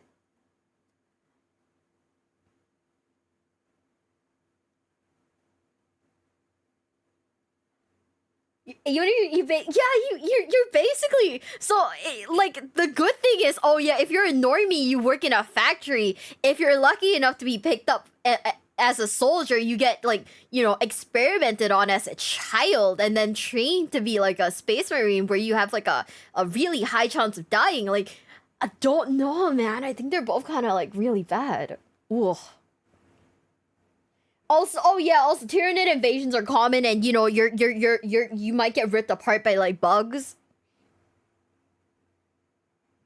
An Imperial Guardsman. Now, while a Guardsman is obviously an honourable and respected role for those in the Imperium, because frankly anybody forced to face down a 40-foot-high lumbering alien killing machine who will in all likelihood either cleave you in two, strip the skin from your body leaving you running around screaming like a skinned animal, or just bludgeon you to a pulp, or maybe bombard you with projectiles full of acidic boring maggots, deserves a reasonable level of respect, even Low-key, playing what's that one game that like everyone loved until it got like on the PlayStation Store, and then people were kind of mad about it. Fuck, what's it called? For democracy something. Helldivers has kind of numbed me to like space bugs, so at this point I'm like, space bugs, easy fucking clap, dude. No, this would be scary if you were a normie, huh? Right? I feel like I've been so desensitized to like space bugs, right? That I just look at them and I'm like light work, bro. Just light work. Yeah, at least you have 10,000 other normies with me, but still, like, you know, that'd be pretty bad, right? even if that service was in fact non-consensual. As with many military roles in the Imperium, guardsmen serve with a duality of horrific warfare experience coupled with unceasing immortal honor. Because of the extreme casualty rates, most guardsmen are equipped with simply a lasgun, because why give them more than that when they're not going to be around to use it? Oh my fucking god. Being a weapon often referred to as a flashlight because of its extremely poor effectiveness against the severe threats faced by the Imperium. Other heavy weaponry for its soldiers are available, as well as some devastatingly powerful tanks, ordnance, and air support, but for your average man on the ground, bad luck, you get the I'm never gonna play the Imperial Guard. It's so... I don't want my boys to die. I don't want my normies to die. Fuck! No! This is so sad. Stop! Oh my god. Okay, I will never play the Imperial Guard just because I don't want them to die. Now I feel sad. Now I feel incredibly sad. No. This is so sad. Fuck. Lasgun. While Imperial propaganda will tell the glory of serving in the Imperium, the reality is fairly disconnected from this stirring and glorifying rhetoric. The phrase battle of attrition comes quickly to mind for many guardsmen who will not receive much if any personal body armor, unlike their superhuman Astartes saviors. No. Nope, you're going into battle with the shirt on your back, and as an individual, no one is going to be stopping to help you when you lose a limb or worse. And the word expendable will be very much on your commander's lips. Now, if it isn't bad enough that you're facing a nightmarish host of Xenos, your commissar will be standing right behind you, ready to kill you or your newfound friends on the slightest hint of your hesitation, or perhaps simply to just motivate those around you. Unless you have qualified for a specialist division or an elite force within the Guard, you're more than likely going to become Operation Human Shield. And if by some miracle you manage to survive the horrific conditions of battling alien horrors with little more than a gun that shoots light, having watched many around you die in the most unbearable of circumstances, and then still have your sanity intact, not to mention hopefully not having your body be completely broken, there's nothing to say that an orbiting Astartes or Inquisition may not simply decide that things are not going quite as well as they'd expected, and decide that in fact an orbital bombardment might best serve the fast resolution of the situation. And your service is appreciated, Guardsmen. If you feel like you're having a bad day and... Stop! So if they decide that the war isn't going fast enough, they just fucking nuke everything, including you? No. What?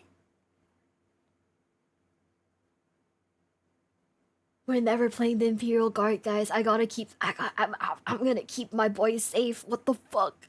That is so fucked up. I mean, I guess, yeah, you know, they're cannon fodder, but like... No, this is so sad. Oh no. Yeah, I mean, if I were a normie with like a fucking like with like a baby gun, like what?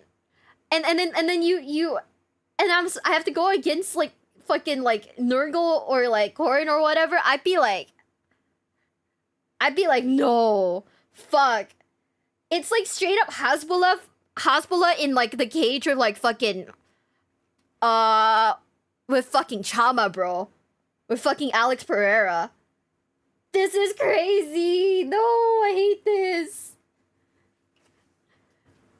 This is so fucked up and evil and sad and like, oh, why am I sad? Why am I sad?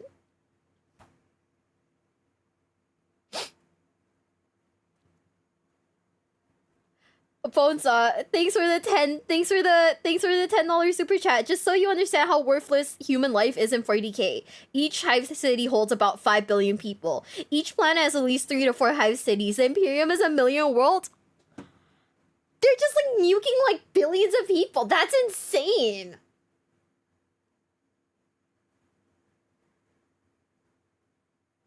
Yeah, I love MMA. I fucking love MMA. But like, no way, that is insane. No. Stop. This is so hurtful. Want to voice your concerns to those around you, this is not advisable. Commissars will be standing by to silence you for potentially damaging unit morale. But like so many aspects of the Imperium, the most hollow element is the fact that in serving your family, your planet, and your Imperium, you will not be remembered and will be 100% left behind if the situation warrants it. You will not be receiving a flashy service or your family informed of your demise. You are but one of millions upon millions of soldiers, and while some planets are focused around specialist skills and military training, many more are unwitting or even unwillingly drafted. You will not receive special genetic engineering. You get your gun, your orders, and a direction to advance. Now get on with it, Guardsman, before your own officer shoots you for failure to follow command.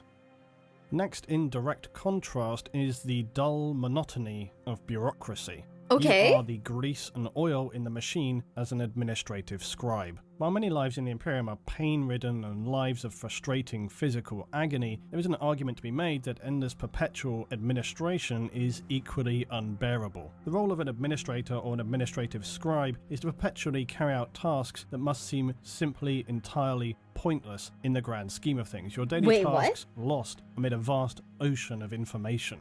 Your whole being lost in reams and reams of paper trails, and even the purpose and intent of your tasks are potentially lost to meaning, or possibly even no longer required, having been long forgotten about. Billions of clerks, scribes, and general admin staff work tirelessly to manage the Imperium at every tier. Compared to others, this may seem like a sweet job to land yourself, but imagine having to do the same thing every day, without end, without opportunity, and without meaning. In many Do you think they know what a balance sheet is?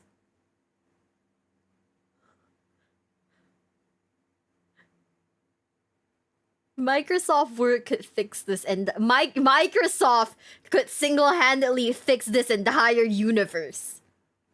In many respects, it's the closest thing to hell for many. Pointless tasks with no thanks or appreciation, no sense of really contributing anything to the greater whole, cold, harsh working conditions, still subject to the same brutal rules and regulations that dictate all Imperial life.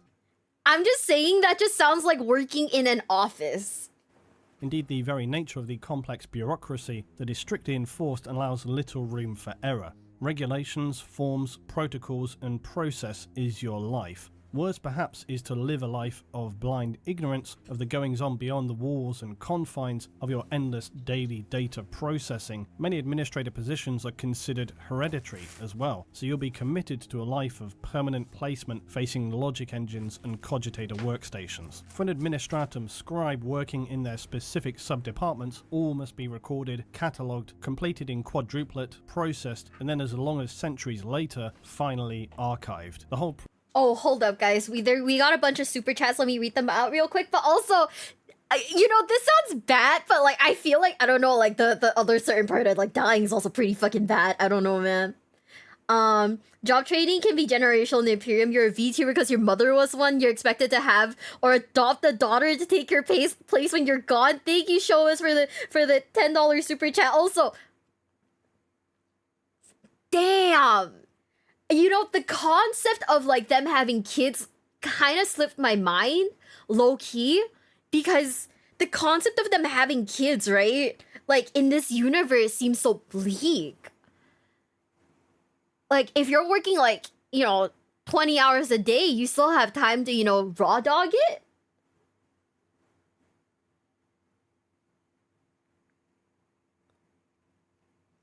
Also, Dagenheart thinks, I'll throw a few more pens your way before I go. Your reactions to Horus will be great. Thank you. Check my lost super chat. Okay, I got you. Let me scroll up. I think I might have missed it. My bad. Okay, I can't find it. Hold up. Let me go see. Let me go see if I can look at it from here. There's a small chance that I can't find it. Would you mind just letting me know what you said? I have no idea why I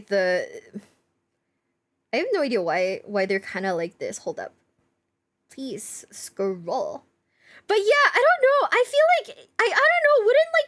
Wouldn't doing the deed be kind of like heretical?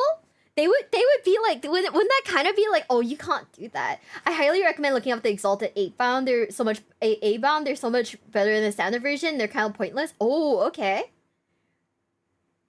Thank you, Jago. Thank you, dude. I mean, I don't know. The concept of them, honestly, like having kids was kind of lost on me. More manpower is needed. Okay. There's a significant lack of lack of talking about, women in this universe, huh? Other than the Sisters of Silence. And that one female assassin figurine. Even sisters do it? Oh! Everyone's expected to have kids then. There's women everywhere?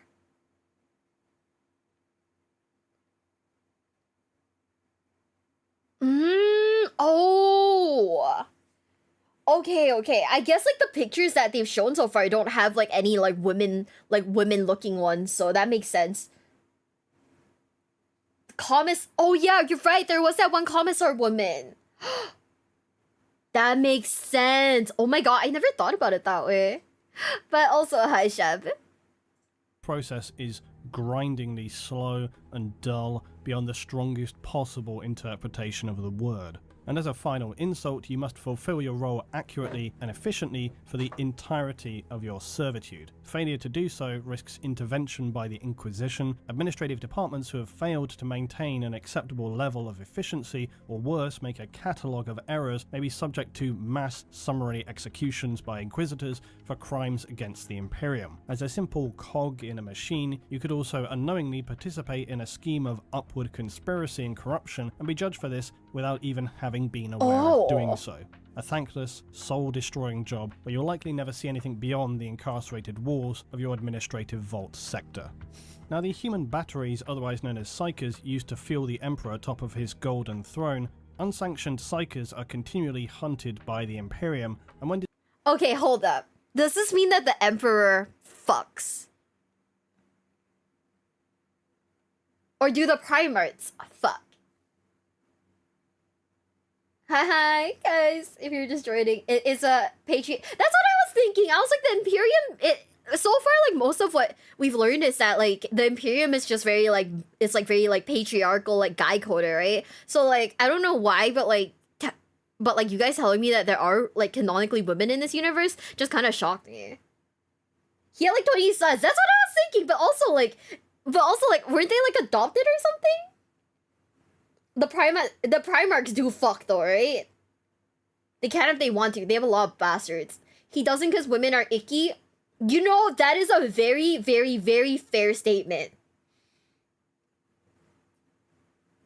That's what I was thinking. I was kind of confused about the lore of this game, because it's some of them are adopted, some of them are test tube babies, some of them are inserted with the seed or whatever. Yeah, that's what I was thinking. I was wait, so do only the people on the bottom fuck? And the higher up you are, you don't really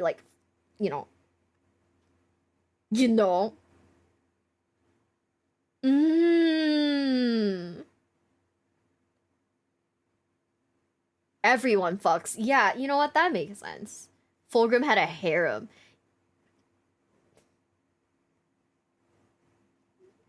Yeah, that makes sense. Okay. That's what I was thinking. I was like, cause like the only like real like frame of reference other than these videos, right, is that one Warhammer Space Marine 2 game. And it was very much all like, you are my brother. I think like the entire game, I heard the word brother so much that like now I call everyone brother. You know? That's what I was thinking. They are sterile, right? I don't think they fuck. I think like, you know, if they did though, it'd be like very much like a, you know, Roman, it'd be very much like a, you know, Roman like army situation. There's romance in the Horus heresy.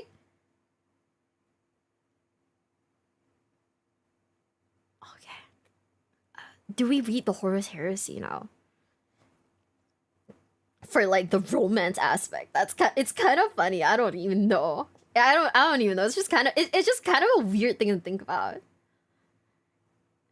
Do we ultimately read the Horus heresy because it is low-key a romance novel? 40 books to get to the romance are not boring. They're made on the surgery table.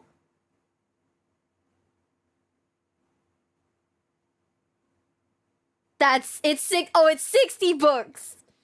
Okay, great. I told you Angron has a girlfriend and she's a dom. I love that for him, by the way. Out of all of the Primarchs, I didn't think that Angron fucked. But he does, and you know, respect, brother.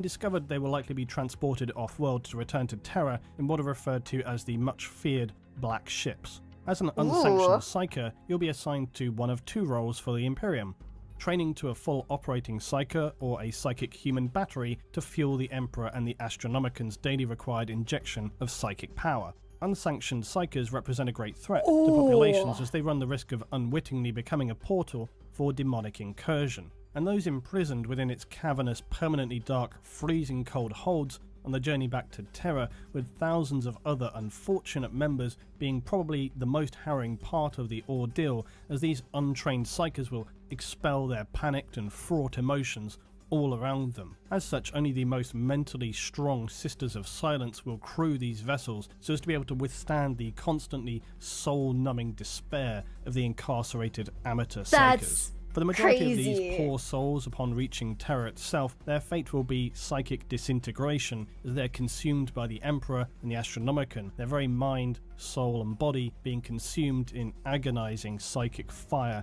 and their bodies and brains are burned to ashes. But it does keep the Imperium's lighthouse lit for another day at least. For a day? An unpleasant but perhaps at least highly appreciated task to carry out in your service for the Imperium is that of refueling a starship warp drive. And this has scant documentation on who specifically carries out this role, but it is described as being similar to a funeral procession. No. Those chosen to carry out the task will begin by leaving an airlock to cross the service deck of a ship, wearing robes of grey metallic thread connected up with valves of long cabling, all wearing thick lead gloves as they carry their heavy metal caskets upon their shoulders.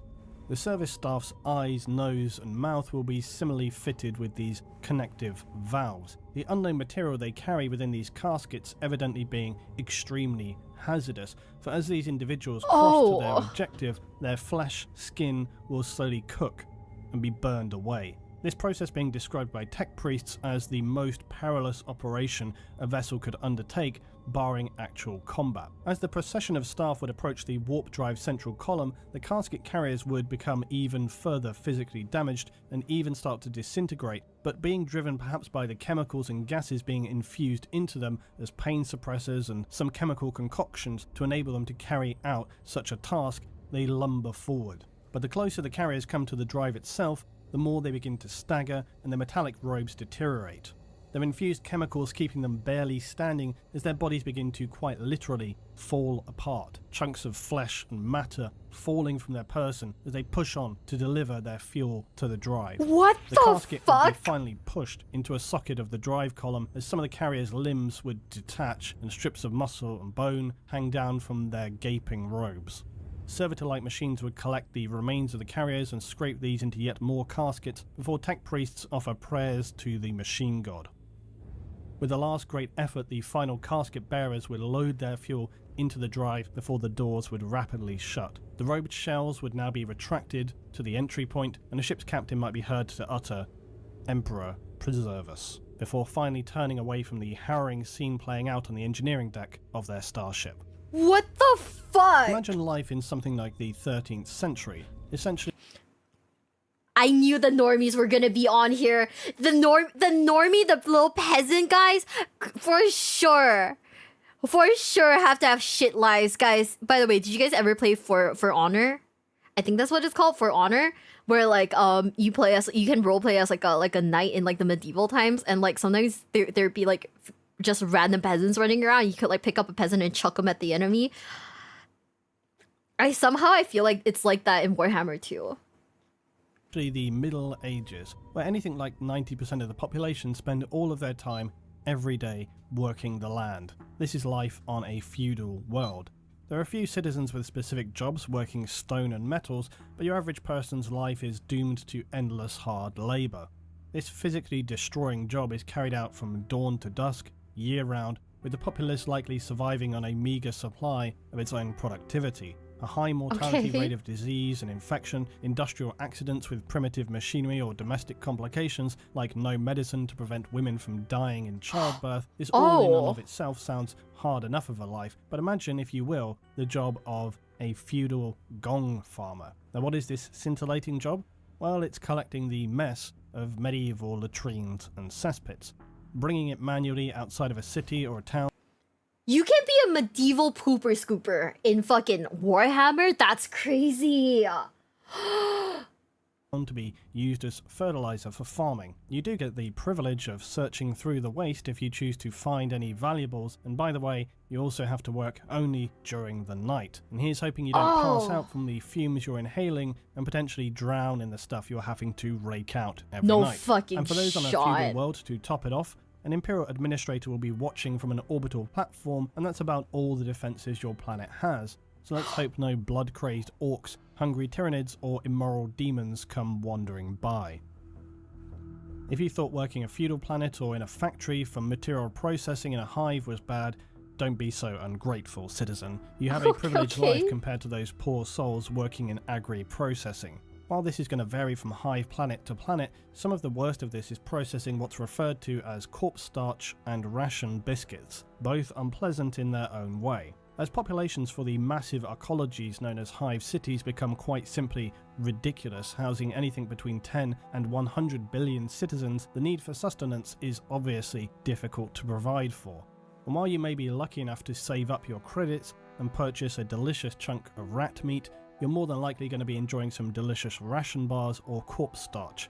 But how do workers produce such luxuries? Well, ration bars are best described as horribly greasy, generally unpopular, shockingly, and are biscuit bars to feed workers, serfs, and military forces. They're manufactured by harvesting bio-rich matter from ocean planets and worlds with seas, which then provides a protein-rich gruel. This, though, would be not enough to provide for the billions of citizens, so it must be instead fed to larvae of the Orochian bilefly. And when these larvae reach an optimal stage in their life cycle, when they're plump enough, the larvae are going to be pulped by workers and compressed down into the hard-to-stomach biscuit ration bars. What? The agri-workers doing this process will work in huge air-sealed pens that produce these plump fat larvae. If you're working in one of these places, then things are not going to be going well for you, and you're probably quite low down in your hive city as the stench and endless droning vibrations and material mechanical sounds of the bileflies is not one that many would choose to live with. Still though, it could be worse. You could be producing corpse starch, which is about as appealing as it sounds. This material is bland, filling, and relatively nutritious because it's basically reconstituted biomatter mixed with animals, plants, discarded organics, and of course rumoured to include human corpses as well. No! While this is undoubtedly frowned upon by various administrative departments of the Imperium, it's one of those things that a planetary governor is going to either sweep under the rug, play down, or full-on cover up. It's never out and out a disclosed ingredient, but highly suspected that one way the population are able to be adequately fed is the mechanical reclamation of human biomatter, albeit then diluted by various other organic materials. It's like so many things in the Imperium, on the borderline of being acceptable. And when faced with limited options for feeding your population, the alternative being violent food riots, then it becomes a necessary evil. Pity though the workers who have to work in the stinking immoral environment where you must process endless stinking vats of biomatter, perhaps seeing some things that are going to be difficult to forget as you catch your eager 4 hours of rest before getting back into the production line. It's just getting worse and worse. There is no good job in this universe, huh? I mean, even if you're the emperor, you're just kind of turned into like fucking jerky sat in a chair, like being forced to like being used as like a fucking skeleton key. Holy shit.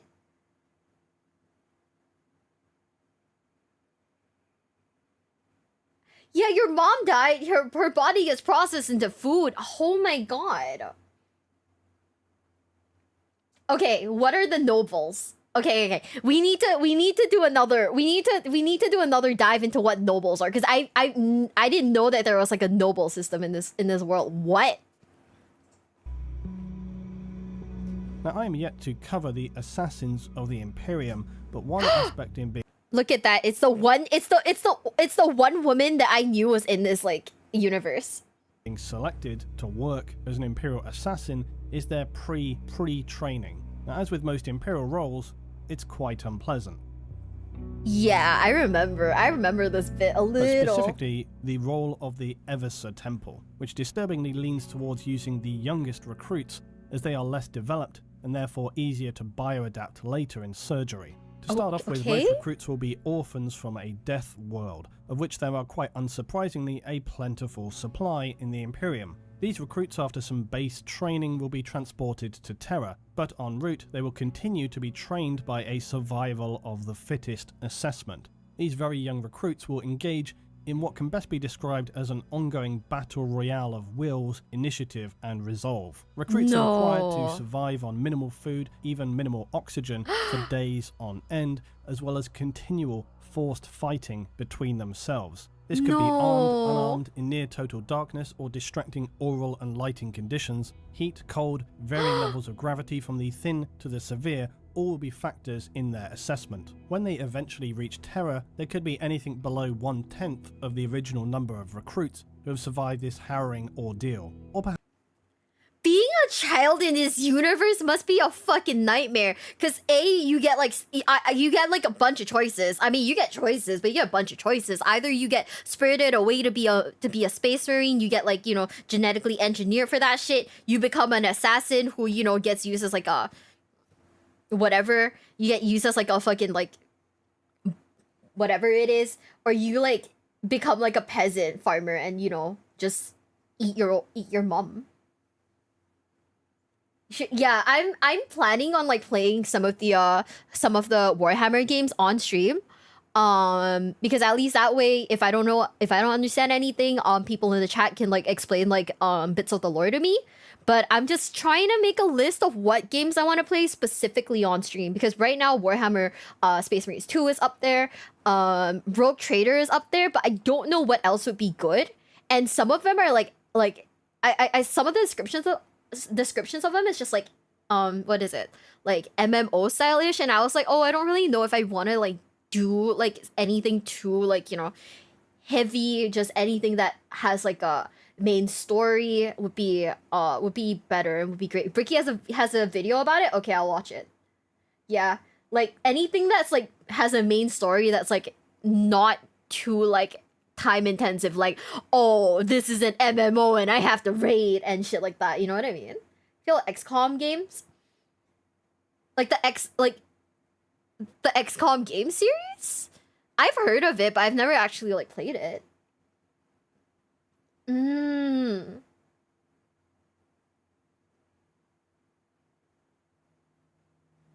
Yeah, like when I say time inducing, I don't mean like, oh yeah, this is the like stuff like Space Marines 2 where there's like a linear like plot that I can follow would be nice.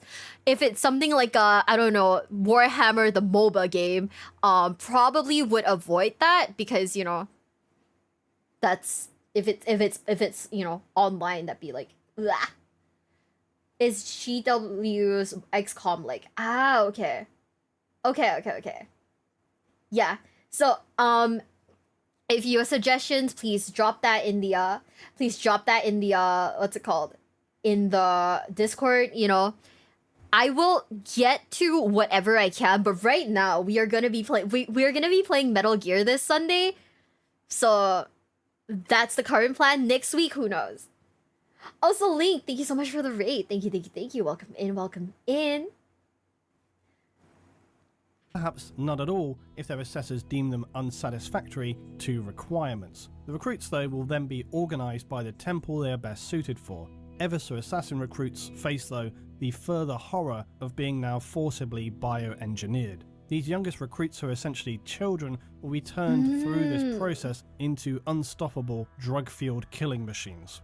To achieve this, the Medicus adepts will use a range of genetic adaptation, endoskeletal restructuring, bionic implants, and infusions of chemicals to turn the previously human youth into a nightmarish weapon that can barely be controlled by its own leaders. Their cerebral cortex will also be enhanced and the brain fitted with Lobo chips. These will amplify the assassin's state of mind to either raging hate, pure determination, or extreme fanatical drive for the love of the Imperium at any cost. This whole process is unpleasant and far from risk-free. Many subjects will die of massive multi-organ collapse as their bodies struggle to handle the severe restructuring. And this is not to mention the inevitable side effects from being turned into a bio-enhanced, drug-fueled, borderline if not psychotic killing machine.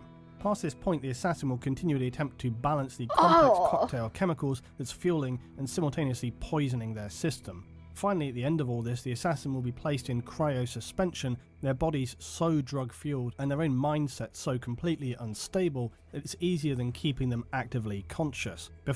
This is the one where they freeze and then they drop them in like random war zones, like all pissed off and shit, right?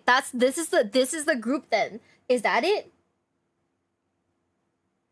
That's the one. Oh, yeah. Okay. I remember them now. Also, I saw someone was asking, on Sunday we will be playing Metal Gear Solid 3 Snake Eater. That's what we're playing. But also, this is the one that's basically like, okay, so they're door dashing fucking like, they're door dashing like just angry people. Then great. Okay. This is the door-dashed, frozen, really angry people with no sense of who is friend or foe. Got it. That's the one. Okay. For a mission, they're going to be placed into a drop pod and then fired down to achieve their task. Becoming an Eversor assassin is likely one of the worst jobs in the Imperium. Yeah, what the fuck? That sounds bad. Soul-destroying pain and servitude to be stripped of everything you were and used as an indiscriminate weapon of the Imperium.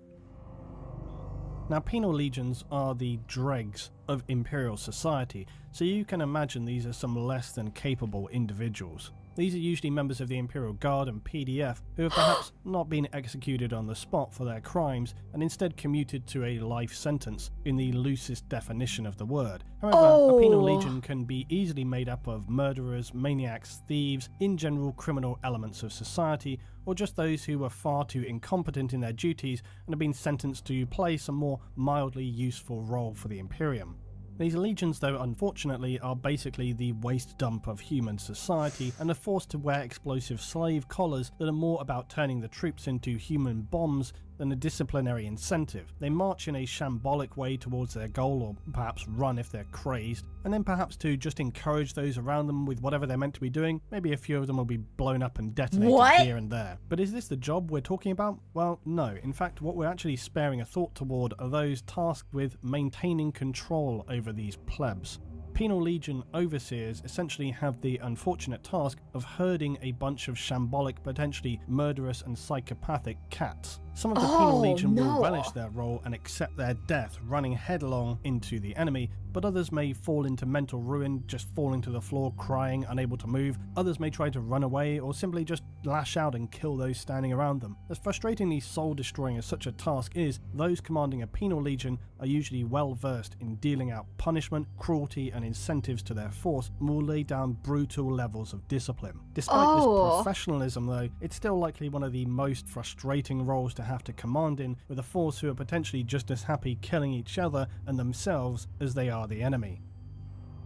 So now to finish, I'm going to have to break your immersion. But the truest worst job that could exist in 40k is, well, whatever you can draw from your own imagination. Because this might seem like a cop-out, but it's actually the real bedrock of 40k. Because while it has embedded canon and non-canon lore, it's also a world whereby you as a participant are encouraged to use your own imagination. The civilian life of the Dark Future is very poorly documented, and really we only have scraps of information compared to the endless raging warfest that is ongoing between various factions.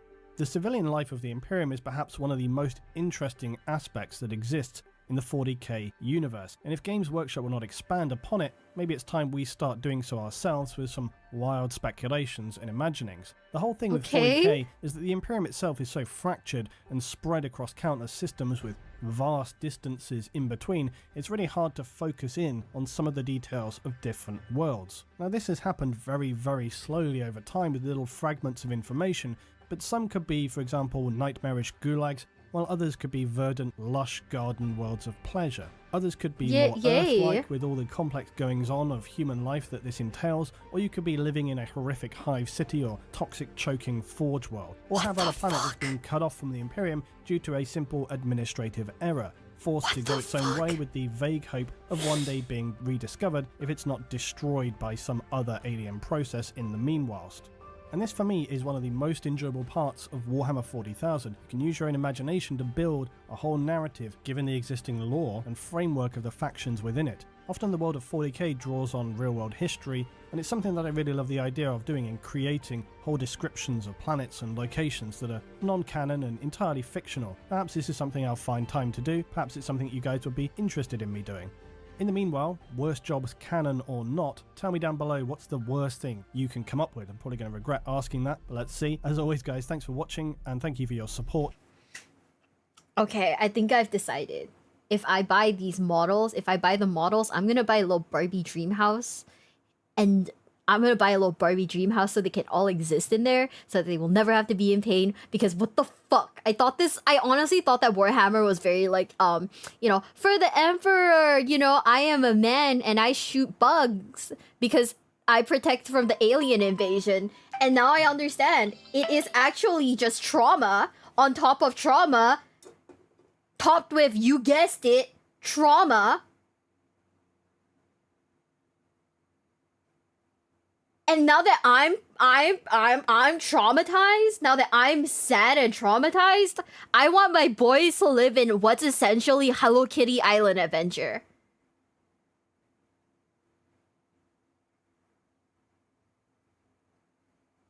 I will sit there and give my guys therapy. Because, like, the thought of, like, pleasure role just makes me think that 100% it has something to do with Slanesh, and you know, if it has to do with, like, any of the, you know, the like, godly figures, you know, you just know shit's about to be fucked up. Oh, man. Yeah, you know what? Yeah, you know what? Why aren't there women? No, you know, keep the women out of it, man. Actually, no. One thing that I do appreciate about Warhammer, technically, is that it is very, like, gender is not a huge focus here. Like, you can have the Sisters of Silence, and they're still rightfully badass in their own right. So this isn't like a oh, peak male, like only men can exist in this universe kind of thing. Like, women can exist too, you know. And you know what that means? Equality, but also at the same time, like, neither gender should exist in this universe because it's so fucked up.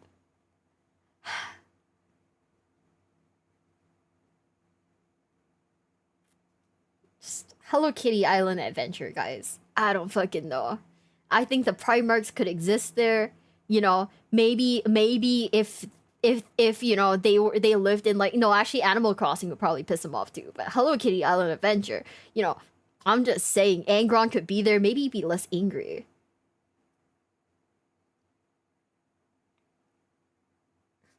I don't know what you guys have been talking about. Yeah, they just need like a good spa day, you know? The next one is Imperium's Worst Jobs Part 2. But before we do that, should we all take like a little piss break? Should we all take like a little piss break? Just in case, because it's been like four hours and like 30 minutes, guys. I mean, I guess like the concept of gender not appearing here is like it's nice, you know. It means like whatever, you know, doesn't matter what gender you are, you still die. Right? So that's pretty nice. Now I have Doom Crossing stuck in my head. Oh man. Like Meat Shield Cannon Father, they're cannon cat people. So you're saying I could be a cat girl in Warhammer 40k? I could be a cat girl in Warhammer 40k. Oh my god. Wow, this was I was built to be a VTuber, guys. We were built to be VTubers. This is every game caters to us now, cat girls. I'm now listening. Oh my god, Django. Okay, guys, I'll be right back. We'll take a quick piss. Everyone, bathroom break. We will. You know what? The BRB screen. We'll use the other one since you guys didn't like the fucking. Since you guys didn't like the foot. He snipped them off for placing a Pokemon. I was just saying. I was gonna like, you know, give my models like a very happy life. They're discriminated against. Hold up. 40k cat girls. I don't know how to spell girls. Okay. This cannot be real, right?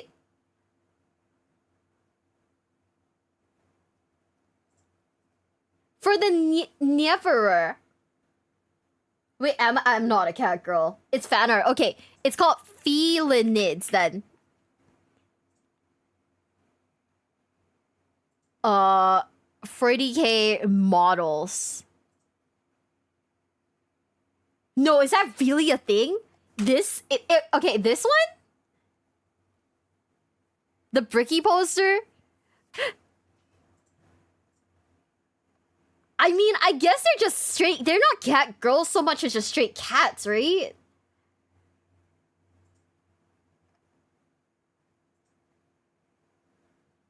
No official model. Okay, yeah, that makes sense. Okay.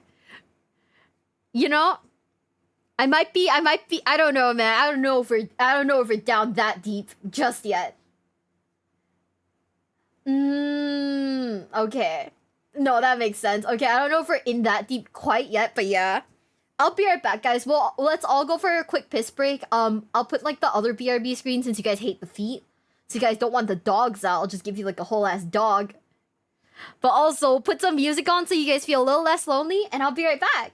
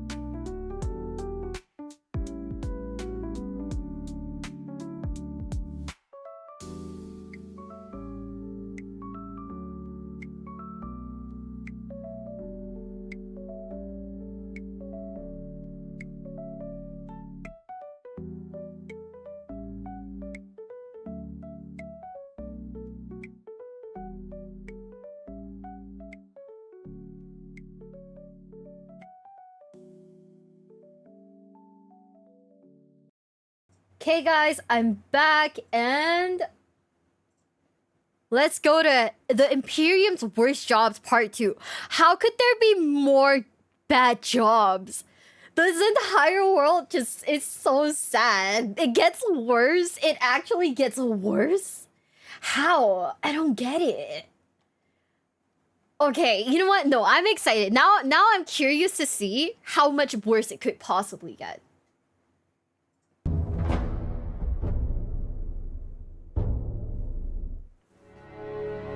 Oh, premium miniature painting.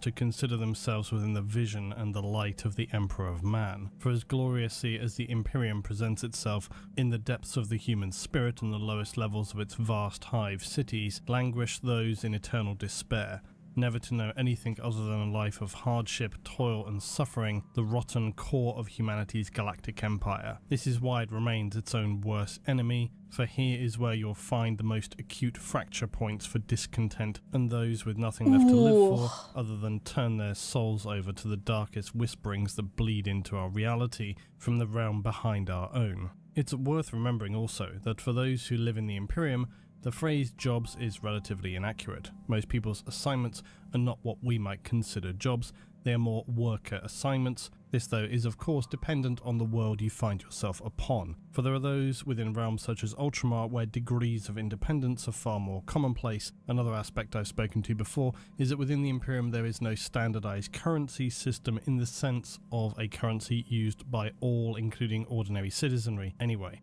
And to do so would be challenging if not near impossible given the distance, scale and instability of the Imperium as a whole. While many high that's crazy to me. use ambiguously titled credits, individual systems may have their own localized currencies, and other feudal planets can even operate on a more basic barter system, supplemented with very rudimentary coinage. There exists a unit of value known as the Throne Gelt, which is as close to being universal payment as exists. This is often exclusively used by traders, rogue traders, inquisitors, and other imperial officials who travel between systems and sectors of the galaxy. However you end up being compensated for your services though, it's most unlikely that you as an ordinary pleb citizen would have a literal choice in the direction of your life. Upon most worlds there is little of any education.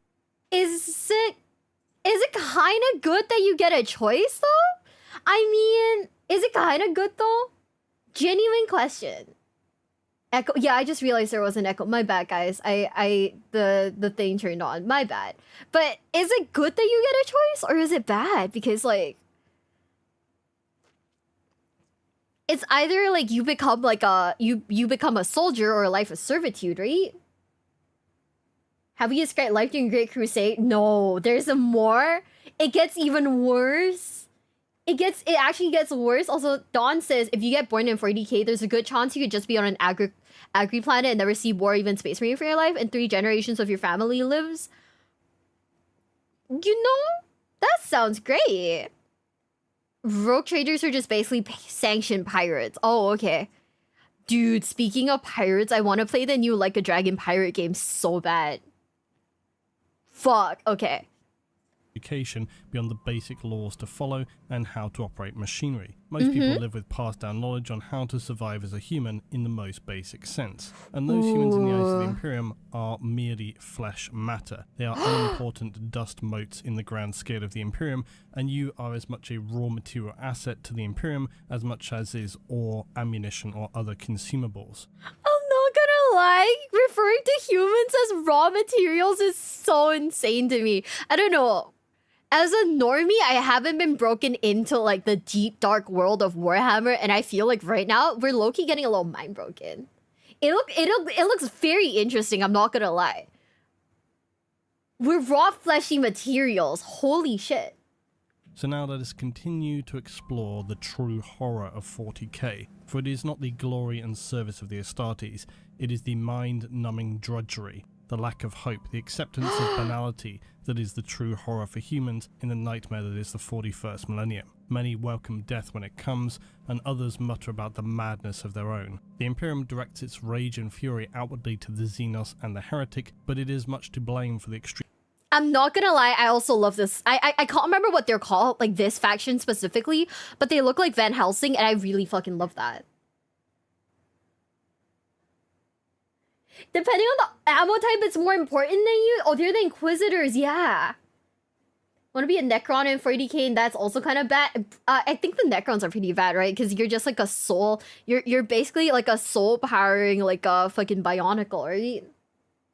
Extreme levels of suffering inflicted upon the many trillions of ordinary citizens across the entire galaxy, as much as those who would seek to see it permanently obliterated. If you yourself were here, how would you serve? What role would you see yourself in? If you have a worse 40k job in mind, as always, throw it in the comments, and maybe I'll include it in a part 3 of this series. Yes, so then, please. The horror.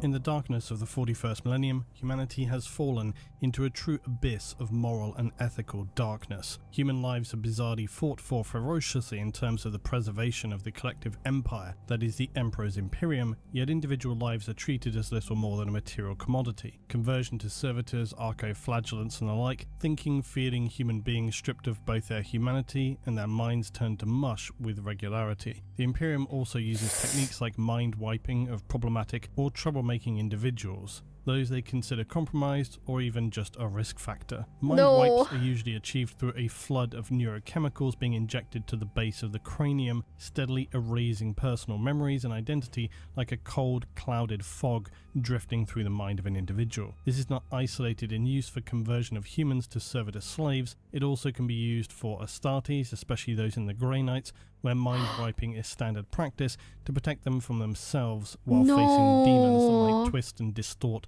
their memory of loved ones to become weapons against an individual. Mind wipes, though, are not always the default practice for control of humans in low status service. Many in fact exist in a state of servitude, but are only subjected to damaging processes like mind wipes should it be strictly necessary. And this can sometimes occur for those who live in service to the Mechanicus. They are known as the Tech Thralls. Thralls, however, are not like servitors. They are still classified as human, at least in terms of their minds anyway. They retain thoughts of their hopes and dreams, they hold on to fears and express desires. Some Tech Thralls burn brighter than others in their feelings, but most are depressingly broken individuals, worn down to shells of human being through the endless drudgery of their existence. Brutality, tough shifts of menial labour, most would gladly welcome death when it finally comes. They may be known as ad secularis, the Tech Thralls. They exist primarily as the servant class of the Adeptus Mechanicus, cybernetically adapted humans who retain some semblance of humanity. They sit just above servitors in ranking, but far below all others. They're adapted by the Mechanicus to ensure they remain both obedient and efficient, and while their humanity is left more intact than that of a servitor's conversion, where servitors are effectively brain dead and merely motorized flesh matter, it's entirely debatable as to whether this is in fact a more humane fate than that of the adaptation and subsequent assignments which mean becoming a Tech Thrall, where your life is all but consigned to oblivion, yet left within your shell are the last threads of your humanity, screaming from the inside out. Okay, so you're basically fully conscious, but you're constantly in pain, and there's something else controlling your body. That's so fucking bad, dude. That is not okay.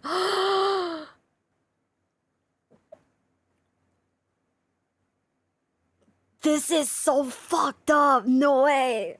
Oh. In the eyes of the Mechanicus, however, they are simply a necessary adaptation, any subject is suitable, although often they select the most disposable individuals, troublemakers, deserters, prisoners, condemned criminals and the like, although it should be noted that those selected for the role of a tech thrall may equally hail from just ordinary citizenry when needs must. Ooh. Humans selected for conversion will be augmented with basic cybernetics. Commonly this involves limb removal and degrees of exoskeletal reinforcement to enable workers to then carry heavy loads and operate large-scale machinery and other industrial tasks. They also may be subjected to relatively low-tech optical and other interface adaptation. Lastly, there may be some cranial surgery where some mind erasure can take place for the most troublesome or offensive individuals. The Thrall class of human will obey any order given by the Mechanicus or other Imperial authority. They are in effect drones, but while much of their humanity is stripped away, they do still attempt to retain something or some semblance of a society within themselves, or as much as it can be classified as such. It may...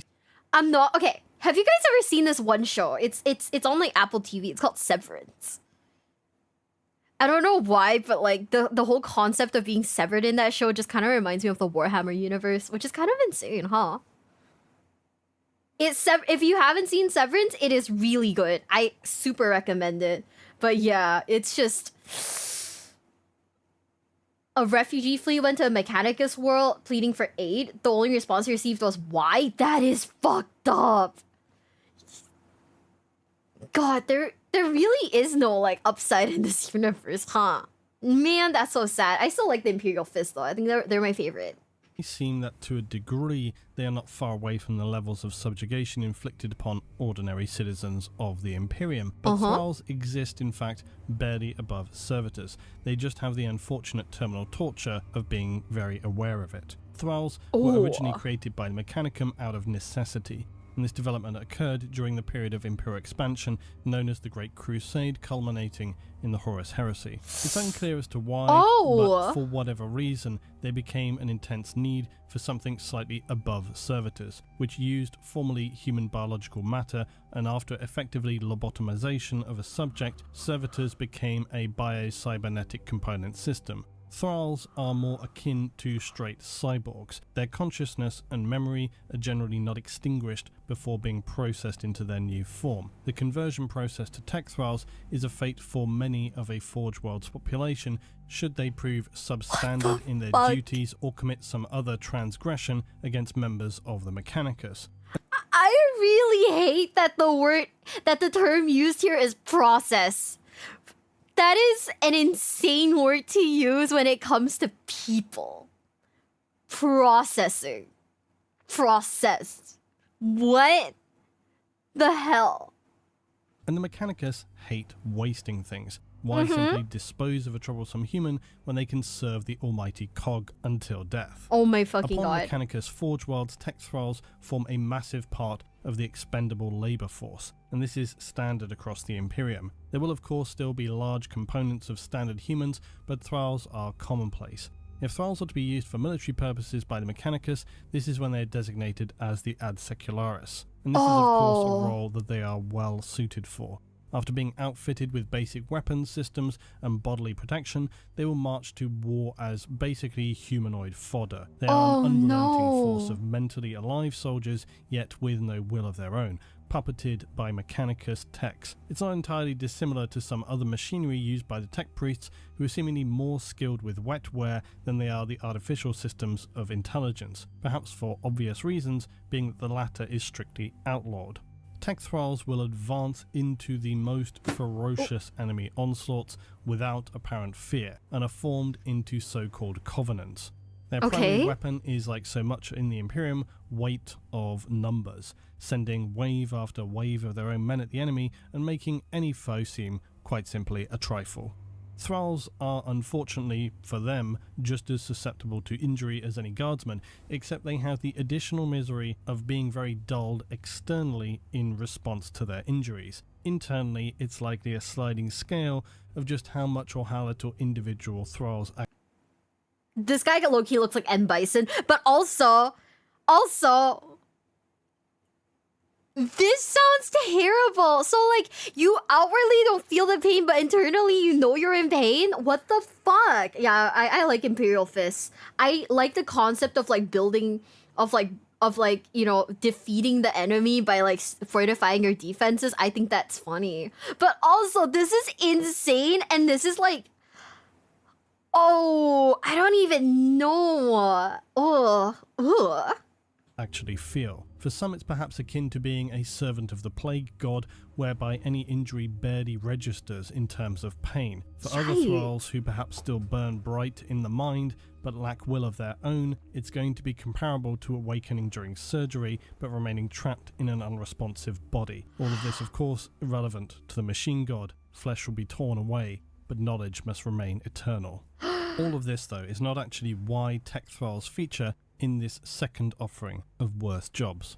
The reasoning for their inclusion is that no matter their service record, longevity, or otherwise general usefulness, the ultimate fate of any tech thrall or ad secularis is to be recycled into servitor components. Their augmatic implants will be harvested for continued use. There is no hope for them other than remaining a defective inferior being in the eyes of the Mechanicus and general humanity. Do they get turned into the what was it, the food thing? Ah, fuck, what was it called? Do they get turned into food?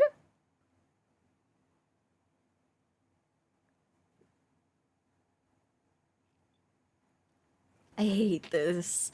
Oh my god. I get that, like, okay, I kind of get that, like, the people who get, like, sentenced to this are, like, the criminals and, like, the really, really, like, hypothetically, they're, like, the really bad people in this universe. But at the same time, this universe has a bonkers fucking, like, justice system where, like, any little misstep, corpse starch, yeah. Any, like, little, like, misstep, right? Just kind of, like, gets you sentenced as, like, gets you the criminal title. So that's kind of insane. Yeah, the Imperium's kind of fucked up, guys. Holy shit. They exist as the condemned and the despised. Death is a release when it comes, until they, of course, enter the realm beyond. Now, also, allow me to immediately contradict myself, for there is one other notable class of ad secularis, but it is a very minimal class, generally speaking. These are the Titan ad secularis. Can you guess to which role they're assigned?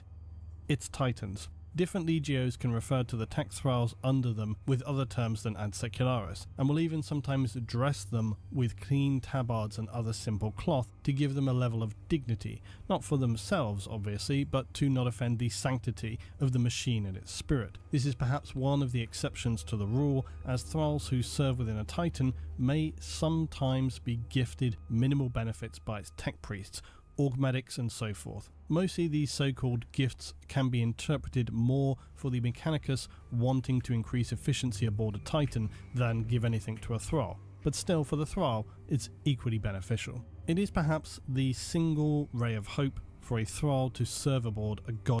Okay, so there is one guy in the huge mech. That's what they're saying. There's just one guy in this mech, and he is just... Can he be let out? Does he come out?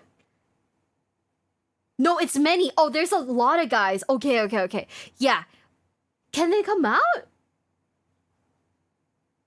This isn't like a Shinji get in the mech kind of situation. They can't come out. Oh, okay. Well, yikes.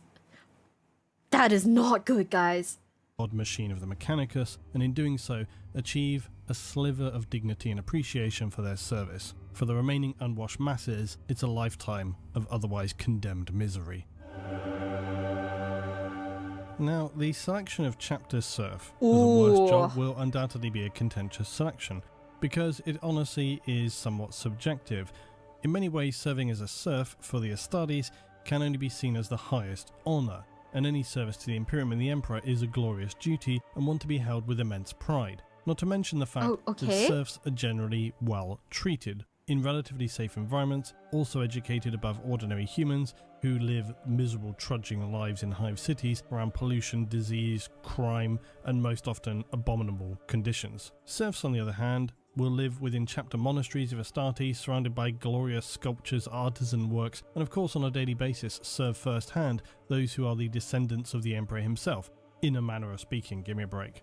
So, why would serfs be included? like I said, it depends on your point of view, so hear me out. And it's also a very literal sliding scale. There are many examples of ordinary humans serving the Astartes who would rise to hold ranks such as Housecarl or Equerry. At the other end of the scale, there are those who will live lives which again, I feel can be torturous. Serfs are very often failed space marines, who for one reason or another did not meet the grade when it came to the progression of becoming a space marine. Now they have to live lives away from their homeworld, their family, and they may live in shame and humiliation every single day. The fact that their son never...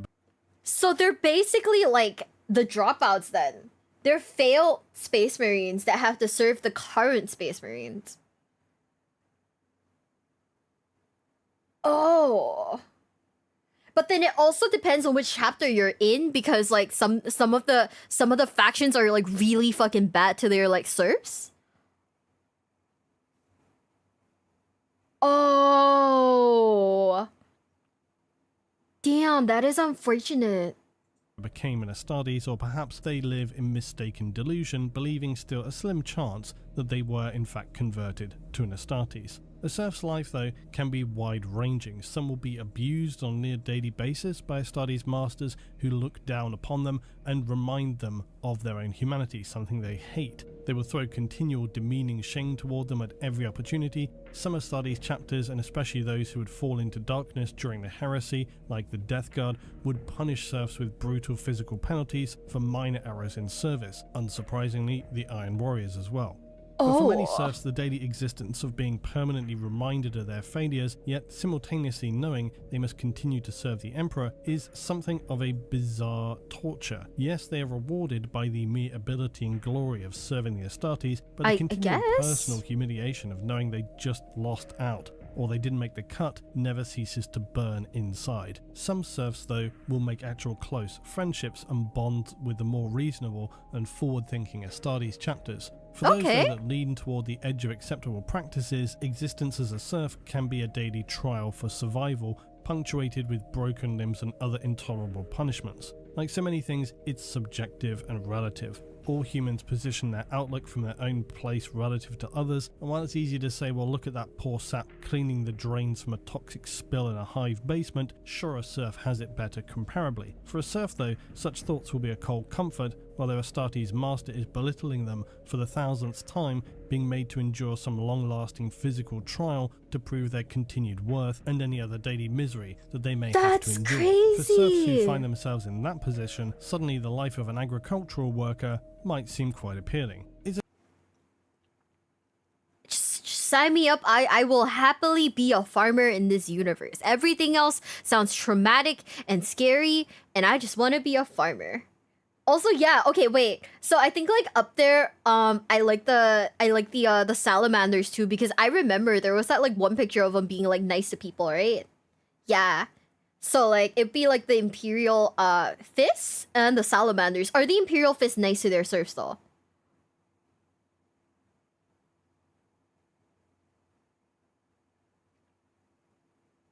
I feel like everything else would be like really fucked up. I don't know though. Is a chapter serf a worse job? Possibly. But it's really the luck of the draw. For the lucky ones, it's a life of honoured service and a glowing pride deep inside that they held an opportunity to continue to serve the Emperor despite their own shortcomings. For other serfs, though, it's a lifetime of personal reminders that when it came to it, they fell short. And this is then permanently reinforced daily with physical punishments atop. In many ways, their brutal trial to become an Astartes never truly ended, nor will it ever until they succumb to the conditions of living on a freezing battle barge or an Astartes master who cast them aside without remembering to control their strength on one particular day. For that's all who crazy. serve the Emperor, only in death does duty end. So next up, another straightforward one.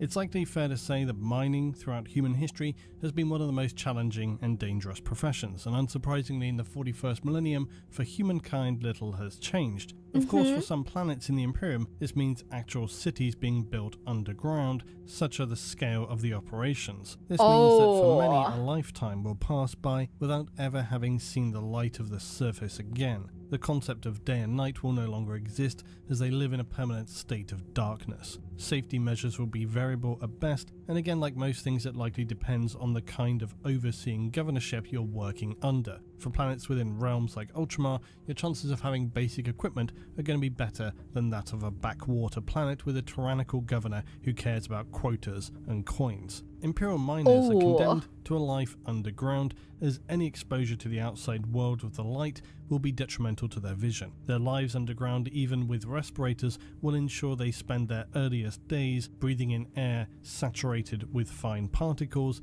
leading to many respiratory illnesses and other complications in life, meaning high mortality rates in the populace. Of course, that's even before you come to the possible dangers of cave-ins, other collapses, machinery malfunctions, and other explosions of poorly stored materials. It's a very dangerous life, but like most human societies, the positives will be in the people. The sense of collective effort, worth, and community are what enable Imperial mining communities to function. Plus, of course, the ever-present overseers who exist at nearly all levels of industrial Imperial society. Slack in your work, negligent, you'll be facing punishment physically or prevented from working potentially permanently, which for many...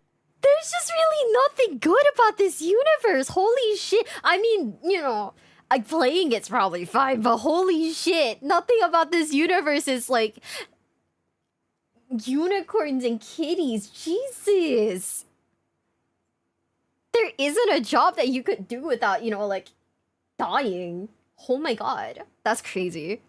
Many Imperials is effectively a death sentence by any other name. Plus, of course, there's always the enjoyable risk of tunneling into a cavern and disturbing a nest of ambuls. Ambuls, those heavily armoured insectoid creatures that have sharpened claws for digging through straight rock itself. Plus, of course, enabling them to effortlessly impale and bisect any prey they track and come across.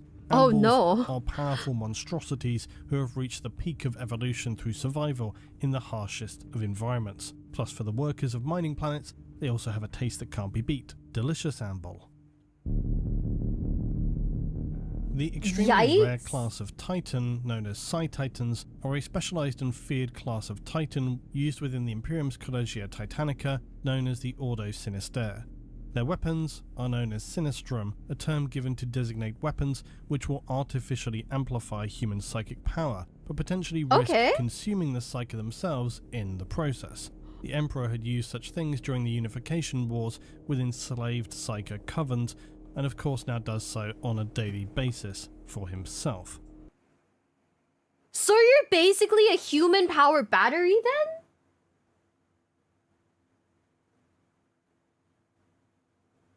Is that basically the TLDR of like these dudes? You're just a human power battery.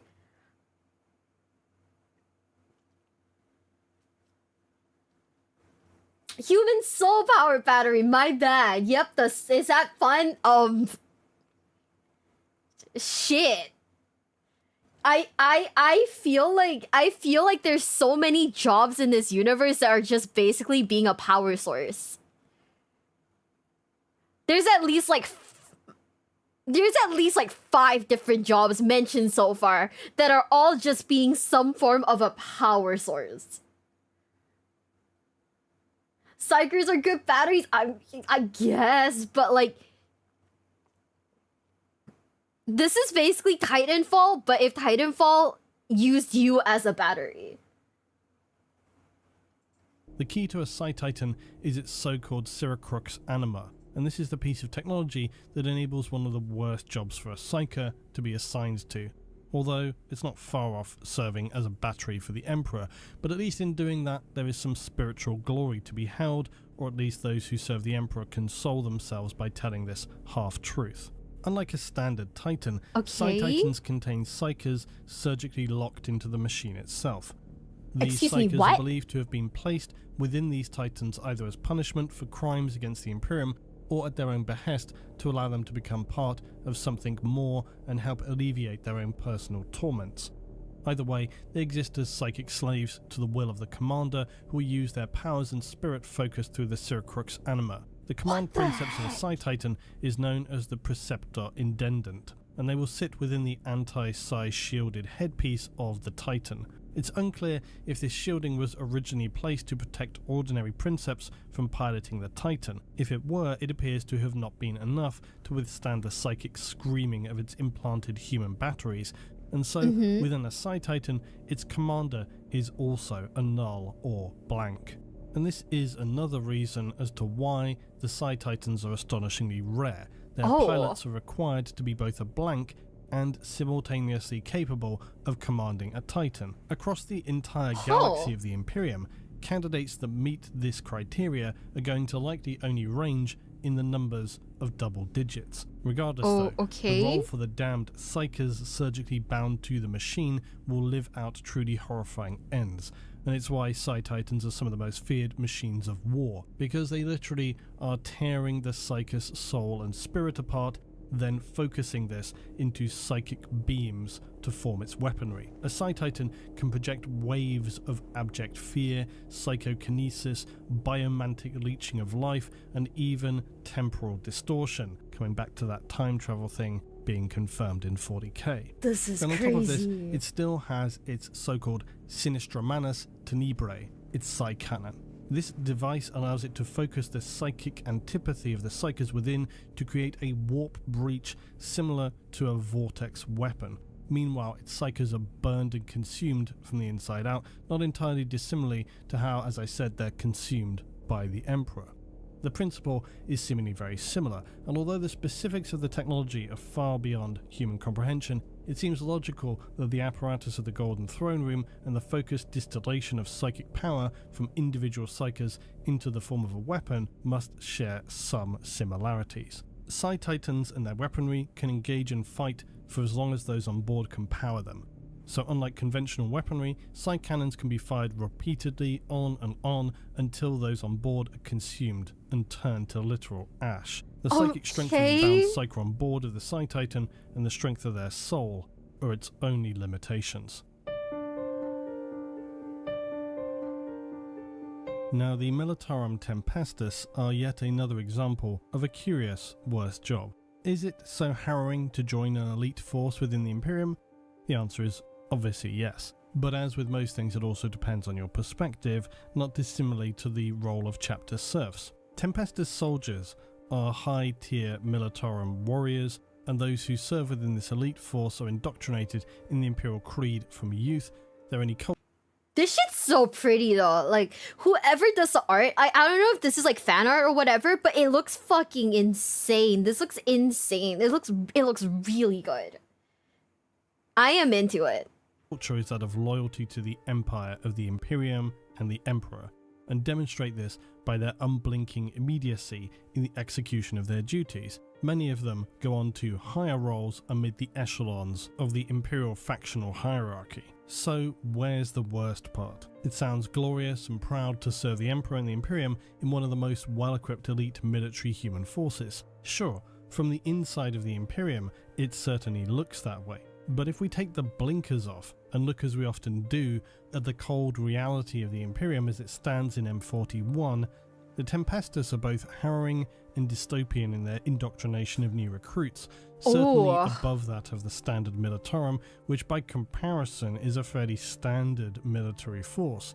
The Tempestus lean toward the extreme mindscaping of individuals, and it is not as much the Tempestus themselves, for they exist as something of a middle stage between early indoctrination and higher service. And it is this early process which shows us how the Imperium controls and breaks down its citizenry in service of the Emperor through rigid, brutal indoctrination from near birth, surrounded by a world and culture that refuses to accept any other view and actively destroys all others with extreme prejudice. So yes, being involved in that process is a worst thing. Imperial officers, sororitas, ecclesiarchy, even the Inquisition and assassins originate from what is known as the Schola Progenium. These are specialist imperial schools that usually contain the children of imperial nobles or other high-ranking imperials that have died. These are nearly always then orphaned children.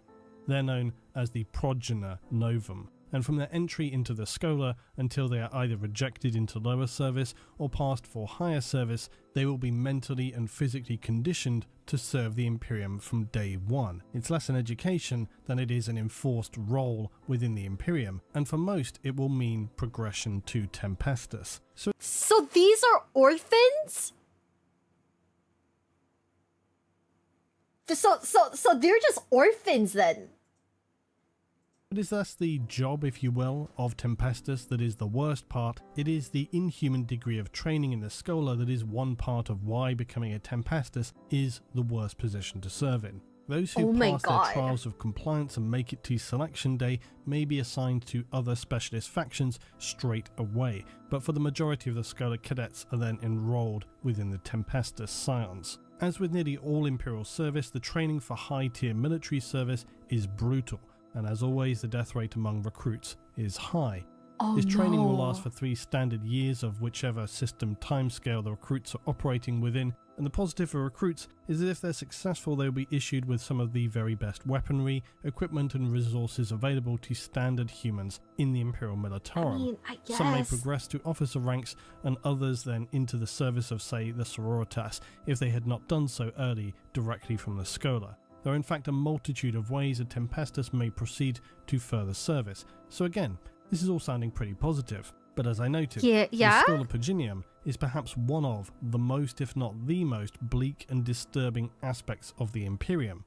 Its entire purpose is to strip away identity, to homogenize, break down and rebuild the orphan sons and daughters of the Imperial elite, to erase their culture, their family ties, their believed loyalties. Sometimes this is done quite literally with forcible mind wiping. It has even been speculated that on occasion a child which demonstrates suitable qualities for enrollment may be taken while its parents are still alive. This is of course entirely standard and general Imperial behaviour, and likely occurs with little if any subtlety. Parental protest would only be dealt with efficiently by Imperial arbites or... Is that RoboCop, guys? I mean, I know. It's kind of a weird place to pause at, but is that fucking RoboCop? Also... Huh? So the entirety of the Schola Tempestus is just robbing children from like kids or taking in like orphans and grooming them into like soldiers or like assassins? Oh, it is like Judge Dredd, huh? Oh, you know, I just see that. Now I do see that. Okay. So they give kids mind-scrambling drugs and turn them into, like, weapons of, like, for battle. Oh. They're the cops. Oh, you know what? That makes sense. The ecclesiarchy enforcers. Age is also not a determining factor for children who arrive at the Schola Paginium. The only requirement is their ability to pass early physical mental assessments, because once again, whereas other areas of the Imperium draw humans from a wide spectrum of planets and systems with their own cultural backgrounds, sometimes language and other traits, the Schola seek the entirely opposite approach. They want to erase personal identity. It seeks pure conformity and reliability. It wants to only create single-minded servants for the Emperor who will never blink and miss. They will always know instantly the action that is necessary to be taken and take that action almost instinctively. Okay, but she's kind of hot, for the children arriving new to the Schola, all signs of their former lives will subsequently be erased. Belongings discarded and destroyed, individual clothing replaced with plain, identical uniforms. Even their given birth names will be replaced with a selection from a long list of legendary Imperial heroes. And this is to remind them of the highest ideals of excellence that they must aspire to. Of course, it's also undoubtedly to continue this reinforcement of identity erasure. New orphans at any Schola will be cast in the Imperial mold. Commissar training is rough though. One of the tests is executing your best friend?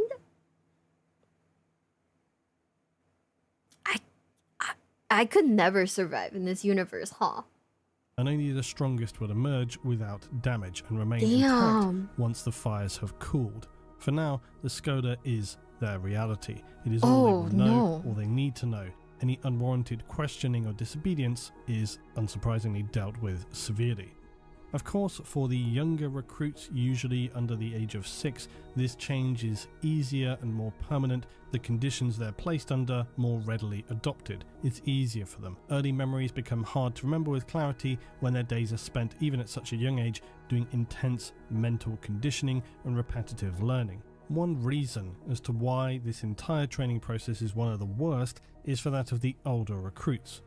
For those who have spent longer in their home culture, who have known their parents and formed close familial bonds, these things are harder to break down with mere repetition of studies and physical discipline. Humans are very capable of burying emotions and memory deep inside, and so for most older recruits, they require additional mindscaping to ensure absolute and undeniable commitment to the Imperium, the Schola, Tempestus, and any higher service. Even as the recruits sleep, servo skulls will continually pass over them, scanning and assessing their eyes for any signs of suspicious dream behaviour, which if detected will result in them being dragged into chambers for punishment vigils, both mental and physical. Then even for those who do sleep, they'll be subjected to continual subliminal reconditioning. And this is where one of the most harrowing practices will be enforced upon recruits.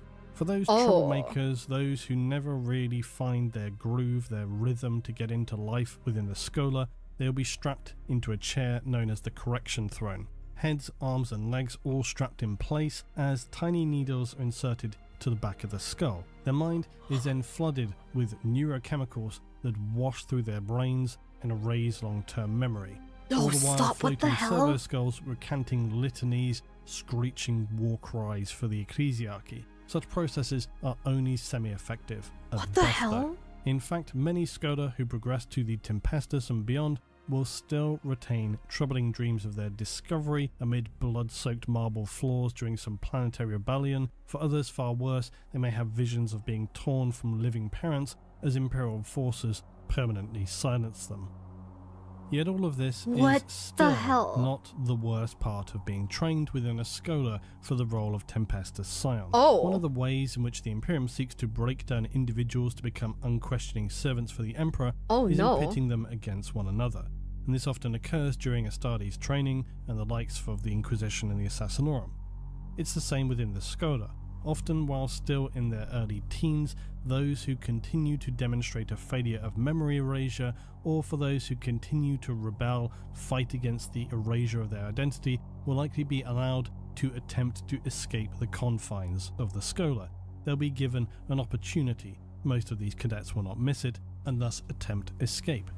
However, this is merely another test, a test for them to see if they would in fact flee, which they nearly always do, and then a test for their fellow recruits in the Schola who are turned out to hunt down and eliminate their rebelling novum. Oh no! If this will not the worst end, any of those who may not choose to run but merely continue to buck against authority, or who continue to show too much free thinking, spirit, attitude, and in general disrespect to their tutors and instructors, will suffer without warning the massive hammer of the Drill Abbot.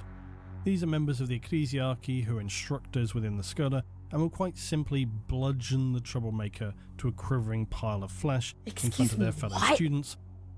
Then, subsequently, whatever remains of their spinal column is extracted and placed on display within their dormitory to remind those of what awaits any who resist. Upon one world, due to an apparent faulty batch of mindscaping chemicals, a whole year group of recruits rebelled, and the enraged Abbot Prime ordered the Officio Prefectus to crush the rebellion.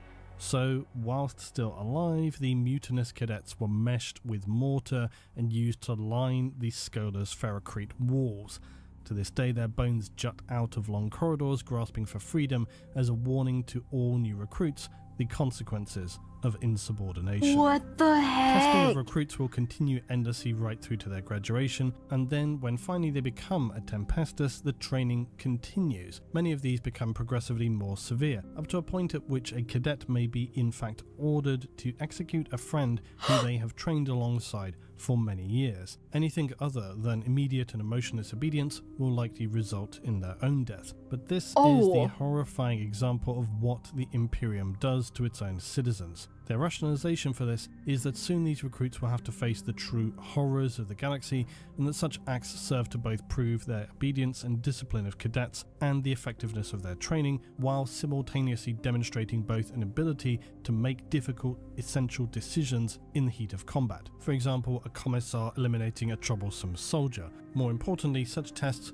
are designed to ensure that recruits are beholden to the Imperium and do not harbour any other loyalties, as well as wheedling out those who could likely not follow such an order.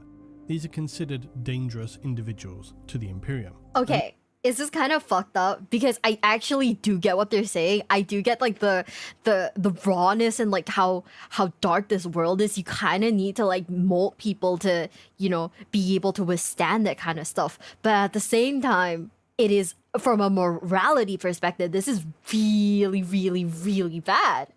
But like, I get it. And I kind of hate that I get it. Oh no.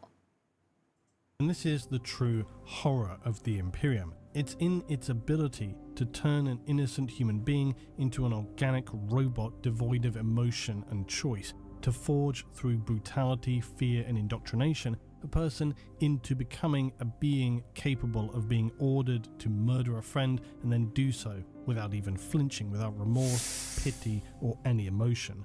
Being trained for service in the Tempestus via the Scola Progenium is one of the worst positions to find yourself in within the Imperium, because they will brutally erase not only your identity but also your humanity. Is it indeed any wonder then that all who exit the other side are capable of acts like enacting exterminatus, the trials to become an Imperial assassin, or the completely religious radicals of the Sororitas?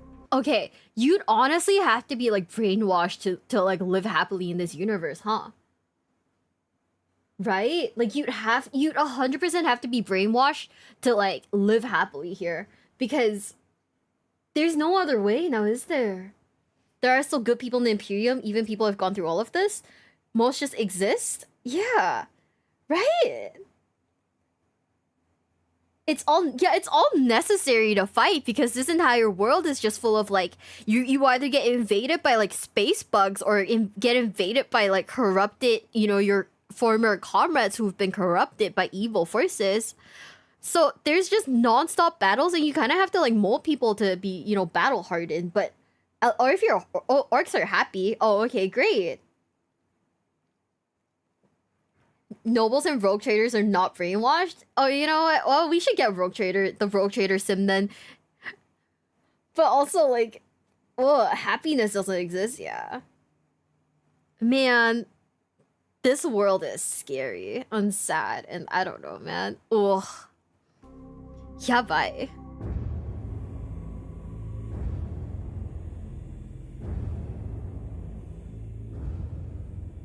The role of naval bondsman came up as a suggestion many times, so I felt compelled to talk about it in this video. However, it is relatively simple in its explanation compared to so many others. For not every crappy endpoint of Imperial life requires vast exposition. Sometimes it's a shit job, and that's the bottom line.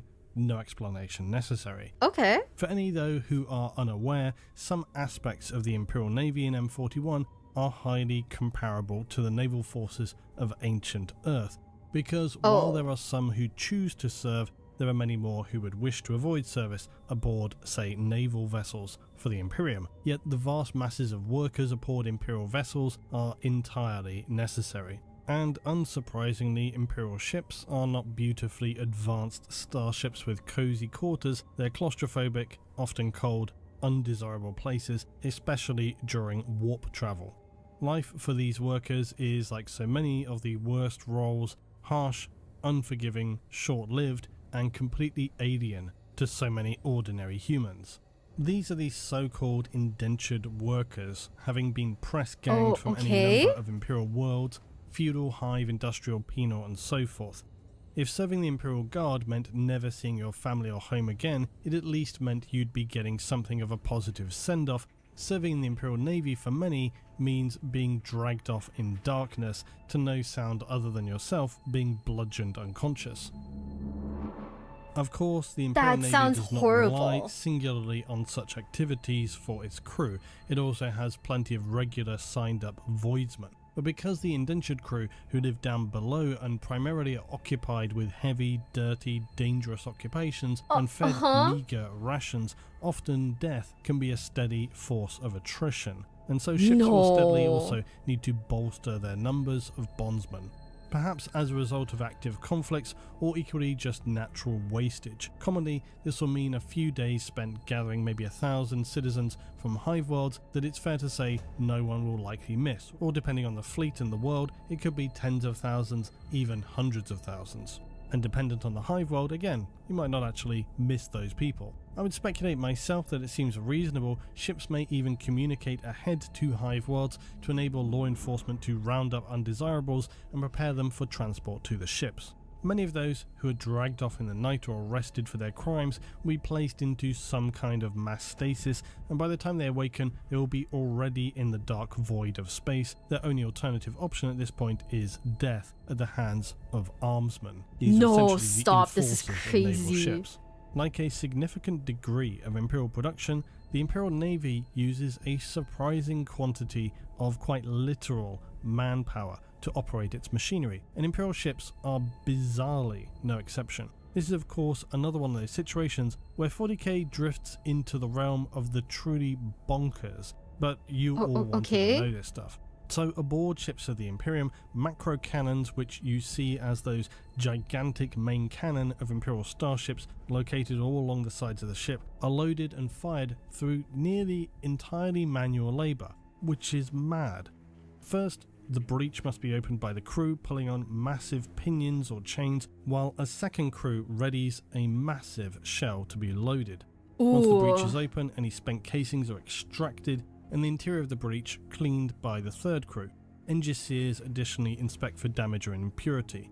Now a second crew then loads the truly gargantuan shell into the breach and immediately clear the way as the first crew come back in with a colossal manual effort in closing the breach. Once the breach is closed and secured, the crews are ordered to assume their set stand-down positions as the gun is ready to fire and the loading cycle starts over. Okay, so are you telling me that in this universe, not only are you on the ground, like, fighting stuff, there's also, like, starship battles? There's starship battles. Okay, so... And as an indentured crew of the Navy, your entire job is to, like, re-ammo everything. There's a starship battle game, too. Oh. So it's like, so you not just have like the war simulator, you've got you it's not just a war simulator, there's EVE Online aspects of it too. Oh. That is unfortunate. That is really sad. What the hell? Life expectancy, unsurprisingly for macro cannon gun crews, can be even as short as weeks, because the sheer effort required, involved and enforced, the conditions and rations are all so severe they're literally worked to death, not to mention those who are crushed or lose limbs through inevitable poor timings and judgments. Life within the ships is bad enough though that without such hazardous activities their days will be spent across a spectrum of endless, back-breaking tasks regardless. Cleaning, transporting, loading of materials and resources, resupplying various components and machinery, crawling through ducts and ports in the belly of the ship to clean and ensure they remain operational, and likely along the way finding other dead indentured workers who perhaps weeks ago collapsed under the strain of the physical stress, temperature or just otherwise exhaustion.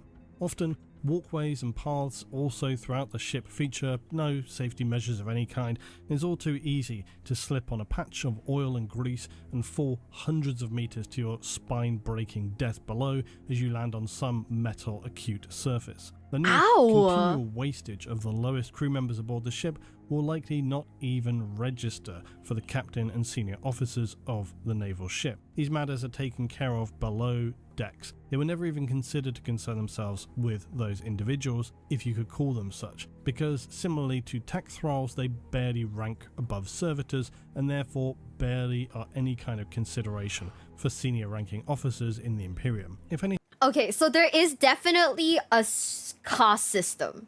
I mean, all of these are just OSHA violations, right? All of these, I mean, I don't even think they're OSHA violations. I think they're like human rights violations, you know? Like get like fucking the UN on this shit. But also there's like a strict cost system then, huh? Depending on like where you work. So the Space Marines would definitely be like up there, huh? Okay. I think at this point I've learned Warhammer 40k is just basically human rights violations. This if this game had, you know, I don't know, if this game could be anything, it'd be a gigantic red flag.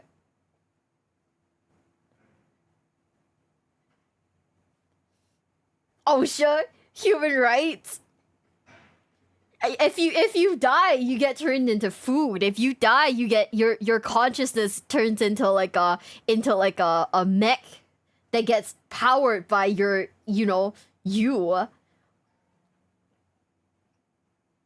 They're even called angels sometimes. That is crazy.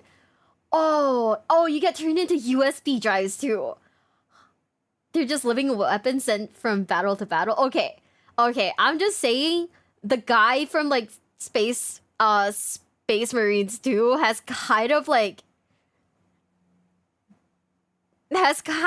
made this game seem made this like entire universe seem a lot more fun than it really is. Oh man. You get to serve the God Emperor. I need to stop being so negative. You're right. We can't be negative, guys. It's all for the Emperor, who, by the way, is basically also a battery that needs to be fed with other batteries. Oh my god. We're war criminals, huh?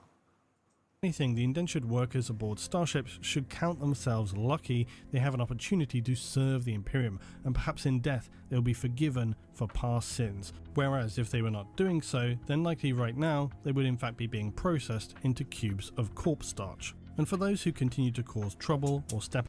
Corpse starch, see? I was right! Oh man. You just get turned into food. Either you commit war crimes or you become someone's dinner. There is no in between. Ultramarines have somewhat better working conditions because they're all super bureaucrats. You know, that makes sense. That checks out. Out of line, they can always be found a place in the refueling section of starships, and we all know what fate awaits those damned souls. Again, I think last time some people missed the point about the starship refuelers, and the fact that they were forced into horrifying disintegration while hauling the extremely hazardous material. Many people thought that this was inefficient, stupid, why not use robots or some kind of other belt system to transport this in? Again, kind of missing the point. These were punishments they had likely been forced into, and were they not already tech thralls, they likely would have had some means to ensure the process took place. It's hardly inefficient if the individuals concerned were already condemned. There's plenty more where they came from after all, which should be near enough the motto of the Imperium, to be honest. Because while such an activity seems absurd on face value, it seems horrifying and an offence to the dignity of humanity, that all fits the Imperium like a glove. Work aboard Imperial starships is riddled with dangers, it's filthy, unrelenting, and will literally pull apart the bodies of workers under the strains they must exhibit. Many workers' arms have been quite literally dislocated or worse by the strain of positioning and reloading macrocannons. Many others will just simply lose their minds while travelling in the warp, despite the very necessary protections offered for vessels of the void. Oh my god, I forgot about that. Troublesome about space travel. All feel it, even those who are resilient to such things, like those born in the darkness of space, because this darkness is always seeking somehow, somewhere to creep into the human mind, and it finds this to always be easiest among the weak-willed, the disaffected, the resentful. So if you ever find yourself dragged off into darkness and awaken aboard an Imperial naval vessel, it's worth remembering that in the void of M41, no one cares if you... Girl, you're fucked if you wake up and you're on like this Navy vessel. Either you break your arms or you go crazy. There is no in between. Oh my god. That is insane. You know, I feel, you know, you make a good point. Either you break your arms or you break your spine. There is no in between, huh? This is actually an insane universe. Oh my goodness. No way. Scream.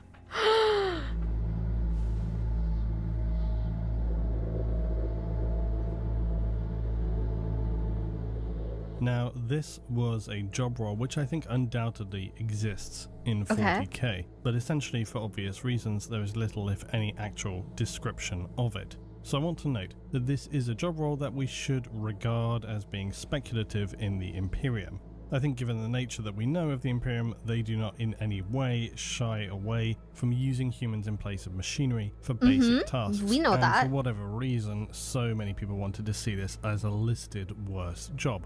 So it felt fine to include it here. But in terms of an industrial, chemical, toxic waste sewerage worker, what can you really say? What can we ourselves speculatively imagine about such a role? Well, like I said, it does stand to reason that on some hive worlds, if not many hive worlds, many industrial worlds, or even industrial sectors of hive worlds and so on, there will be those poor souls left to a life of breathing extremely toxic materials, burning their hands in chemical processes on a daily basis, and generally unpleasant tasks, having vastly shortened, painful lives as a result. This is pretty much the matter of course for life in the Imperium. And certainly of course being nothing of note for any Imperial overseers who will barely notice such matters. Similarly, for those tasked with crawling down into the depths of hive cities, crawling through tiny vented sections, perhaps slipping to be then chewed up through some gigantic cog machinery, or the inevitable loss of peripheral limbs, fingers and so forth. But for many people who wanted to see this listed as a worst job, it seems that the simple thought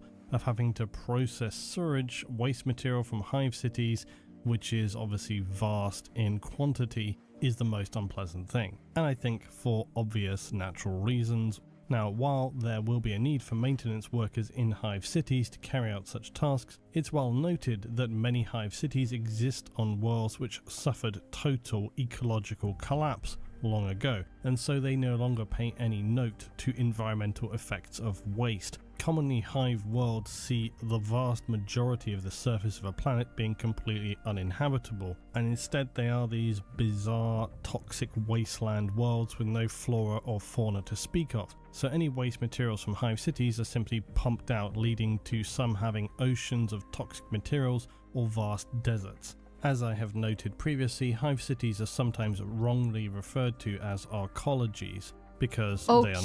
An arcology is literally a marriage of the words architecture and ecology. It means a designed space for high density habitation with a low impact on the environment and world around it. It couldn't possibly be this, because the hive world I don't think is built for people to actually live in though. Like, if we're being for reals, right? I don't think that this is it, Chief. Ugh.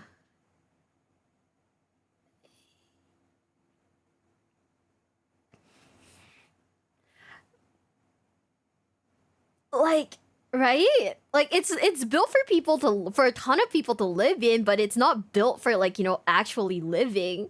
Also, that one monkey, thank you so much for the sub with Prime. Thank you. We are currently watching more about, like, Warhammer 40k lore, and it's like lore, sorry, not law, lore. And like the actual story of Warhammer 40k is so grim and so dark, like there is no light. Yeah, right? Might say I'll never be able to get a girlfriend because of Warhammer 40k. I mean, you don't have to tell anyone the story of it. Just be like, I think the little models are neat, you know?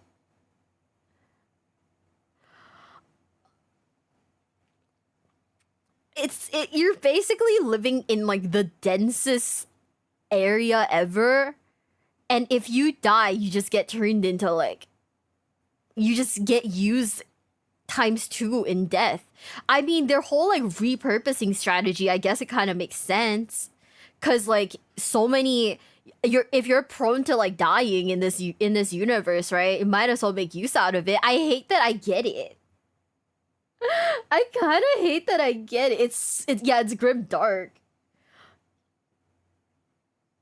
It's not great. Jesus. Oh my goodness. My friends are horrified by it when I talk about it. Girls cool sees a satire in it. I think it's just one of those things, right? Where it's so hard to speak about. I mean, I don't know. You know, I just think it's like I could not explain this to like one of my friends without them being like, okay, so what exactly do you like about this? You know what I mean? But somehow I like it. I don't know why I like it. There's something about this world that's very, like, interesting. And I enjoy it. But at the same time, I don't get why I like it. What's next after this video? It is 40k's most insane and powerful weapons part 1. Or there is dealing with that guy in 40k. I wonder... I looked at this because I was like, what is that? Who is that guy in 40k? Like, are they annoying to play against? Is that what that means? It's so over the top, yeah. Like, nothing could like get good in this universe. There are trailers and cinematics for Warhammer that I didn't know. You guys have that guy? I don't know. Do we have that guy in Yu-Gi-Oh? I mean, like the guy who plays like stun, the guy who only plays meta decks, like. Specifically, like, who is that guy? That's Tabletop's problem. Okay, we'll put this video up a little more because like we can wash off the doom and gloom a little bit by watching a video about that guy. Okay. Hive cities are near the opposite of this. They have massive impact on planetary environments. Oh, okay, that makes sense. The environment which does exist has been punished for so long that Hive cities' impact is now effectively irrelevant, and their design is usually at least partially organic in nature, only in the sense that it evolved as needs demanded, not literally organic. Essentially saying it wasn't built by a careful, planned, entire design vision. So I'm not gonna lie, when he says it like that, that sounds like all the worlds that I built in like, I don't know, city skyline. You know? It's built to fit my needs and not like actually in consideration, but you know what I mean. Right? Okay, I will write that down and we will schedule another stream where we do watch the what is it, the cinematics. I had no idea Warhammer had like Warhammer 40k cinematics. By the way, I write everything down on a post-it, but it's a post-it that has my boss's face on it, so hey.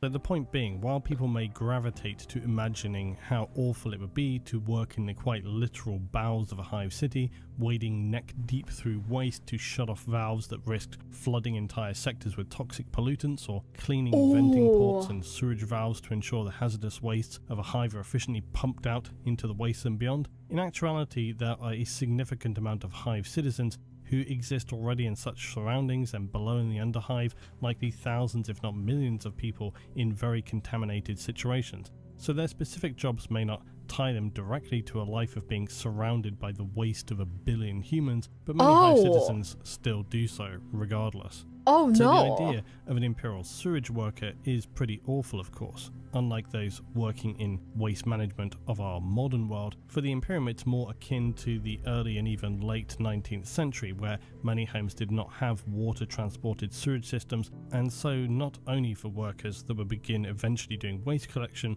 but for citizens themselves at this time, risks of issues like typhoid, cholera, other gastric illnesses were near constant. So working in similar or worse conditions within a hive city is very obviously a task most people would want to avoid, and so it's pretty natural many people would say that would be terrible to do in the 40k verse, because it's like being a normal sewage worker, but like everything else in 40k, turned up to 11, due to it being this mad dystopian parody of just how horrific things can get when the darkness of the human spirit is allowed to just run riot. You know, that makes a ton of sense. Like, I never thought about it, but these are people. They do need, they do need their sewage system That is a horrible job. That really is a terrible job. Holy shit. Oh my god, that is insane. That is actually crazy. Okay. Okay, understood. Ugh, I don't know if I like this. Ooh, that is not a good, like, visual, huh? Except if you are thinking of how bad that would be for just the person doing that job, you're still not thinking bleak enough for the 40k verse. As I just did and have often noted, Imperial citizens experience a life that is something in between feudal peasantry and early 19th century industrialization in M41 generally. So quite honestly, as awful as the thought of toxic sewage is, you really want to be thinking more about the horror of those workers in the 41st millennium who are working in the equivalent of scaled up chemical processing of the 1800s. Early human industrial civilizations were producing products with little to any understanding of the effects on humans, or if they did, it was certainly not anything that they were going to be concerned about. Acids, alloys, asbestos, cement, caustic soda, chlorine, copper, leather processing, lime, organic chemicals, phosphate fertilizers, many more things. Even power, like gasworks of the 19th century, were commonly documented as having a devastating impact on local communities and their environments, directly dumping toxic waste materials as well as saturating the air around them. Okay. Would you rather be a sewage worker or a servitor? Okay, but like, if you work as a sewage worker, right? Like he's saying right now, they can. It's not just human waste, but they dump like basically anything, ne? They just dump like anything, right? So that includes like what is it? Like the discards from like factories and stuff like that. So you're gonna end up like dying, no? You're gonna end up like with a high mortality rate because the things that you get in touch with in like your daily life are unclean, and you'll end up like, you know, unclean being one thing, but you'll end up like, you know, getting sick and stuff like that, right? So you could totally become a servitor after, you know, dying from being a sewage worker. I don't think they'll turn you into food because, you know, at that point you're kind of like toxic and, you know, I don't think you could be eaten, but a servitor probably maybe. Need a live human? Oh, okay. So I guess you will be turned into food then, huh? Okay, well, somebody call OSHA, call PETA, just anyone. Have you eaten me? Yeah, I ate before I started stream. One such community in London was eventually titled the Devil's Acre and had gone from being a previously affluent community to a slum district, so poisoned that plants no longer would grow in the houses surrounding it. We can imagine that life is very similar for Imperial citizens working in such conditions. A permanent metallic taste in the mouth from toxic substances saturating what qualifies as breathable air. Odours that cut to the back of the throat worse than any rotting putrid carcasses, and the worst potentially burning skin and soft tissues. Then there would be other ongoing health issues such as silicosis caused by inhaling large amounts of crystalline silica dust found in stone, rock, minerals, etc. like the miners. Over many years this could lead to lung scarring and damage. Workers could face any number of other conditions, simple toxic poisoning, organ failure, and as I noted earlier, any other number of invasive diseases and chronic conditions that build up maybe over many years or acutely, eventually leaving you wasted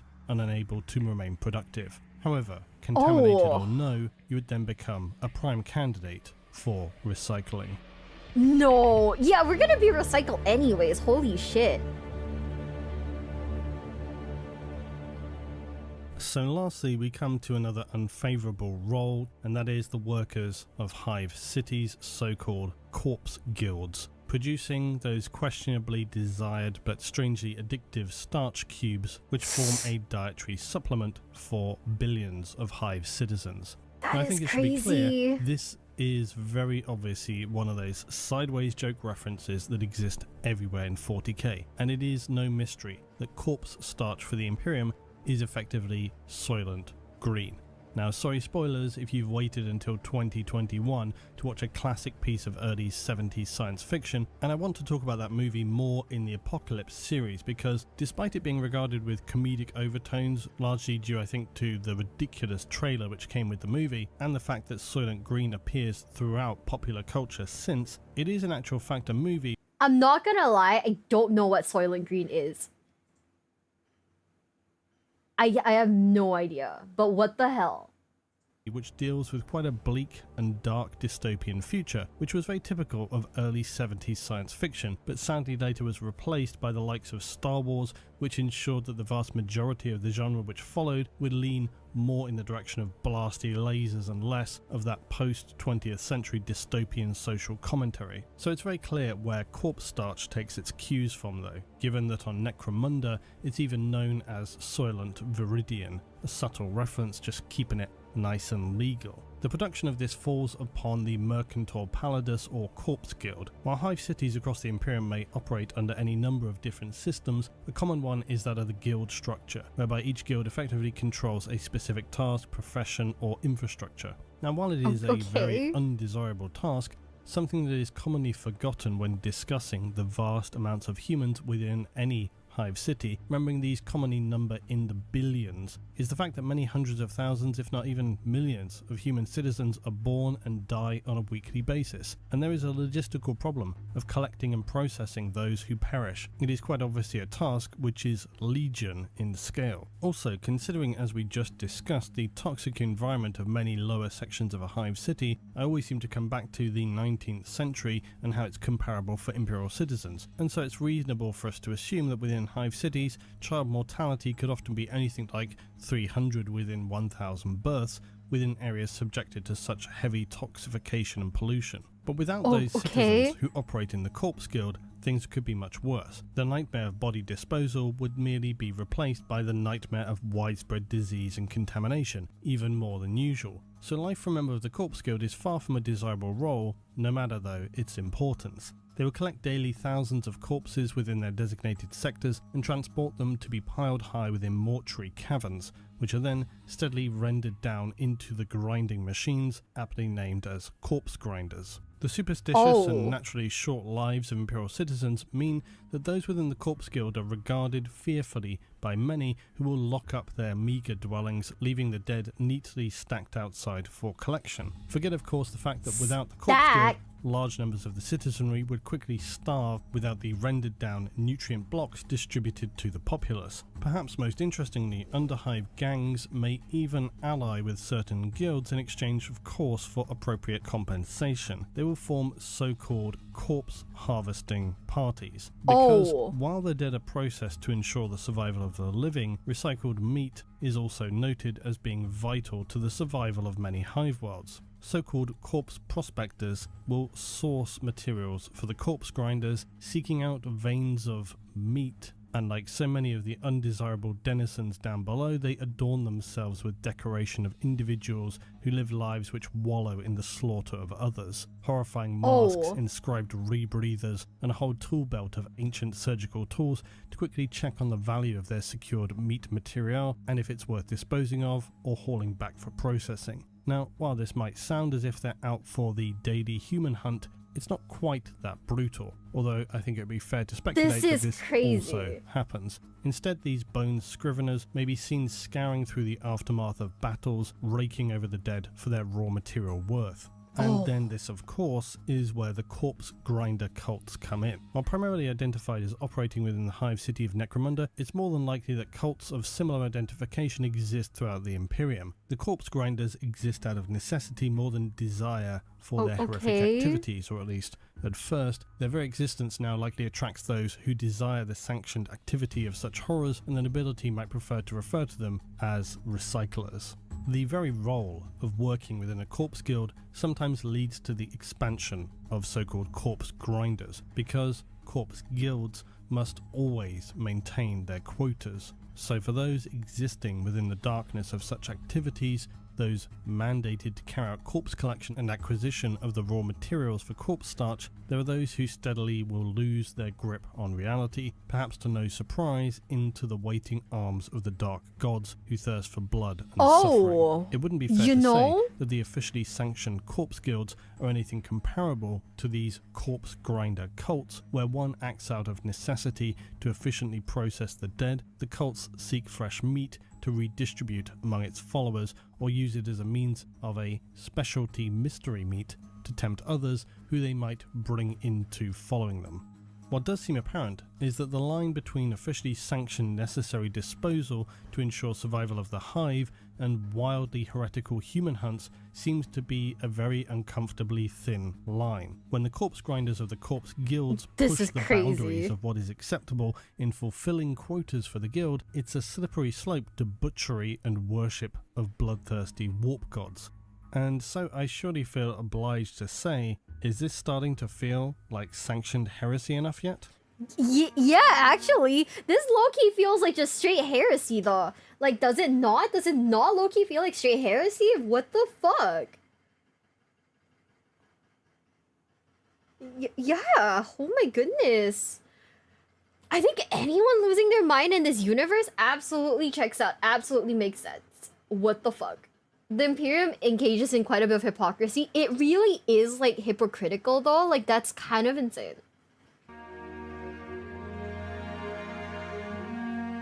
Picking through the roles of civilian life of the Imperium remains one of the most interesting aspects that exists in the 40k verse. Last time I talked about worse jobs was quite some time ago, and I said that we needed to see many more slices of civilian life back then. And this has started to occur a little. Black Library has been turning out many of its new 40k crime novels of late, and most of these focus more on the civilian side of things and less on the massive space battles against Xenos. So it is worth checking these out if you are unaware, because I personally have enjoyed all. When it comes to the Imperium, it's a strange place to even define what would be classed as a job, because many roles are far from what we would consider this to be. They're more assigned positions in society based largely on your status and background, not entirely unlike feudal societies of the past. As a citizen, you learn the trade your family knows, because the idea of rising above that is so minimal as to be barely even worth considering.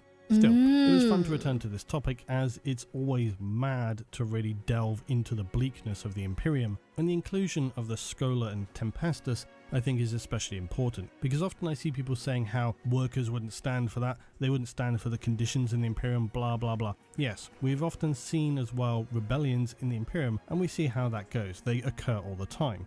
Yet 99% of the time, they are crushed and horribly unsuccessful. As I have noted all too often. The problem with rebellions in the Imperium is that they are as quickly crushed as they rise, and often so brutally that it in fact stabilizes a system for at least generations. This is precisely why the Imperium continues to turn out these brainwashed, mind-wiped, zealous followers of the Imperial cult. Those serving the Imperium are not merely individuals who thought, you know what, this is the best way forward. Although there are plenty of those to be sure. Any though existing at these higher positions other than drone plebs will be completely indoctrinated into the Imperial way. They are not merely people who just follow orders because it seems to be the right thing to do. No, it goes way beyond that. Yeah, they're like forced to something like Kaiser Soze. He kills his own family in front of their captors just to prove his willpower.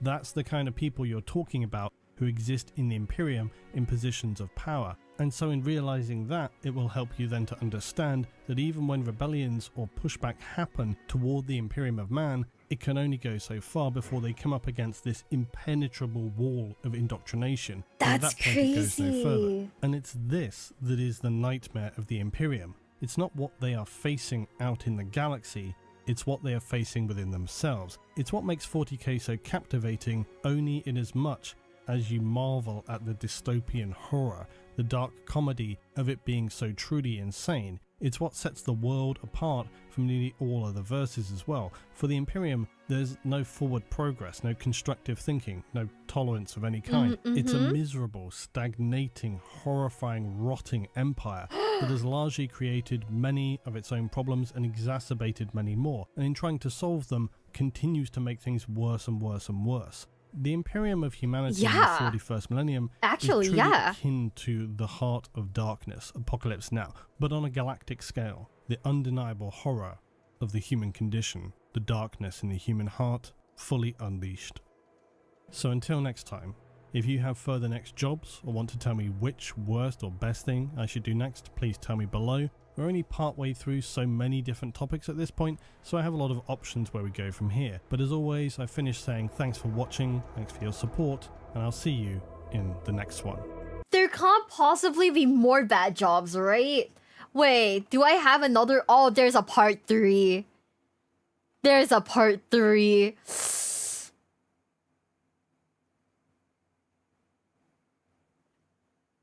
There's a part 3.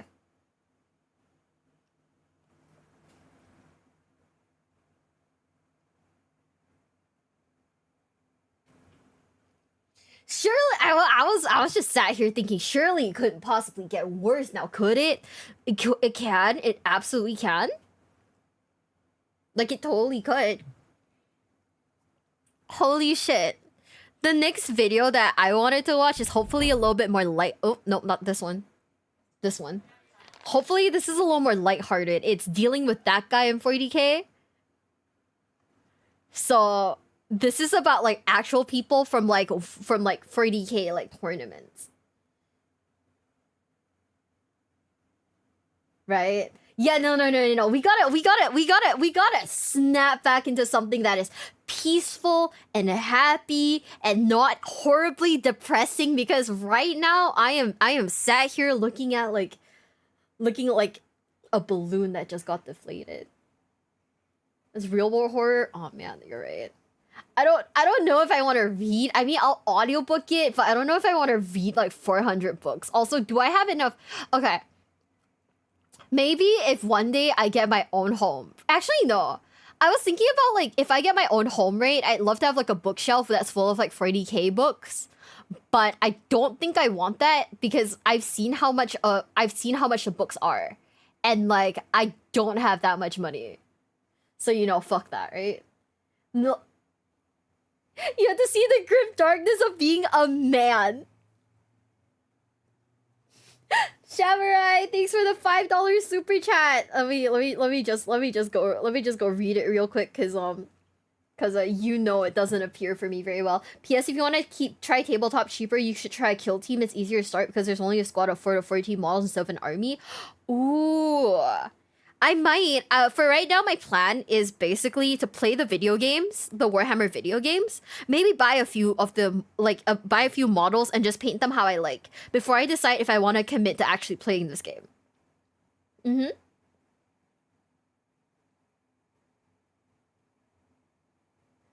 Yeah, listen, they often get leaked on YouTube for free. Oh, shit. Oh, shit. Not like this, guys. Thank you for the $5 super chat.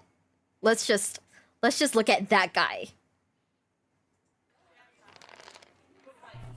All right, that is 6 mortal wounds.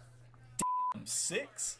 Yeah, do you mind if I see that real quick? That's insane. Well, no, you don't need to see it. I mean, come on. Look at me. What do you think? I'm a cheater?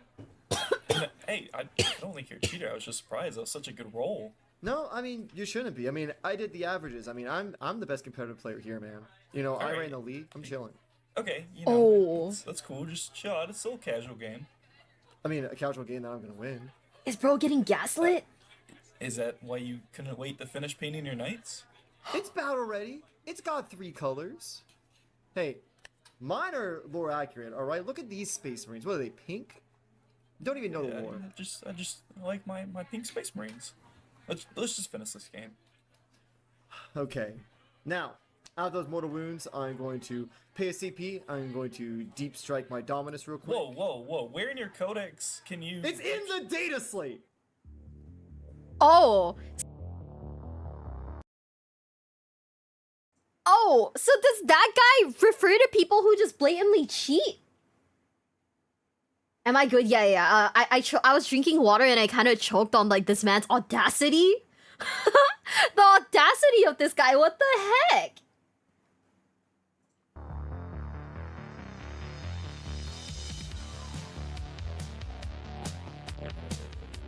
Hello, everyone. Welcome to Bolters and Banter. I'm your host, Tyler, and with me is Nick. Look at me. I'm here helping my good friend and buddy, Tyler. Yep, and in this video, we're gonna go over how Nick is that guy and how he is ruining this hobby. Oh. I mean, I've been told that I'm him. I've been him. I will continue to be him. He is that guy. So Tyler, like we talk about that guy, and I think we mentioned him a couple times. Who is that guy?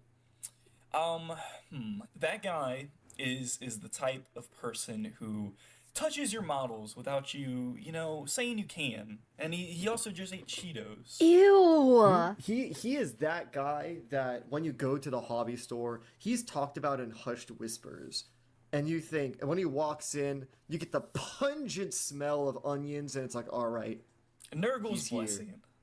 It's that guy. And there are many flavors, many variations of that guy, and maybe you want to leave your mark on the hobby store. You want to be that guy. Okay. Yeah, maybe you want to be that guy. And so, we've been around the block a couple times. We've been in the hobby store. Uh-huh. I think we can give you a nice little Christmas present. We're going to give you a nice little present about how to be that guy for yourself. Yep, this is your go-to speed run to not getting any more games with anybody in your local hobby store. Exactly. And guys in the chat, tell me if this is real. If you actually have that guy at your locals. Also, thanks Fondue. Also, what the fuck? I know that like in Yu-Gi-Oh there are people who are like this, but like, god damn. That is insane. The audacity of some people. Holy shit. And really, being that guy comes with prep. You can't just walk in the game store and decide to be that guy. No, you have to. No, you need to buy the models. You don't need to paint them. you need to get those loaded dice. But Tyler, what models do you buy? Wait, what are loaded dice?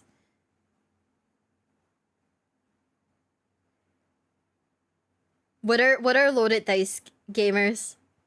Why do we hate loaded dice? Or are these the ones that like you basically can cheat with because they're like heavier or something like that? Oh. I had that guy in my Yu-Gi-Oh shop that almost got thrown out for stinking like shit. I feel like it should be okay to throw out people who smell. I don't know why that is a controversial take, but it is. You should be allowed to throw people out if they don't fit like human standards of like cleanliness. Cause I remember when I was working at that maid cafe, there was this one guy, cause like it's a maid cafe, right? So the surrounding area was full of like very nerdy like stores. So you had card game stores, you had anime stores, you had like the Warhammer stores, stuff like that. And there was this one guy at the card game store because like we get orders from them, and like we go over to deliver, right? And there was this one guy who had like dandruff, right? And when he moved, I remember because people were complaining about him, right? When he moved, it dropped on the table on people's cards. And they eventually like had to ban him from the store. Because he just wouldn't do it. He wouldn't like, take a shower or anything, which is kind of fucked up. Right? It was really bad.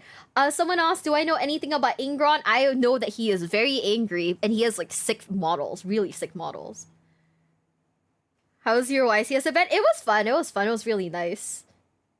It's really gross, right? The fact that people think that it is okay to step out like that is insane. Some Nurgle ass behavior. True.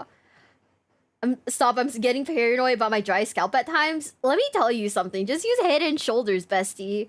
Honestly, just Head and Shoulders that shit. Honestly, Head and Shoulders. People dressed up like that at a tournament? That is crazy. Ingron has a very good reason for being angry. He does. He has that thing in his scalp. That's really bad. But also, guys, if you go to a tournament, take a shower before you go. Take a shower before you go. We gotta do that. Yeah, we gotta normalize taking showers before going to like anywhere.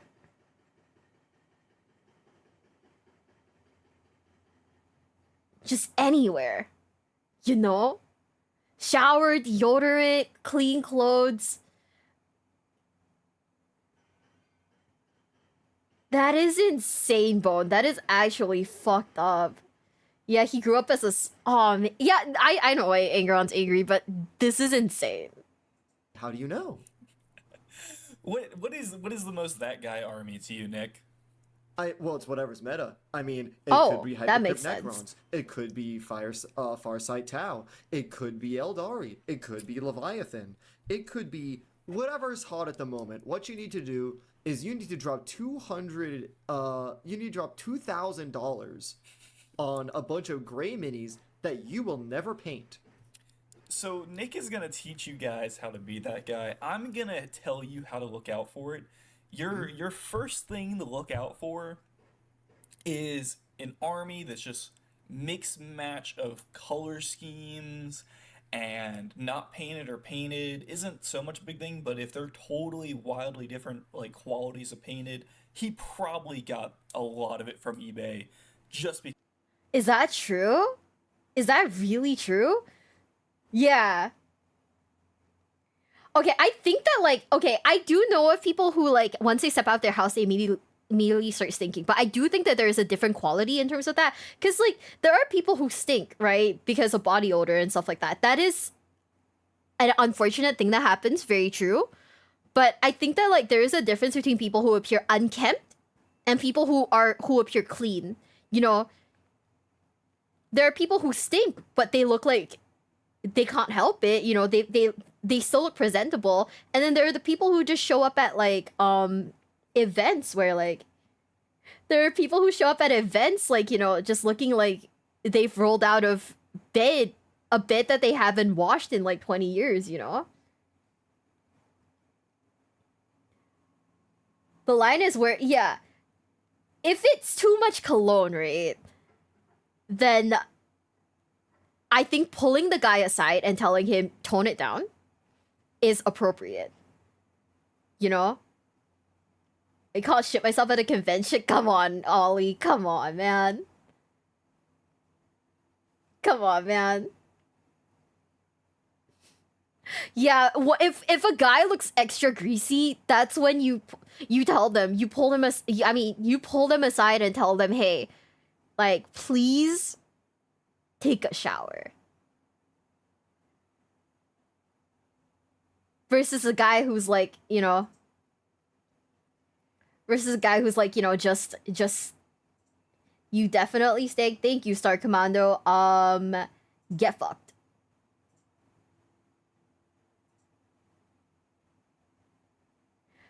Yeah, I mean, it's just kind of like one of those things, you know, where it's like there are definitely lines that need to be drawn. There are definitely lines that need to be drawn, but at the same time, like it has to be on like a very like case by case basis. What if the stink is okay? You know what's the thing? Do you remember that one episode of like what is it? Yu-Gi-Oh, right? Where My Valentine basically marked the cards with like perfume. Isn't that kind of like the same logic? The handshake strat and Yu-Gi. You know what? You know what's one thing that frightens me? If a person's hand is like very sweaty, which I know it's an issue that no one can control. But that's one of like my pet peeves. If I shake someone's hand and it's really sweaty, that scares me a little. Which might be really judgmental, but you know what I mean? Mm-hmm. You can give people a chance to fix themselves. Exactly. You can give give people a chance to fix themselves. But if they refuse to fix themselves, then, you know, I feel like asking them to never come back would be appropriate. because you're telling them that they have a very solvable issue. A very, very solvable issue. But they don't, they don't change despite people telling them to. Yeah? Damn, first band days didn't even mean nothing. How would I know if you stink or not?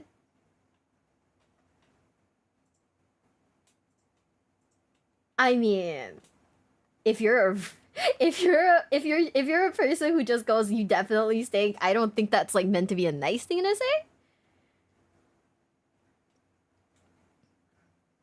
Yeah, honestly, the whole that episode was kind of stupid. That episode was actually kind of stupid, but yeah. Yeah, honestly, it's just one of those things, you know? It's just one of those like things. Because it's the meta. Mm-hmm.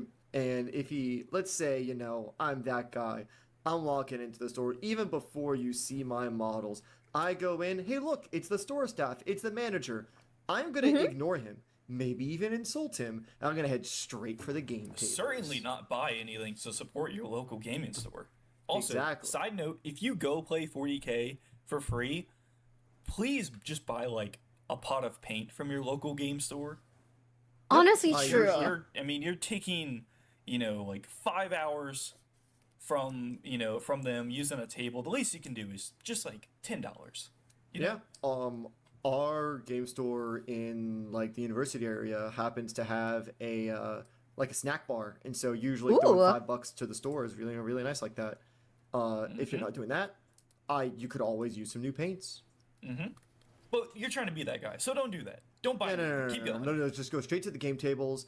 Loudly announce your presence. Make sure everyone in the store knows who you are, where you are, and you gotta find the newest person. Oh. Now, when you find the newest person, little Timmy, he's got his 500 Space Marine or 500 points of Space Marines. They're classic Ultramarines. His mom just gave him a kiss and just left, and she wished him good luck. This is his first game, and he's about to go up to what seems to be a pretty reasonable person, and he's gonna start a game.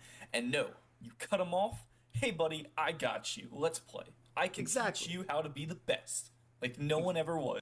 Actually, the topic of like people bullying like kids that go to locals is so prevalent. I'm kind of scared. Also, by the way, Samuel, you're being very reasonable about this. Thank you very much for being reasonable about this. If you drop your Twitch username, I do not have the thing right now, but if you drop the Twitch username in the YouTube chat, I'll have one of my mods unban you.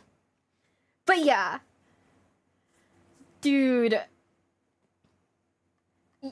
Also, 100% support your local game store. If you go there, please buy something, even if it's something you don't necessarily need. Just buy something.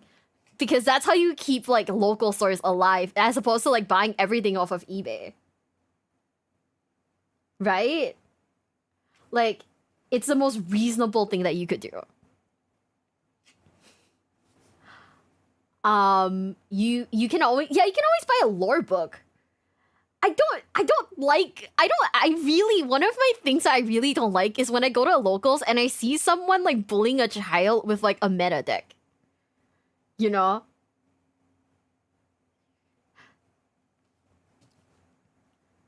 When I see people bully kids with like meta stuff, that like low-key pisses me off, if that makes sense.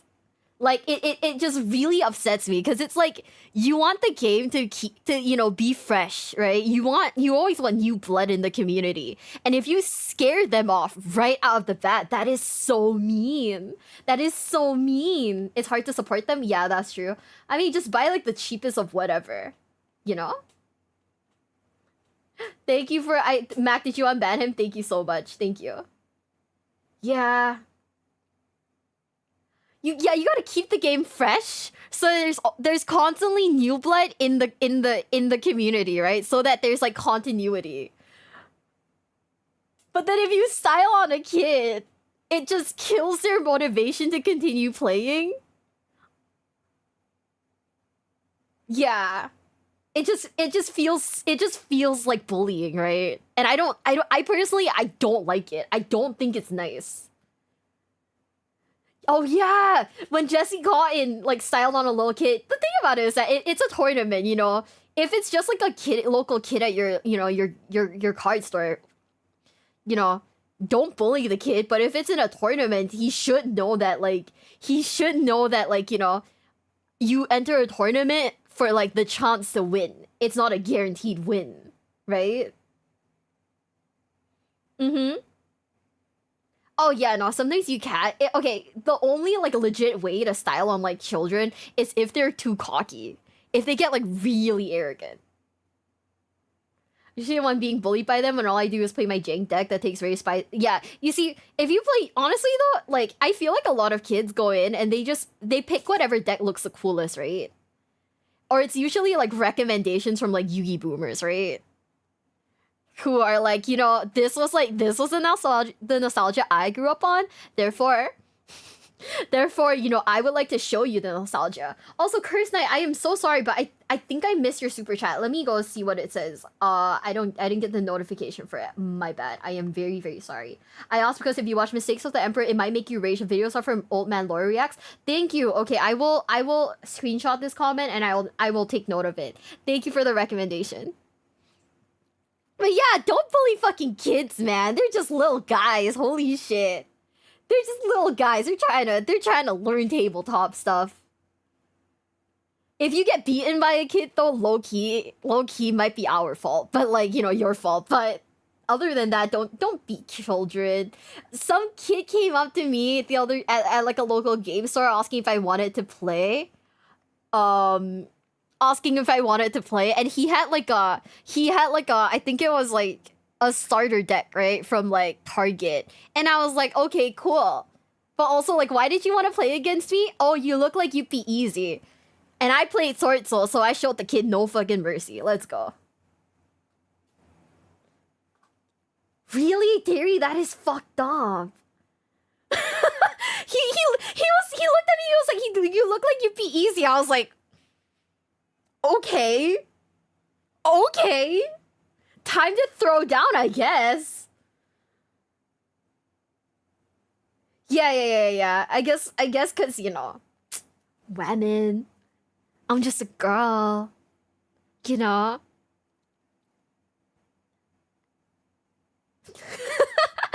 So I was like, oh no, it's over. It's so Jover. It was like, okay, you know, it's whatever. He's a kid, you know, he's a kid. So I'm not gonna be mad or anything. I'm not gonna be overtly mad. I'm just gonna be like, okay, well, you call me easy. Surely you know, it's time for me to show you, you know, time to lean for it. True. It's because my card sleeves are pink, guys. My card sleeves are pink, and that is a sin. I'm kidding. But yeah. I'm kidding. It's just stupid. It was so dumb. I was like, yo, calm down, little one. You're go to school. You know, calm down a little. That's right. You know, and you're gonna collect them all. Is that a Pikachu Space Marine? I'm glad you got that reference. Thank you. Of course. What do you mean? I'm a '90s kid. Of course I am. I was just watching a bunch of Pokemon game theory, so. Oh, that's fair. All right, okay, so you go in, find the newest guy, and you know, don't mention his paint job. All right, or if you do, you can always give him pointers about how to improve his paint job, even if he didn't ask for it. Always ask. Always try to, you know, push the new players into the right direction of doing the, you know. Oh, hold up. Bonesaw, thank you for the $10 super chat. Thank you. One infamous that guy story in 40k, a guy brought loaded dice to a tourney, and when called out, he tried flushing them down the toilet, but they didn't flush, and he was banned from tournament play. That is embarrassing. In that moment, I would have just run out of the store and gone home. Holy shit. That's insane. The video for right now is dealing with that guy in 40k. That is insane. I'm sorry. Flushing dice down the toilet is fucking funny. What would Joey Wheeler do? Clearly flush dice down the toilet to hide the fact that he's cheating. Throwing someone's models off of the side of a cruise ship. That's been done before. That's lame as fuck. We gotta flush dice down the toilet, guys. The best, most lore accurate thing, like how you do it. Yeah, exactly. And make sure they paint the right way. Don't let them paint it their way. If they want to do pink Space Marines, you have to tell them that there aren't any pink chapters. Yeah, what, are they using fucking contrast paints? What?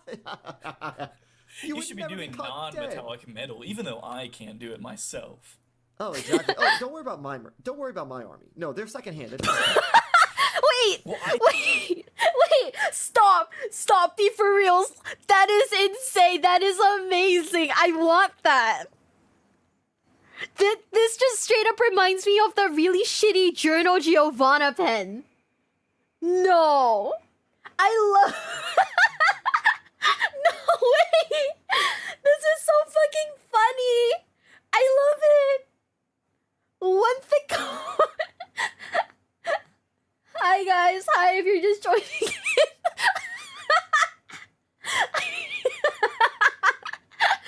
Put him out of his fucking misery already. I'm fucking dying. Why is his face like that? I don't know. I just... No fucking way. This is so funny. Oh my god. I don't get his vision. Very true. It is hilarious. I see, I commissioned it all. So, you know, exactly. You should do it like how that person painted it. Exactly. But that's okay. You know what? Regardless of your model being dog water, how about, you know, oh, I see you're bringing some Terminators, some Intercessors, nice classic Ultramarines. That's interesting.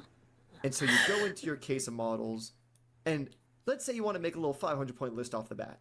I'm so sorry. Can't stop laughing. I have tears in my eyes. This is crazy. This is so fucking funny. I can't look at it. No. I can't look at it, guys. I can't. I'm sorry. I'm looking away. Every time I look at it, it gets significantly funnier, and I can't. And I hate it. The third nostril is driving me crazy right now. Oh my fucking god. Why don't you make sure you only pick the models that'll do really well against theirs? That'll make sure they know how to beat the toughest opponents, right? You also need to tell them about how, you know, maybe some things in their army could be changed. How, like, you know, well, you know, why are you bringing that Rhino when you can just bring gladiators? It doesn't make sense. Hey, are you playing orcs? Listen, man, Green Tide's in right now. You should play boys. Oh, my Tau Flamers, don't worry about it. No, don't worry about my Flamers. just bring boys. Oh. I say, having flashbacks to 3 years ago. Anyway, personal trauma aside, you make sure that you list build against them. Make sure that if they're playing an army that's like, you know, pretty easy to pick on, make sure you point it out. If they're playing Eldar and Tau, it's fucking over, dude. Just tell them. Just tell them they're done. And tell them how they picked the wrong army. Oh yeah. Why'd you pick the Ultramarines? Are you kidding me? No, clearly. They're so basic. Like, yeah, Dark Angels are so meta right now. What are you doing, dude? Is that really what people Side do? note, can we stop like the Ultramarine hate? You know, like I get it, it's funny, but it's not that funny, and I feel like especially if it's a new player, it can come off wrong. Yeah. Like 100%. There's nothing wrong if you're a new player, if you're liking Ultramarines or whatever, That you know. Lord was over 10 years ago. Let it go. It's go. a little dated. Listen, man, it's fine. Listen, play Space Marine 2, you'll get it. Yeah. You'll absolutely get it. I mean, they fucking Space Marine 2. It's awesome. So cool. Anyways, continuing. All right. So you built your army. It's a bunch of gray or mismatched paint that's completely going to counter the army. Make sure before you get to the game store. You know those models? You know how like a captain is usually on like a 40mm base? Yeah. Hey, I think I don't have any 40 mil, but 60's fine, right? Yeah, you have a 60mm base, right? It's the same difference. It's like, I mean, like it's really not gonna change anything. Yeah, exactly. Oh, and oh, by the way, I'm bringing a knight to this 500-point game. I modeled him to be kneeling because he's like in the prayer of the emperor. Don't worry about it. It's not like he can hide behind ruins or anything. I mean, yeah, that's kind of cool. I guess that's fine. We can let that slide. Okay. Yeah, Is it fine if I bring? Is it fine if I bring my rhino that has it's just like got a little chunk blown off of it, kind of. No. Damn it. No. Oh, okay. What are you doing? It's not tournament legal. God. Anyway. Do people actually react like that? That's how hates because they were broken for 3 straight editions. Oh, okay. But do people actually react like that? Ooh. Who is Matt Ward? Oh, okay. So he's the writer of Space Marines then. Doing too good at this. Anyway, I got my model set up. We gotta figure out what terrain we're doing. I see you're bringing a few Marines, stuff like that. They don't seem to have a lot of like, really high armor. There's 3-ups and everything. I'm bringing a shooting army. Okay. So let's make sure we do hammer and anvil deployment. Okay. We're gonna really put most of the terrain on the sides, for like the flanking. The center. I knew that seems fine to me.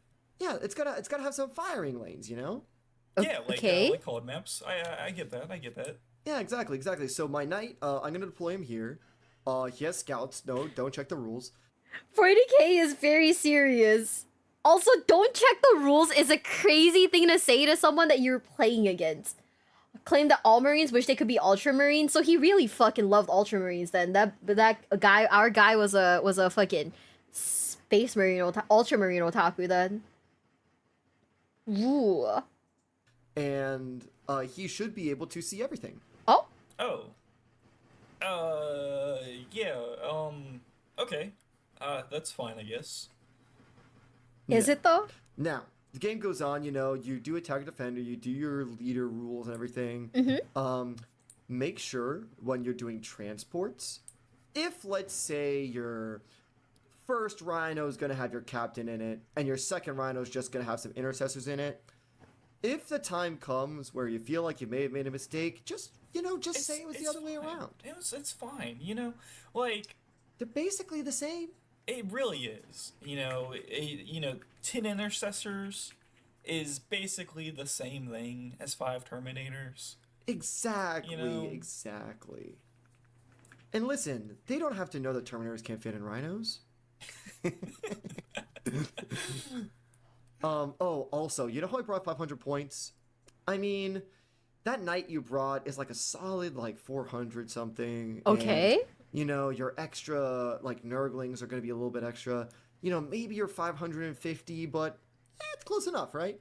Yeah, I mean, sometimes you get those leftover points, it's just a little overhang. It's not really going to change anything. Yeah, it's really down to, how good a player is and what you gotta play strategic and capture points. Exactly. I mean, what else are enhancements for? Exactly. Okay, wait, I have a question. So, when you play in a tournament, right? Like a locals or whatever, right? In Yu-Gi-Oh, you get tournament packs. What do you get stuff when you play in a local Warhammer tournament? Also, one guy made a custom Battlesuit kit bash with a wing Gundam, had an opponent that tried to say he could shoot it because of the wings. That is kind of insane. I kind of want, if you guys have any, weird, local stories of, that guy, please, drop them down in, the comments of this video. Just because I want to read it because I am nosy as fuck and I want the tea. Tournament packs are a thing? Yeah. That's what I was thinking. Do you guys have, tournament stuff that you guys get? Also, Phobia, I played Sword Soul at YCS. Don't have big giveaways? Oh, okay. You bring your army. So it's just an excuse to just, enjoy the day then. That's it. That's it, right? You just enjoy the day and have fun? I mean, I kind of fuck with that. I think that's great. I think being able to have fun's real nice. Right? But how big are tournaments? How long do they normally last? paints and brushes sometimes. Ah, okay. We'll give away a commemorative model painted by the local wizard. That mixing his paint with shit for Nurgle's army? Excuse me, what? Somebody... Wait. My locals had us all shout, "Wow!" to determine who went first based on how loud we were. That sounds fun. That sounds really fun. Bonta mentioned the mission pack is set beforehand. Your army is also scaled by points, so theoretically everyone's being this equal firepower. Okay, that sounds good. 3 round 1-day tournaments can last around 9 hours? Oh. I'm imagining I have to go 1-1 and drop. I'm just gonna put it this way. I went to a YCS. I paid $25 to oversleep. And then I paid another $10 to take part in like a in a side event where I went 0-1 and dropped. It was great. Better lose your first game because the more fun games are the lower end. Really? Damn. I remember hearing some guy came with a World Waters helmet and kept LARPing. When he won, he went blood for the blood god. When someone asked him calm down, he went the nails are biting. What? That is crazy. Okay, there's contests for painting minis then. Okay, painting minis sounds fun. I mean, I do that. I know like some other card games like Grand Archive, they have like tournaments for like how cool your cards are. So if you pull like higher rarity stuff, you get the opportunity to win other higher rarity stuff, which is kind of insane. I have more MTG that guy stories than Warhammer ones. Okay, so if you guys are privy to like the other you know, like nerdy games and whatnot, right? Which would you say has the most like unhinged that guys? There was a guy in my locals that had a backpack full of deodorant, and he would just spray anyone he sensed was stinky. Some of the dudes got in the eye and didn't take it well. That just sounds like that trading card shop simulator. Honestly. Lunch break, so it's 3. Okay. Magic has the most unhinged stuff? Okay, now I'm curious. Now I wanna watch like videos on like that guy from Magic the Gathering. I love how everyone agrees it's Magic. Do you guys play Magic? Are we shitting on your card game?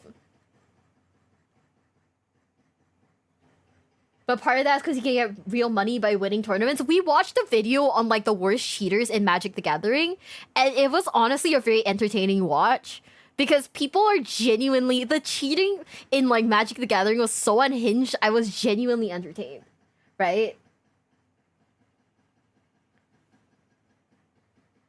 40k filters out a lot of those guys because of the cost of armies. You know, that makes sense. That makes sense. There was a guy at a Warhammer table that straight up took out one of his opponent's minis and bit it. What is with people biting things out of anger? Cause like we watched like a YouTube video the other day about like some Yu-Gi-Oh guy who got pissed at his opponent's deck, took the guy's like boss card and bit a corner of it off before spitting it on the ground. What is with people and biting?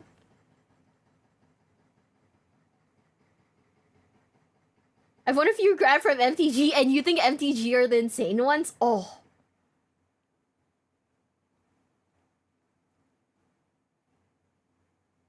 The chess cheating story? The one with the thing up the guy's bum? I had an intro game of MTG once. My teacher thrashed me without explaining anything. Never played again. Oh. You know, I genuinely feel like sometimes I want to be in my own bubble. I want to be in like my own bubble when it comes to playing like trading card games, just because like some of my Yu-Gi-Oh stories are kind of unhinged. Like the American ones are fine, the local ones not so great. But my experience in like American card stores have been okay so far. They would intentionally not shower, put his hands in his armpit so he could shake the hand of whoever beat him.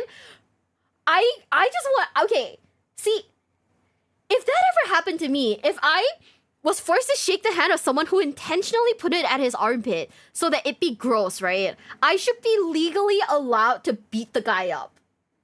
Right? I'm just saying, I should be allowed to beat the guy up. So as your babies only know how to scream, bite things and shit. You know, that's so true. The worst I've done is kicked my own bag and then apologized for using my opponent at the end of the game. I failed 4 charges in a row and crashed out. Yeah. Have this idea should pro tour. Oh. According to Baki, the anime biting is a pro. You know, that makes sense. Russian chess pro tried to poison her rival in Mercury? That is horrible. Also, Huntail, I will beat you up if you do that to me. If you put your hands in your armpits before shaking my hand, not only will I not shake your hand, on fucking God, dude, you will catch these fucking fists. That is insane. That is unhinged behavior. How fucked up do you have to be to think, oh yeah, this is how I'm gonna hit my enemy. This is how I'm gonna hit my opponent with fucking poison damage, bro. You get more of the guy smell if you beat him up. Oh, you're right. Okay, what if I hit him with the steel chair though? Right? Climb up on the table and hit him with a steel chair.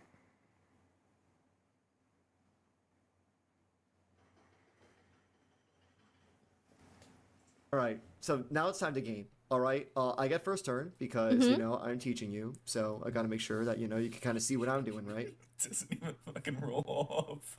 Yeah, no. You know, yeah, because your first game, and, you know, I'm gonna go so you can kind of see what I'm doing, right? Yeah, and I can explain it to you. Yeah, exactly. Alright, so I got my dice tray. You'll see the walls are 2 inches tall. Don't worry about it. What? Okay, let's roll my advance roll. Oh, that one's cocked. Hold on.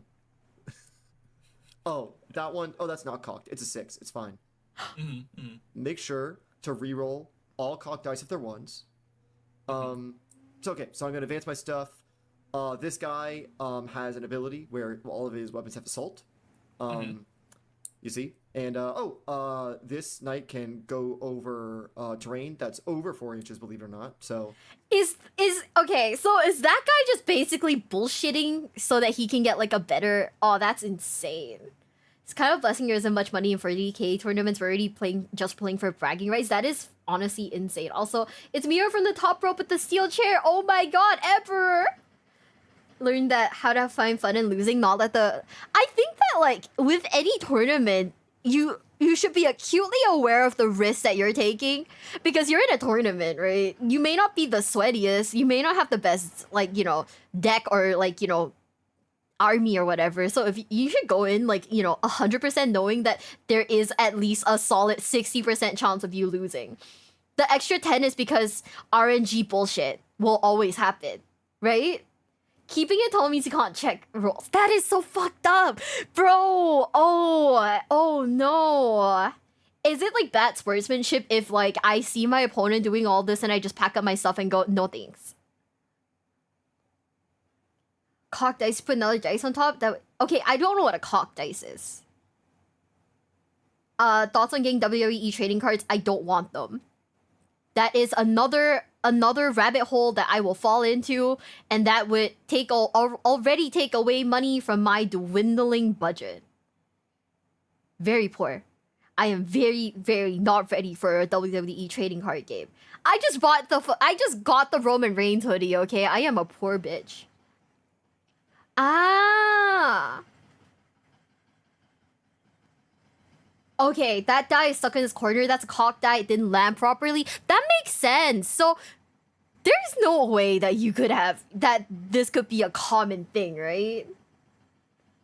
Ah. You want to know something? I'm not gonna lie. When I was at Target in America, for some reason there's like a huge like they just don't have like Yu-Gi-Oh cards or like Pokemon cards on the shelves in like Target anymore. Like at least the 3 that I went to, there was barely anything. And I stood there thinking for a second, should I buy the WWE trading cards? You know, at least I can get my, you know, cardboard crack. But it's not Yu-Gi-Oh. Have you ever looked at One Piece TCG? I have, and it is also very expensive. And it is very expensive. The children are feral.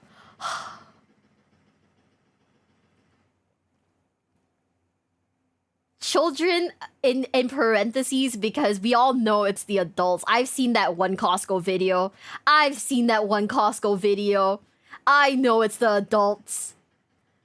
I went to like a ramen store in America and they were selling Pokemon cards, right? But they weren't just selling any Pokemon cards. They had a prismatic like ETB selling for like $280 and I was like, Jesus. I should have walked out, honestly. I don't really like, I don't know. There's just something about like businesses that scalp. Like I get that it's a thing, but also I don't want to support a business that has like scalpers. Right? I should have just walked out instead of eating there, but hey. The food was mid. Ever play Magic the Gathering? No.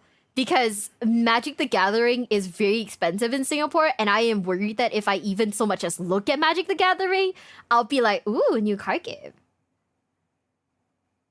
So, you know, I'm just stuck in my little, like, Yu-Gi-Oh! Vanguard bubble. I am dipping a toe into the murky waters of Warhammer. But it's just a casual dip. Yeah, they had, like, they were randomly selling, like, like Pokemon cards at like a ramen store. It was just a little like ugh, you know, that they were scalpers. 40k minis, it's always cheaper on Amazon. Is it really? Oh, okay, sick. Which color do I play?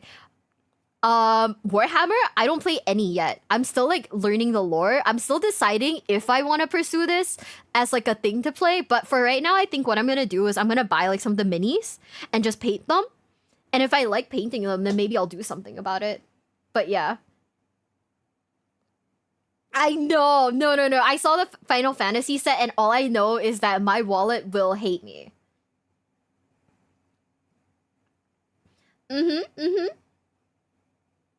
Wait. Wizards of the Coast sent thugs to a fan's house? That is insane. That is actually crazy. What the fuck? Yeah, I am from Singapore. Usually, like, Western hobbies tend to be a lot more expensive here, so I have to really, like, pick and choose what I want and what I need. So yeah, Tabletop Simulator might be great. Play Dawn of War? Ooh. Yeah, I think, like, for right now, it's either Tabletop Sim, or the Warhammer games for right now, at least. Figure out if you have a local community to play with. Oh, that involves touching grass, and that's like, ooh.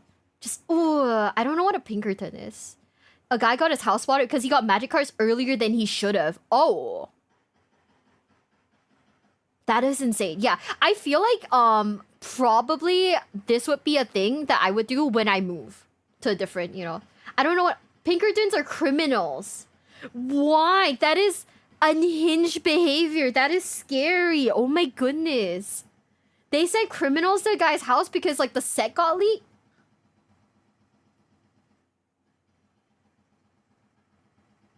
That is fucked up. That is insane. Dawn of War. I've heard of Dawn of War. I've heard of Dawn of War. It looked a little too complicated for me to even, like, get in.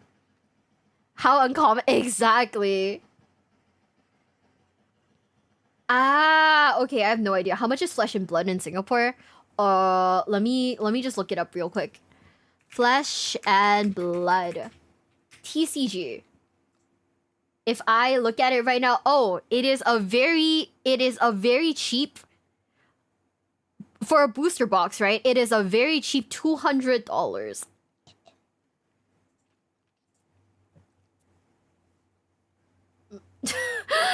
No thanks. No thanks. We can't do it. That's good for Flesh and Blood. I don't want to spend $200 on a card game that I don't know if I like, though. Ugh. Why would... Okay, a card game, like, a card game company hiring thugs is just crazy to me. He sold me a Swampert for 50 cents. That's nice. That's honestly really good. White Shorts is great. White Shorts is great. Also, I don't know if I want to finish this video just because it feels a little, like, long. Do you think it gets any better? Still cheaper than MTG? At this point, I am just a Pokemon girly. I don't know, man. If I want to go cheap, I'm going Pokemon. But honestly, I love Yu-Gi-Oh! I don't know what to say. I love Yu-Gi-Oh! I'm just gonna go through here. This Rhino should be able to go through this ruins, right? Yeah. Okay. Yeah. Okay. There you go. So I moved. I got all my stuff done. Okay. Time to roll my attacks. Let's see. I'm gonna get. Didn't you advance some stuff? Doesn't don't you? Can't you not shoot? No, I didn't. No, I didn't advance. I just moved. Oh, okay. Yeah. So it's okay. So I'm gonna roll my dice. Let's see. I got a flamer. I got 2d6. Okay, roll the dice. I get a 7. Okay, look cool. Let me pick up 9 dice real quick. This happens, dude. This happens all the time. I've seen so many times where someone did I rolls. say 7? No, sorry, I meant to say 9. This happens so many times to me, dude. I don't play with this person anymore, but every time, this is the same Tau Flamer dude. He insisted his flamers had 2d6 shots. Dude, it was the worst. I mean, wait, what? The other thing too is, like, especially going up against like new players, if you're just rolling super fast, yeah, like, they can't track that. It's and it really it's just a matter down the scale. You're hot roller. You got to keep it moving.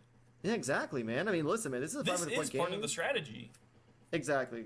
And so let's get this done, all right? I'm blasting through these. I'm making sure that I'm using every single strat and ability I can. Went through the save. Oh, yeah. They're all mortal wounds. Here you go. Yeah, I got dead wounds, but it's okay. You can't do saves. Sorry. It's okay. Oh, look. Oh, you have an invul save? Yeah. Use your invul save. Oh, you made them all? What the fuck? Why do you have an invul save? This is so OP. This is rigged. James Workshop, dude. I can't believe this. Damn. This is such a shit game. Everything in this game is unbalanced. So he's cheating them by saying he has double the fire rate. Okay. Oh man, that is insane. I am like, I do like the Warhammer fantasy. We just needed something to like, get past because we watched two videos on why the Imperium on like the Imperium's like 10 worst jobs, and it got mega depressing. It got omega depressing. We were just kind of sat here like, oh no for like an hour. If you don't understand rules, don't allow more rolls until you do. Yeah, that would honestly be like... You know what? I'm curious. Let me see. Warhammer 40k cheaters. Cheating. I'm kind of curious. Are there... There's a cheating scandal?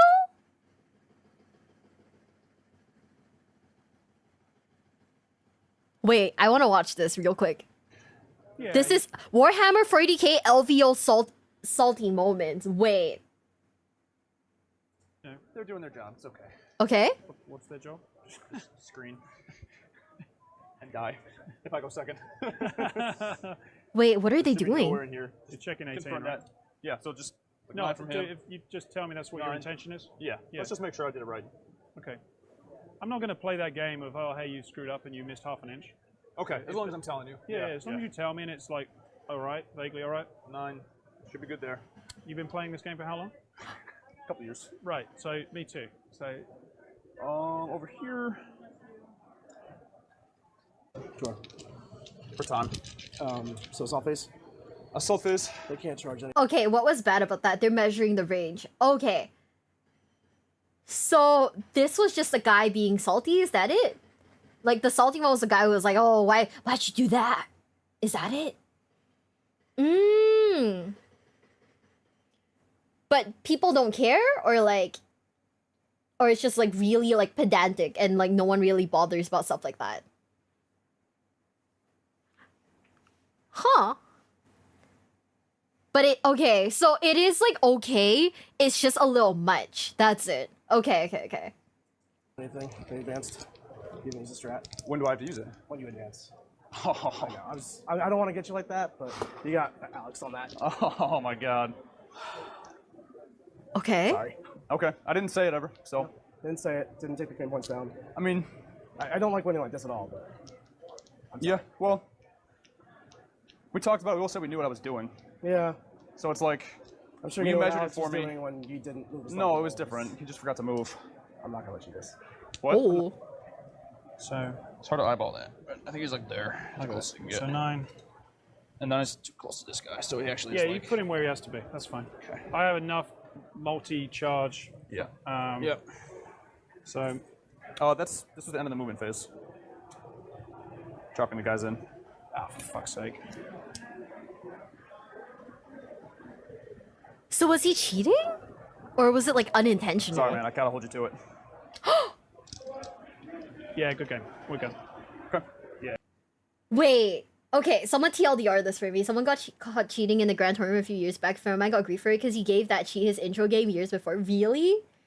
Nerd drama is so interesting because I feel like nerdy drama is so interesting because nerdy hobbies, right? Especially they have people who don't know how to control their emotions very well, and it just becomes so weird and so pedantic and so like unhinged. I don't know if that's Nick from Art of War, but he lost then because what, he did like an illegal thing or something? I think you win anyway. I'd like to play, but the okay, you know what? Nothing else moves. So the guys that moved have already moved. Yeah, we'll keep on. Sure. By the way, these look so cool. Play. I'd prefer it if we said, oh shit. But that's your call. You're right. No. I'm gonna smash you. Table flip. No. That's good. Oh, my wife is live. Okay, I think that one was they moved into shooting phase, forgot to drop his reserves. Okay. The paint jobs look good. Let's watch this one real quick. Oh, that reminds me of, you mentioned tournament. I read a thing on Twitter about there was a 10th edition tournament last week, and there was this guy with this real powerful, mega cheesy Eldar army. Okay. And he was like doing the whole thing where you roll your dice before the battle, and then like you can put your sixes in wherever you want. One thing you're not allowed to like 6 o'clock is the who gets to go first roll. But somehow he was always banging his sixes going first. And he was in like 4th or 5th round of the tournament. And apparently his opponent was like, you've rolled 6 to go first every time. What the hell is this? He was like, I don't know what you mean. He's like, I don't like those dice. Show me those dice. And he was like, no, you can't see my dice. What the fuck? He called like a tournament organizer over. And they were like, okay, well, you know, let's test the dice. The only way to be sure, you can't just roll a dice 10 times because, you know, maybe you just get lucky and roll a 6 10 times, right? Yeah. So the tournament organizer's solution was you make a saltwater cup. Okay, yeah, that's like a classic. And you put the dice in it, and then they should just naturally rotate to the heaviest side will go to the bottom. Yeah. Oh. And so the guy who accused this guy of cheating just like ran off and bought a bag of salt straight, like went to the shops and did it. The guy being accused was like, oh, I'm just gonna quit now. I'm gonna drop out. This is bullshit. How dare you question my honor? I'd rather just get a lose on this mission and not play and not get tested for my dice. I think that's the fairest way to do this. And so everyone was very suspicious at that response. He was like, you know, just don't test my dice and you can have the free win. Yeah, okay. And then he like went off to the toilet while they were making this ready, and then came back and was like, I don't have any dice. What do you mean? And someone else went to the toilet and found there's like a photo of loaded dice in the toilet. He tried to flush them away. Oh! And they've got fucking lead in them, so they don't flush. They just sit at the bottom of the toilet bowl. No way. And there's a pair of them. They come in a set. One always rolls 6s and one always rolls 1s, so that if anyone accuses you, you can do the switcheroo and go, no, look, I rolled a 1. It can't be a weighted dice. I just 40k. That is crazy. Dice. Toilet dice, yeah. If I just searched toilet dice, and the first thing that came up was the 40k. Boom. And because obviously in the toilet they just floated to their natural side, so it's 6 and 1 because one always rolls 6s, one always rolls 1s. So he ended up like just busting himself by trying to like hide the evidence. Oh. No way. No. Which is just first. Jesus. No. Oh my god, you fucking idiot. Like flush. They're too heavy to be flushed. That is insane. Of all the things you could have done to get rid of something. Yeah. God, what a dingus. I It love does sound like a fucking classic Eldar player, though. All of them scum. Ugh. Wow. Did this person get fucking named and shamed? Oh. That's Yeah. amazing. That's so fucking good. Just don't fucking cheat at a game of toy soldiers. That is honestly unhinged though. Like, okay, I get like people want to cheat, but like, why would you cheat at like a locals? Like, you only get brownie points, right? You don't even get money or anything. That is insane. Also, RQM, thank you for the resub. Thank you. Also, Jovi, thanks for following after watching my Warhammer World of Warcraft stuff. We are doing more stuff for World of Warcraft on Friday. Okay, but like, why do you want to be known as the super nerd of like the story? Like, congratulations, you play like the army that people hate, but also you're cheating.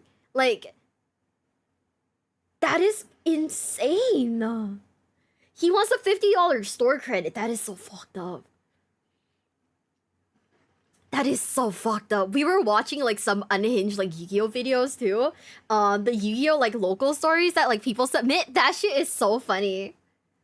But oh man, that is what a man will do for $50 store credit. I've seen people. Okay, I have hosted like very minute Yu-Gi-Oh tournaments, like community tournaments, with a prize, with like a very small prize like goal, right? I think the one that I hosted, it was basically you win essentially a $10 Steam gift card. Not USD, by the way, SGD, because that's where I'm from, right? And I saw people just cheat in the tournament. And when I was like, hey guys, the fact that you're cheating is kind of fucked up, so I'm gonna have to DQ you. Do you know what they said to me you know what they said to me? Well, if you didn't want people to cheat, maybe you shouldn't have a prize tournament then. It's $10, my guy. If you're American, it's maybe $7. You're insane. For a VTuber tournament? A VTuber tournament? Question mark? My buddy, my brother in Christ, please make better decisions. Yeah, if you don't want people to cheat, maybe you should put you don't cheat in the rules. It is insane. I don't get how people, cheat. Like, it's like, okay, poker tournaments where the prize is essentially like millions of dollars and you cheat. I guess I get it. But congratulations, for $10 whole, you have thrown away your reputation and you're now getting banned from the stream. You know? I hope it was worth it. Like, maybe you could get like one of those like shitty like NSFW games on Steam with like $10 whole, or you could get like fucking, I don't know, what's like a good game that's like less than $10. They've based their life around whatever nerd passion it is. Honestly, true. I do get that. I had a tournament like ages ago, like when I first started streaming, and it was like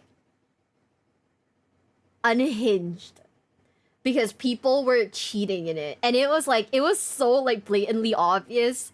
It was not great.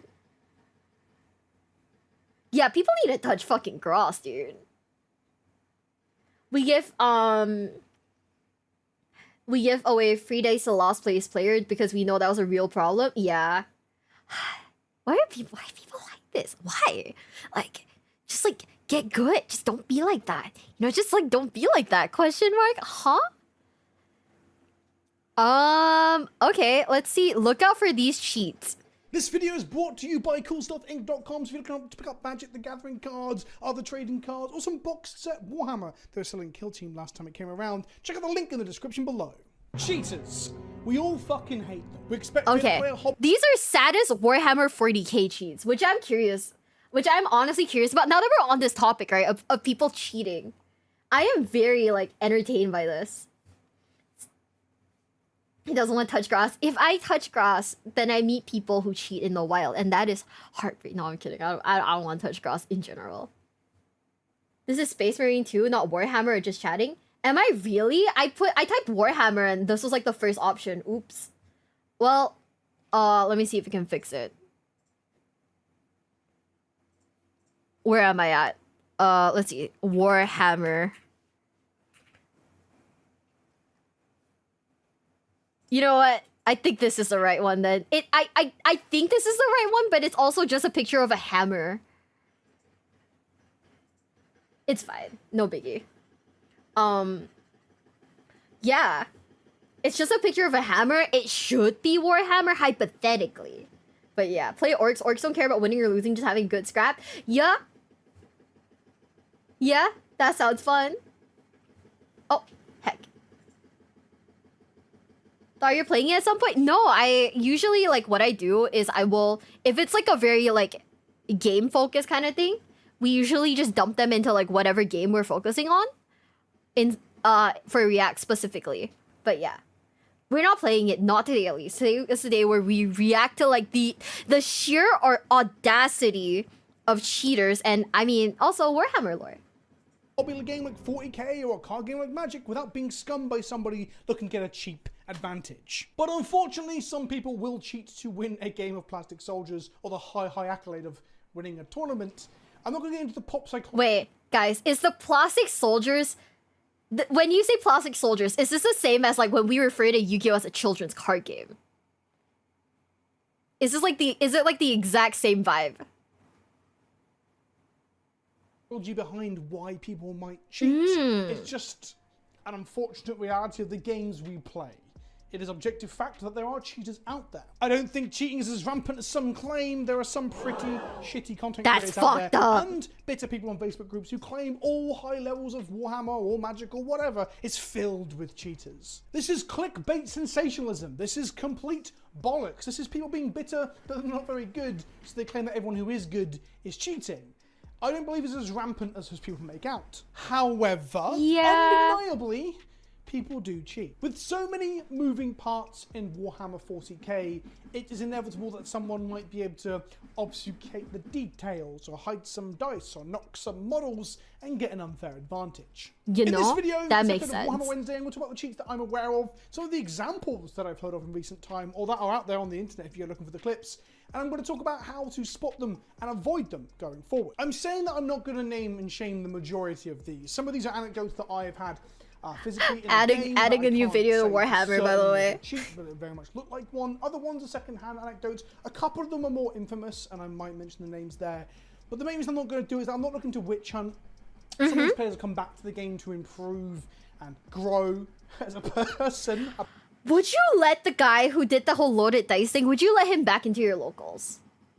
Genuine question. Do you think that he could be forgiven? Could he have what is it? A reformed arc, like Tyler 1. Very cool you organize your reacts like that. Yeah, it makes sense. That way I can like look at what I've already reacted to before and what I haven't. No? Right? He has to use plain black and white dice. You have to like, someone has to like lift that shit. You gotta prep like a glass of like salt water every time. Apparently. I want this to be more about enjoying the hobby and playing the game and avoiding people like this. But I don't want it to be about a big circle joke about a couple of people that we should all be fucking harassing. That's not what I'm looking for. Yeah, don't harass people. Discuss in the comments, go off and Google it. Look no matter how Reddit. fucked up they are. Some of these things are going to be very obvious who I'm talking about, but I'm not looking to name and shame. With all of that out of the way, let's get into some examples of how you can cheat in Warhammer 40k and what you should look out to try and avoid this happening to you, whether this be at a local game store or a big tournament. Ooh. Again, neither of those are exempt from this, and neither of these they happen more or less. There are just some people floating around who are those kind of people that would cheat in these kind of situations. Let's start with hidden dice. Oh, is this the guy? An anecdotal example of a very specific cheat. I'm going to expand it into the wider area of hiding your dice. I'm not planning on collecting just yet. What I want to do is I want to buy like some of the starter models, because I know there's like a starter like model kit, right? So I want to buy like one of the starter models and then paint it. And then if I get like the brainworms from like painting it, maybe I will collect. But also I probably won't do too much as of yet. I intend to move soon, so it makes no sense to buy like a ton of models right now before I move, and then have to like risk like moving all of that shit to like a different country. That would be a lot of work. That would be way too much work. I'm just here to vibe, bro. From your opponent, but this is something that happened at either the last Bath or Bristol GT. For example, I can't remember the anecdote that I was told, but the person who told it to me, I trust them. A player was placing a singular die, one dice on a 6, in a central piece of terrain.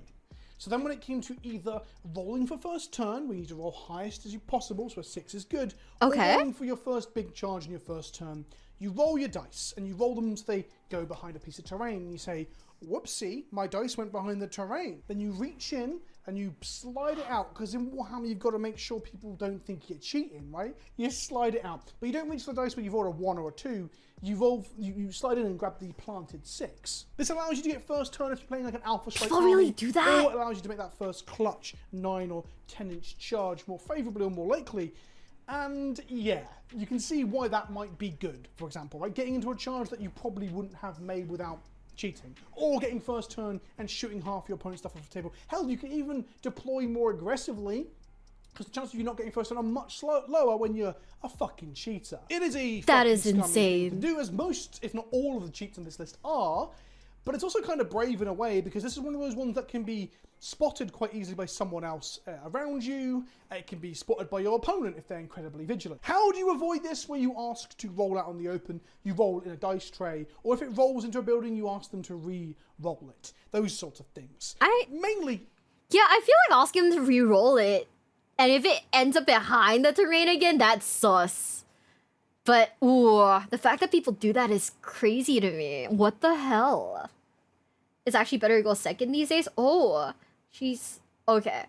Wow. In the open in a dice tray. You can be super vigilant, you can walk around the table, you can chat from different angles and stuff as you start, but having to be super fucking vigilant all the time is not the best piece of advice, because a game of Warhammer will take you around 3 hours, right? Maybe more in a casual setting, maybe a little bit less if you're both efficient, but being vigilant for 3 hours, and that's the first of like 3, 4, or even 6 rounds in a weekend, is exhausting. Part of the reason why cheating is fucking shit, right? It's ruining everyone else's enjoyment. Let's talk about obscuring your dice rolls. Similar to the hidden dice, singular planted dice, we have just obscuring them via terrain. Dice tray. There's obscuring terrain rules in 40k, of course, but they're not meant to be for your fucking dice. As the example we have here, which was caught on camera, where a player is rolling his shots behind a tall L-shaped building that the opponent can't see through.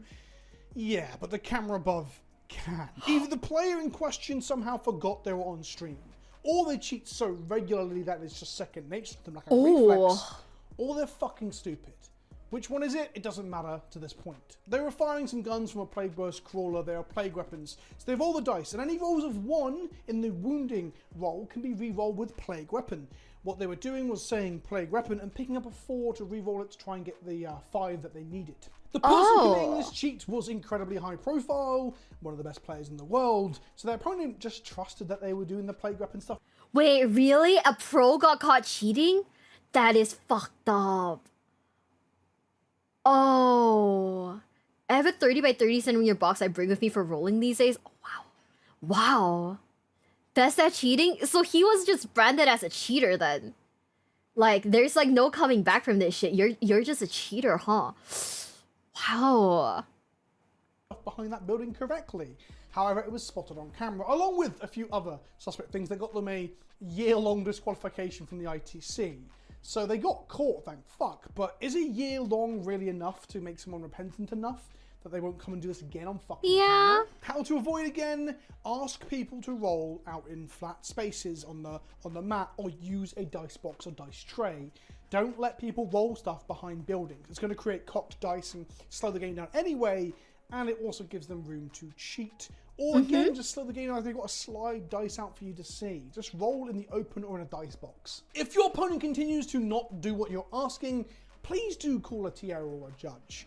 What Magic the Gathering has taught me is that calling a judge or a tournament organizer is not a bad thing. I just punched my desk as I said that by accident as I was gesticulating. But my point is, it's not to be frowned upon to get TOs or judges involved. They are there to make things run smoothly and cleanly, to deal with arguments that you're not going to resolve very easily yourself if your opponent's being stubborn, shall we say. Fuck it, in Magic, if you make a mistake where you've cheated by drawing too many cards, or you haven't unsideboarded, or your deck's wrong, or something like that, you call a judge on yourself. There's like an onus on self-responsibility that helps to get cheating to be probably less prevalent in Magic than it is in Warhammer. A quick side one on obscuring terrain.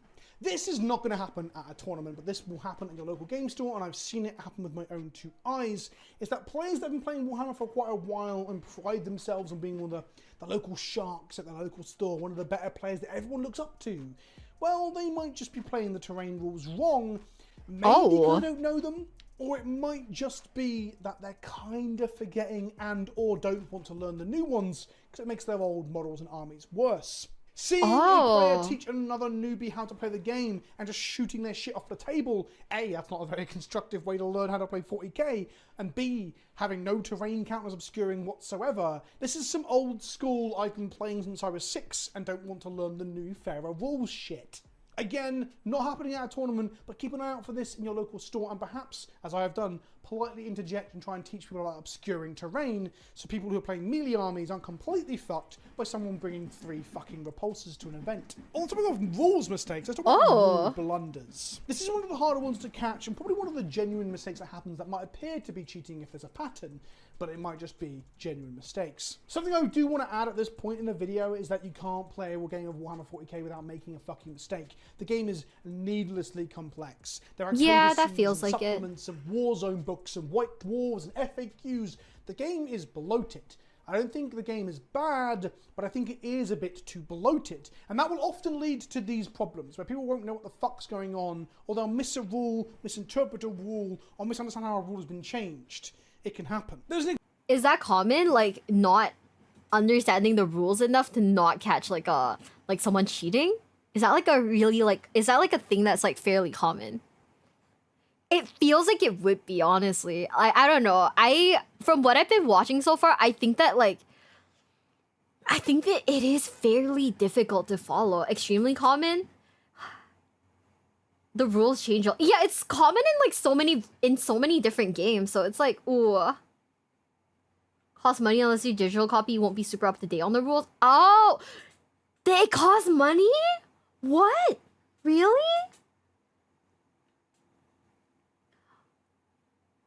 How do you prevent someone from cheating then? Like, what if it's honestly just like what if it's just like a very like beginner mistake, very simple, they just didn't understand?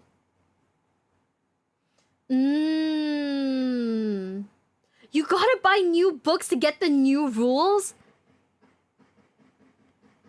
I'm sorry, the more I hear about like the more I hear about Warhammer, right? The more I'm like, wow, this is an expensive ass game.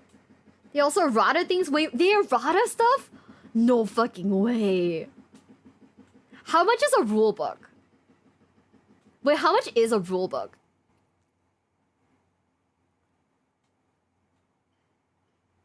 Too much? Like, give me like a ballpark figure. Oh, I thought it was like 100 or something. $50 to $60 is still crazy though. That's like a nice meal at like a, I don't know, it's like a nice meal at like a restaurant, dude. What the fuck? And then it's like out of date 2 months later? Bro. That is painful. Yeah, that's 100. Oh, that is 100 Singapore dollars. Man, fuck that. I'm not buying a fucking rule book for $100. Are you kidding me? Ow. Just think of how many, like, fucking, I don't know, how many fucking cheeseburgers I can buy with, like, $100. That is crazy. Yeah, no, shout out to, like, Wikipedia. Example of this in the game that I just showed you a clip from a second ago, where the quite prominent player, is making 5-up Feel No Pain saves for their Poxwalkers, the little zombies. Death Lords used to have a 5-up Feel No Pain across the army called Disgustingly Resilient in 8th edition. In 9th edition, it's now a damage reduction by 1 incoming, to a minimum of 1, obviously, on all Marine units. The Poxwalkers don't have it, and they had their Feel No Pain changed to a 6-up. So every wound they take, they roll a dice, and on a 6, they ignore it. However, some players might still remember that's a 5-up because of how it was for, 2 years, 3 years. In the case of this one, I don't believe that's what that player is doing because they're so prominent and so famously good at this game. It's, well, they're good because they're fucking cheating, right? But they weren't getting that wrong. Another good example of this is transhuman physiology, a 1 CP strat for the Space Marines, which allows a Primaris Space Marine to use their physiologically empowered body with gene seed and shit to be tankier, to be resistant to damage more so than they normally. This used to be an 8th edition usable on any Space Marine.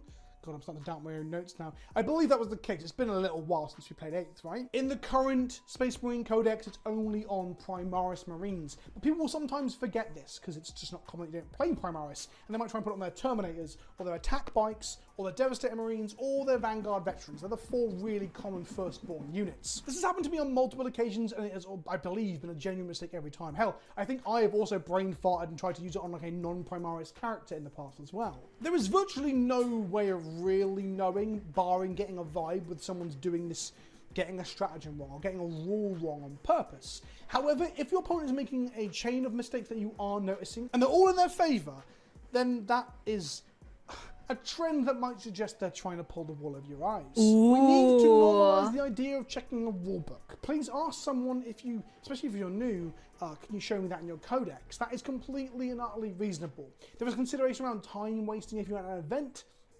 but honestly, for the first use of a rule that seems a bit too good, by all means ask to see it in the codex. Yeah, would it be considered time wasting if you ask someone to check the rules for you?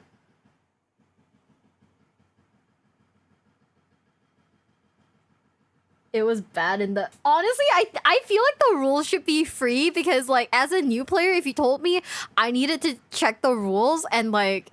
And I'd have to pay, like, $50 to check the rules, I'd be like, yeah, no thanks. No, because then it's a judge call? Yeah, I mean, dude, just make the rules free. Checking your rules is encouraged at tournaments?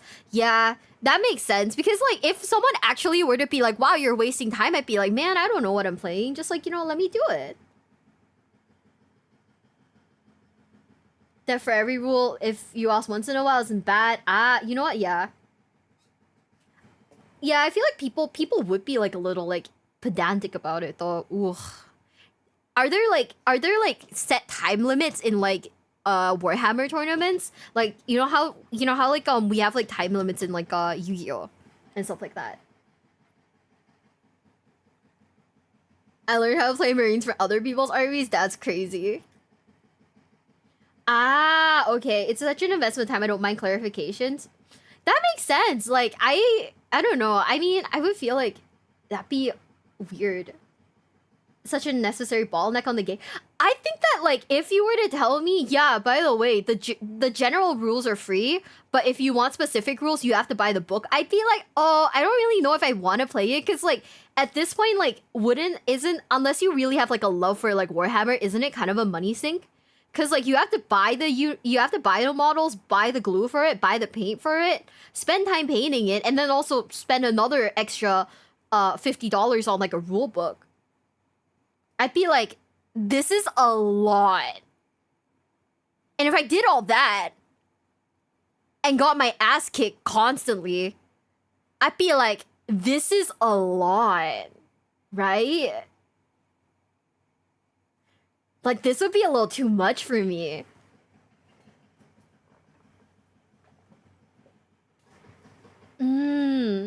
Right? I don't know. Maybe I'm just being like... Maybe I don't know. Maybe I'm being like cheap about it, but it feels like a lot though. Think of the content. I don't know if I'm willing to spend that much for content. All in all, Warhammer costs a lot to stay carded. Yeah, that sounds a little like ooh. It's definitely a boutique hobby. That's for sure. Okay, but like the content I know you're saying the content though, but like, let's be for reals. I'm not big enough to make my money back off of Warhammer. I'm not big enough to make my money back from Warhammer yet. So I'm just a filthy basic casual who looks at it from the side. Maybe I'll buy like 1 or 2 of the little guys, paint it on stream for you, okay? I'll make you happy. I'll paint that shit for you. If you wind up liking Warhammer, it's not a bad money time game at all. If you're the person who changes, yeah, no, I honestly, if I were to play Warhammer, I want to buy like I'd buy like either I'd buy the Imperial fists, or maybe like the orcs. You know, actually no, maybe not the orcs. The orcs are horde. They're a horde army. I don't really want to spend that much money. Also, I don't want to have like that many of those like little guys running around. What if I break one? I'm gonna cry. Yeah. I mean, I'd probably get, like, the Imperial Fist, but also everyone says don't paint them yellow because yellow is, like, a hard color to paint. And I don't really know what that means because I never evolved out of, like, you know, primary school painting classes. Why the Fisters? I think they're funny. I like the fact that they stopped they stopped the war basically through the power of construction. I think that's fucking brilliant. You just super glue it? Why VTubers in the past? I don't know. I mean, I like Warhammer because of the game itself. I think the game is cool. So that's why I'm into it. You know? Just get a gray color and paint it yellow. You know what they taught me in school? You want something to appear brighter, you paint it white and then paint yellow on top of it. Oh, I have no idea how to paint shit then. Fuck it. Like I said, honestly, if I were to start out, I'm just gonna buy a figure that I like any of the minis with like good vibes, and I'll paint it pink. Yeah, Space Marine 2 is such a fun game that like normies like me kind of got into it. Yeah, we'll just do like a little pink, you know. But like I said, I mean, I like the Imperial Fist. I think they're good vibes. I think the fact that they can stop wars through the power of construction is really funny. Yeah, honestly, yeah. It's a light color with thin pigment, but paints are a lot better now, so yellow is easier than before. Okay, that makes sense. Yeah, I think that like the appeal of Warhammer really came from Space Marines too, just because the game itself is fun. Imperial Fist. Oh, their dad kind of lost their head. No, not the trauma. I just think they're a vibe. If someone acts shitty and don't want to show you it in their book, that would be alarm bells for me, and it's quite unsportsmanlike. Ooh. Don't feel afraid to ask someone to see a rule if you're like, fuck, that seems too good. Because sometimes it is too good, because people get things wrong, and sometimes it's on purpose. Oh. Weighted dice.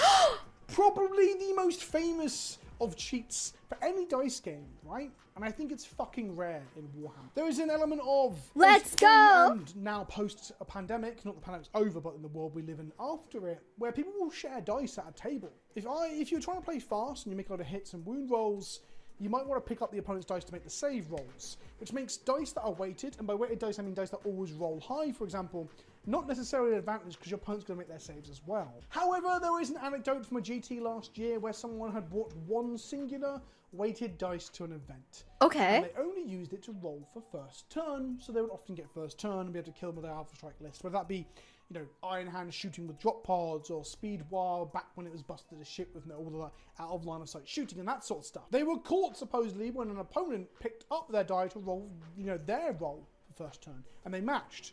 And then they matched again. And the opponent was like, this dice doesn't feel right. And they called a TO, and they rolled it multiple times, getting the same or similar result. And that person was found to have one singular weighted die they used for first turn, then they'd pocket or hide or not use for the rest of the game as to not get spotted. That person was supposedly, but again, anecdotal, second-hand information, not naming and shaming. I do think it took some fucking balls to call a TO over and go, do you think this dice is weighted? But I'm here for it. More power to that person. Movement phase. This is the other one that might just be new players fucking it up. But for example, when you measure your distance to move a tank, if you measure from the front of the vehicle to here, and then you move the back of the vehicle to here, you're gaining the length of the vehicle in movement. A very common mistake that some people might use to their advantage, knowing it's a common mistake people don't notice. There's also lazy or hurried movement too, where you're like trying to get through your game before your clock runs out or before the store closes, and you're just shuffling things around a bit too haphazardly and gaining an inch or two here and there. My favourite example of this that happened to me was a Drukhari. For some fucking reason against me, it's always the Drukhari players.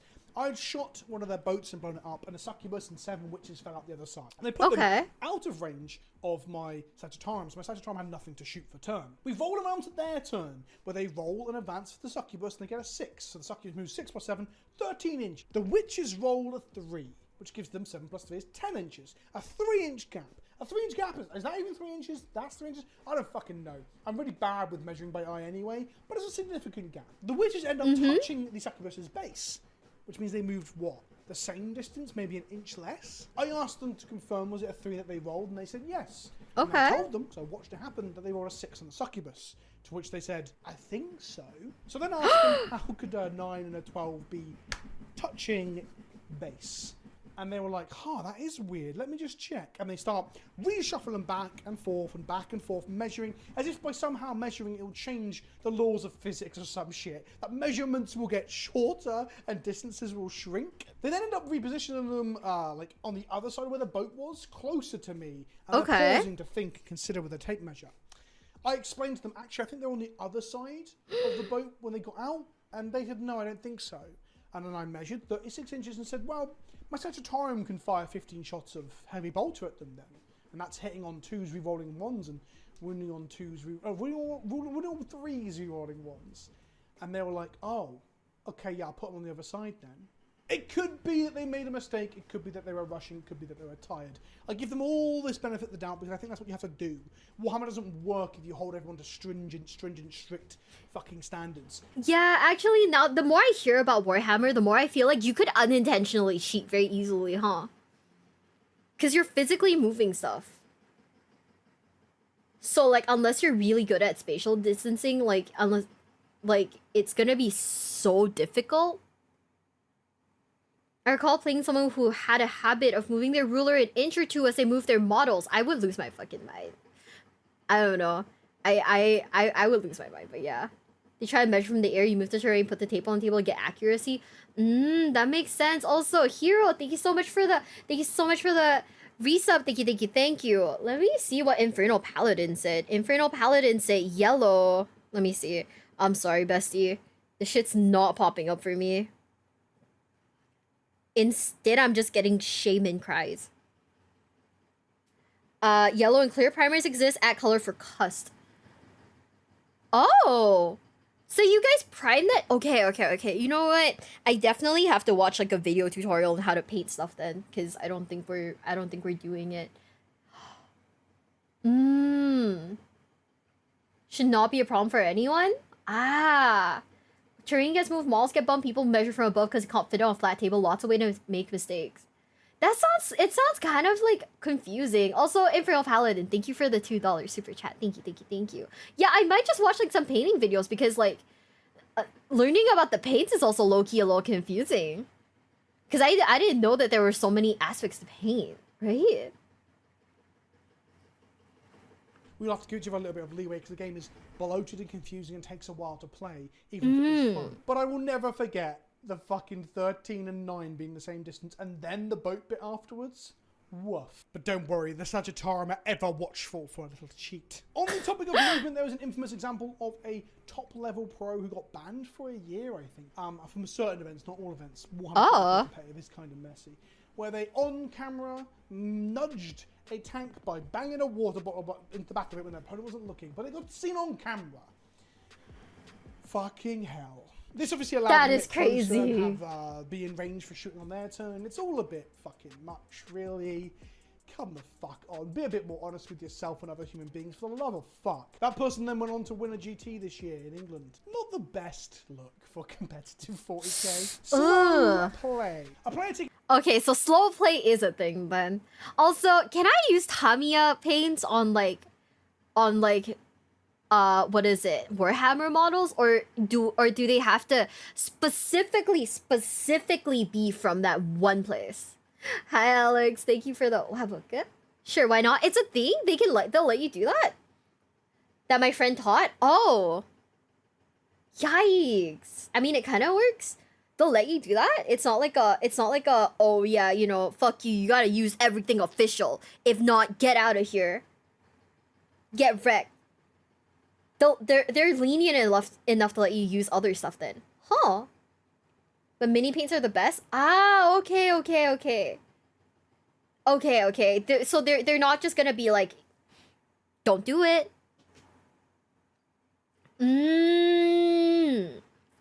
Okay, that makes sense. Because I was thinking about like what would be accessible for me.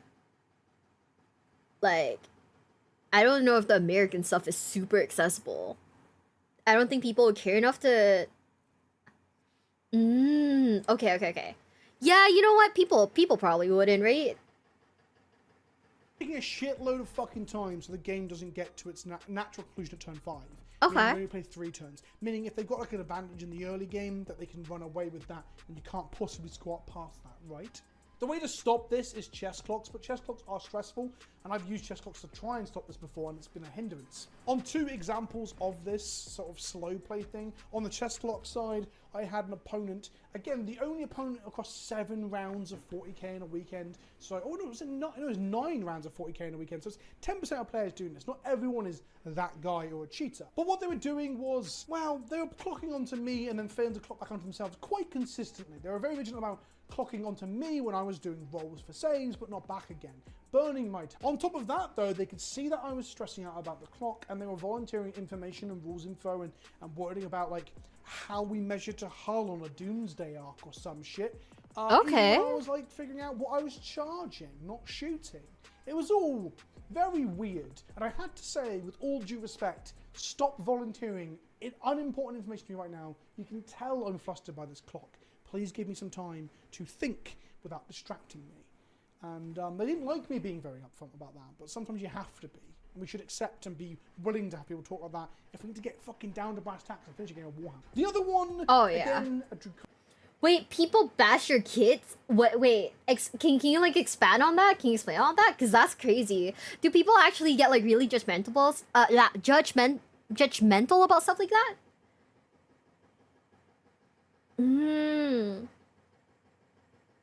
Army painters, speed paints are cheaper than, but almost as good. Ooh. Yeah, hopefully I can find like some good stuff in Asia. But I can't believe that people actually bash your stuff. Oh, okay. Kid bashing is using parts from different kits to make your own custom model. That sounds cute. Okay. Wait, oh, is it like when someone brought up that someone that they know used like Gundam wings on like a Warhammer thing? Ooh. Great for content? Oh man, I so want to do that. I so want to do that. Wait, that'd be so fun. Oh my god, that'd be so fun. Kari player, where we got to turn 3, they were playing very fucking slow. We weren't using a chess clock because it's quite a casual event. And we didn't finish, we didn't have time to finish our 4th turn. We just started turn 4 and we couldn't finish. And it was very obvious, I think there was like 2 points in it, that I was going to get ahead on primary because I had killed most of their stuff. And I was going to win if we pointed it out to turn 5. And they said there's just no way we can look into the future. There's too many variables at this stage. What? Okay, cool. I was tired and wanting to be casual, so I said to them, look, I'm not going to argue with you. I just think what you're doing is not very sportsmanlike. Also, what made it worse was that earlier in that game, they had fucked up their sequencing, but they killed a thing they had to keep alive to fire a grenade at it to trigger this thing where all Drukhari can charge it, advance and charge a turn earlier on turn 1. They fucked it up. They just killed the thing that was in range of the grenade and fucked it up. And when they realised, they asked politely if they could go back and not kill the thing they did. And if we were playing for keeps, I wouldn't have done it, but it was a casual thing, so I let them. I let them do a huge takesy-backsies. And then they fucked me on score later. Again, though, 6 games of Warhammer that weekend. One of the opponents was a dickhead, 5 weren't. It's the minority, not the majority. And then one of the most egregious examples of cheating is the army. But it's a lot of what, yeah. I actually think, I don't know if I'll actually play the game, because at this point right now, it seems very complicated, And I think like as a because I'm a filthy casual, right? I think like the thought of like painting and building it excites me a little more than actually like physically playing this thing. I don't know. A barrage of information sucks is always I feel like if someone were to like intimidate me by telling me tons of stuff while I'm learning, I'd be like, ooh. If you build and pay and never play, then you have fun. That's great. You have fun. Just build Legos easy. Why are Legos so expensive nowadays? Honestly, I feel like Legos have gone up in price, and like they're really expensive. And I'm just here to vibe, bro.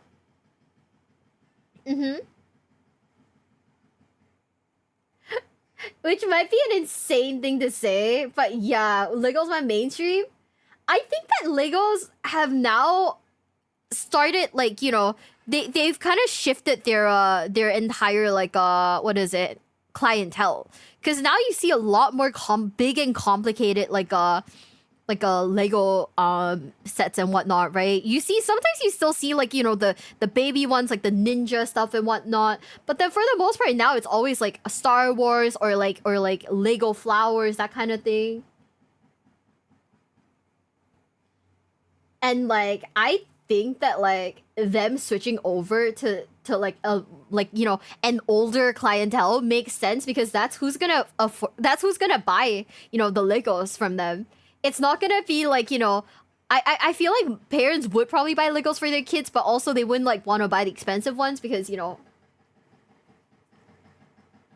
that shit's you know, a little too much now. Yeah, the kids that play Legos are now adults, so they kind of aged up the bracket. I don't think they work with 40K though. Bionicles were the shit, bro. After Bionicles, they had that like one Ninjago or whatever, I think it was. I can't remember, but you know, I feel like I aged out of Ninjago though. Bionicle though, fuck, that was great. List being incorrect. This is a funny one for me. The first bit of army list being incorrect is your WYSIWYG, right? What you see is what you get. Where your Marines or your Drakari or whatever, they have the weapon that they have got written down on their army list. This allows people not to literally cheat by saying to one player, oh, it's carrying a plasma gun, and to another player, it's carrying a bolter, because one of those guns is good in that matchup and not the other, or so on and so forth. Oh, okay. You're stuck to what you came with, what you spec'd for.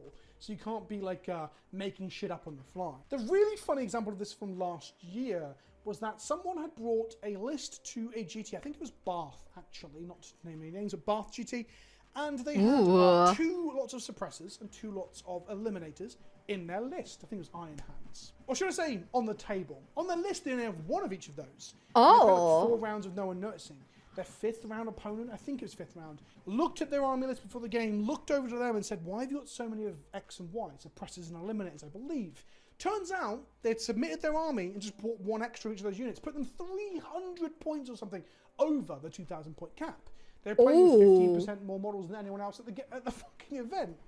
They were disqualified. Good riddance to bad fucking rubbish, eh? The audacity, though, to hope no one will fucking check your list to what's on the table is very funny. In Magic events, there are random deck checks, and I believe a lot of Warhammer events also do a bit of random checking as well. But there should probably be more of that sort of thing to try and at least dissuade dickheads from trying this shit. There are many other cheats that I did not cover.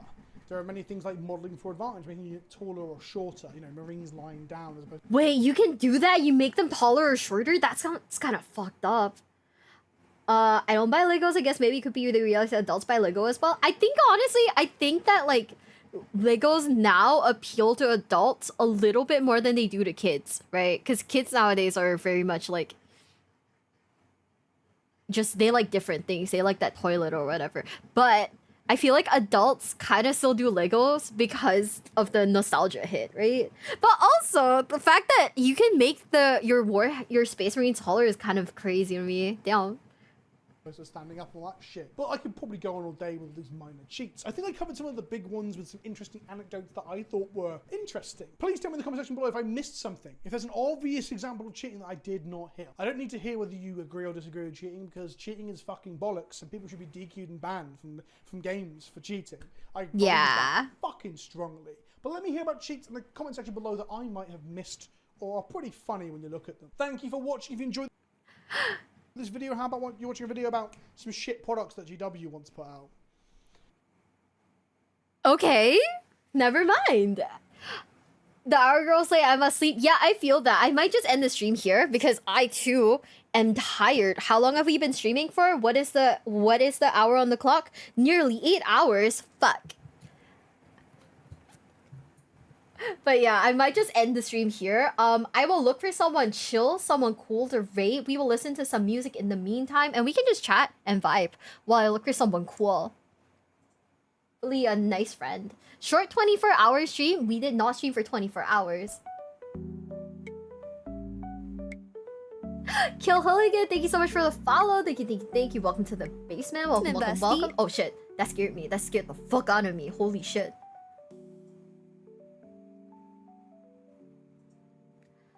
16. We're not streaming for another 16 hours. I too would like to eventually touch grass, gents. Let's see, who is cool? You know what? We will raid Nova. Don't get me wrong, I've always liked... You can hear her. I will raid Nova. She is my queen, and I love her to bits. Finally, I get to raid her. Honestly, I don't think I've ever been able to do that. But yeah, you won't make progress on a time of 14 hours. Oh, reminding me. And if you guys were curious about where we were at on the subathon, did it not go down?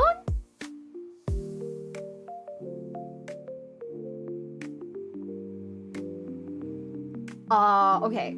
In terms of the dent that was made today, we made 30 minutes?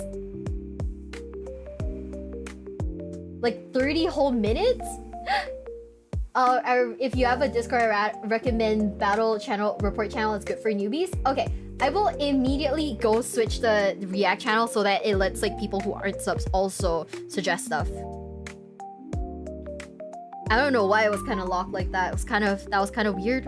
But I will go fix it right away. Willow, thank you so much for the 5 pounds. Thank you for a great stream. Fantastic company through almost a full night shift. Love seeing you learn, be excited about my hobby. It is very fun. It is honestly a very fun new game for me. I genuinely am very interested. See why maybe the chat was dramatic? What did she? The timer, it goes down in my dreams. Oh, DD1, thank you so much for the $5. Mauling for advantage, cringe. Mauling with disadvantage, based. You know, is it a disadvantage if I put a bow on my Space Marine? What if I put like a really cute pink bow and like some glitter on him? Right? Is that a disadvantage? It's been crazy and more VTubers I'm looking into Warhammer. I think it's been really fun so far. I don't know why Warhammer is becoming a thing, but like becoming a thing in the VTuber community. But I personally think that Warhammer is really fun and I really enjoy it. Yeah, I'll just put like a cute little bow on my Space Marine so he can be like really fucking cute, you know? Like I'll play that shit in like against other people. Like if they want to call me out for it, like damn. That's crazy. But you know what? If I put a little like glitter on him, he's great. For advantage, usually on monsters and vehicles. Ah, okay. So that's what you guys mean by mauling for advantage. Get it now. Makes it bigger, it makes it easier to see a shoot. Fuck! Is that how it works? Anyways, guys, the raid is being set now. 3, 2, 1. I love you guys. Bye! Also, thank you, YouTube, for coming. I'm so sorry that the first part of stream was not accessible to you guys, mainly through my own error, but thank you for being here, YouTube, and I love you guys too. And I'll see you guys tomorrow for Yu-Gi-Oh! Stuff. Bye-bye!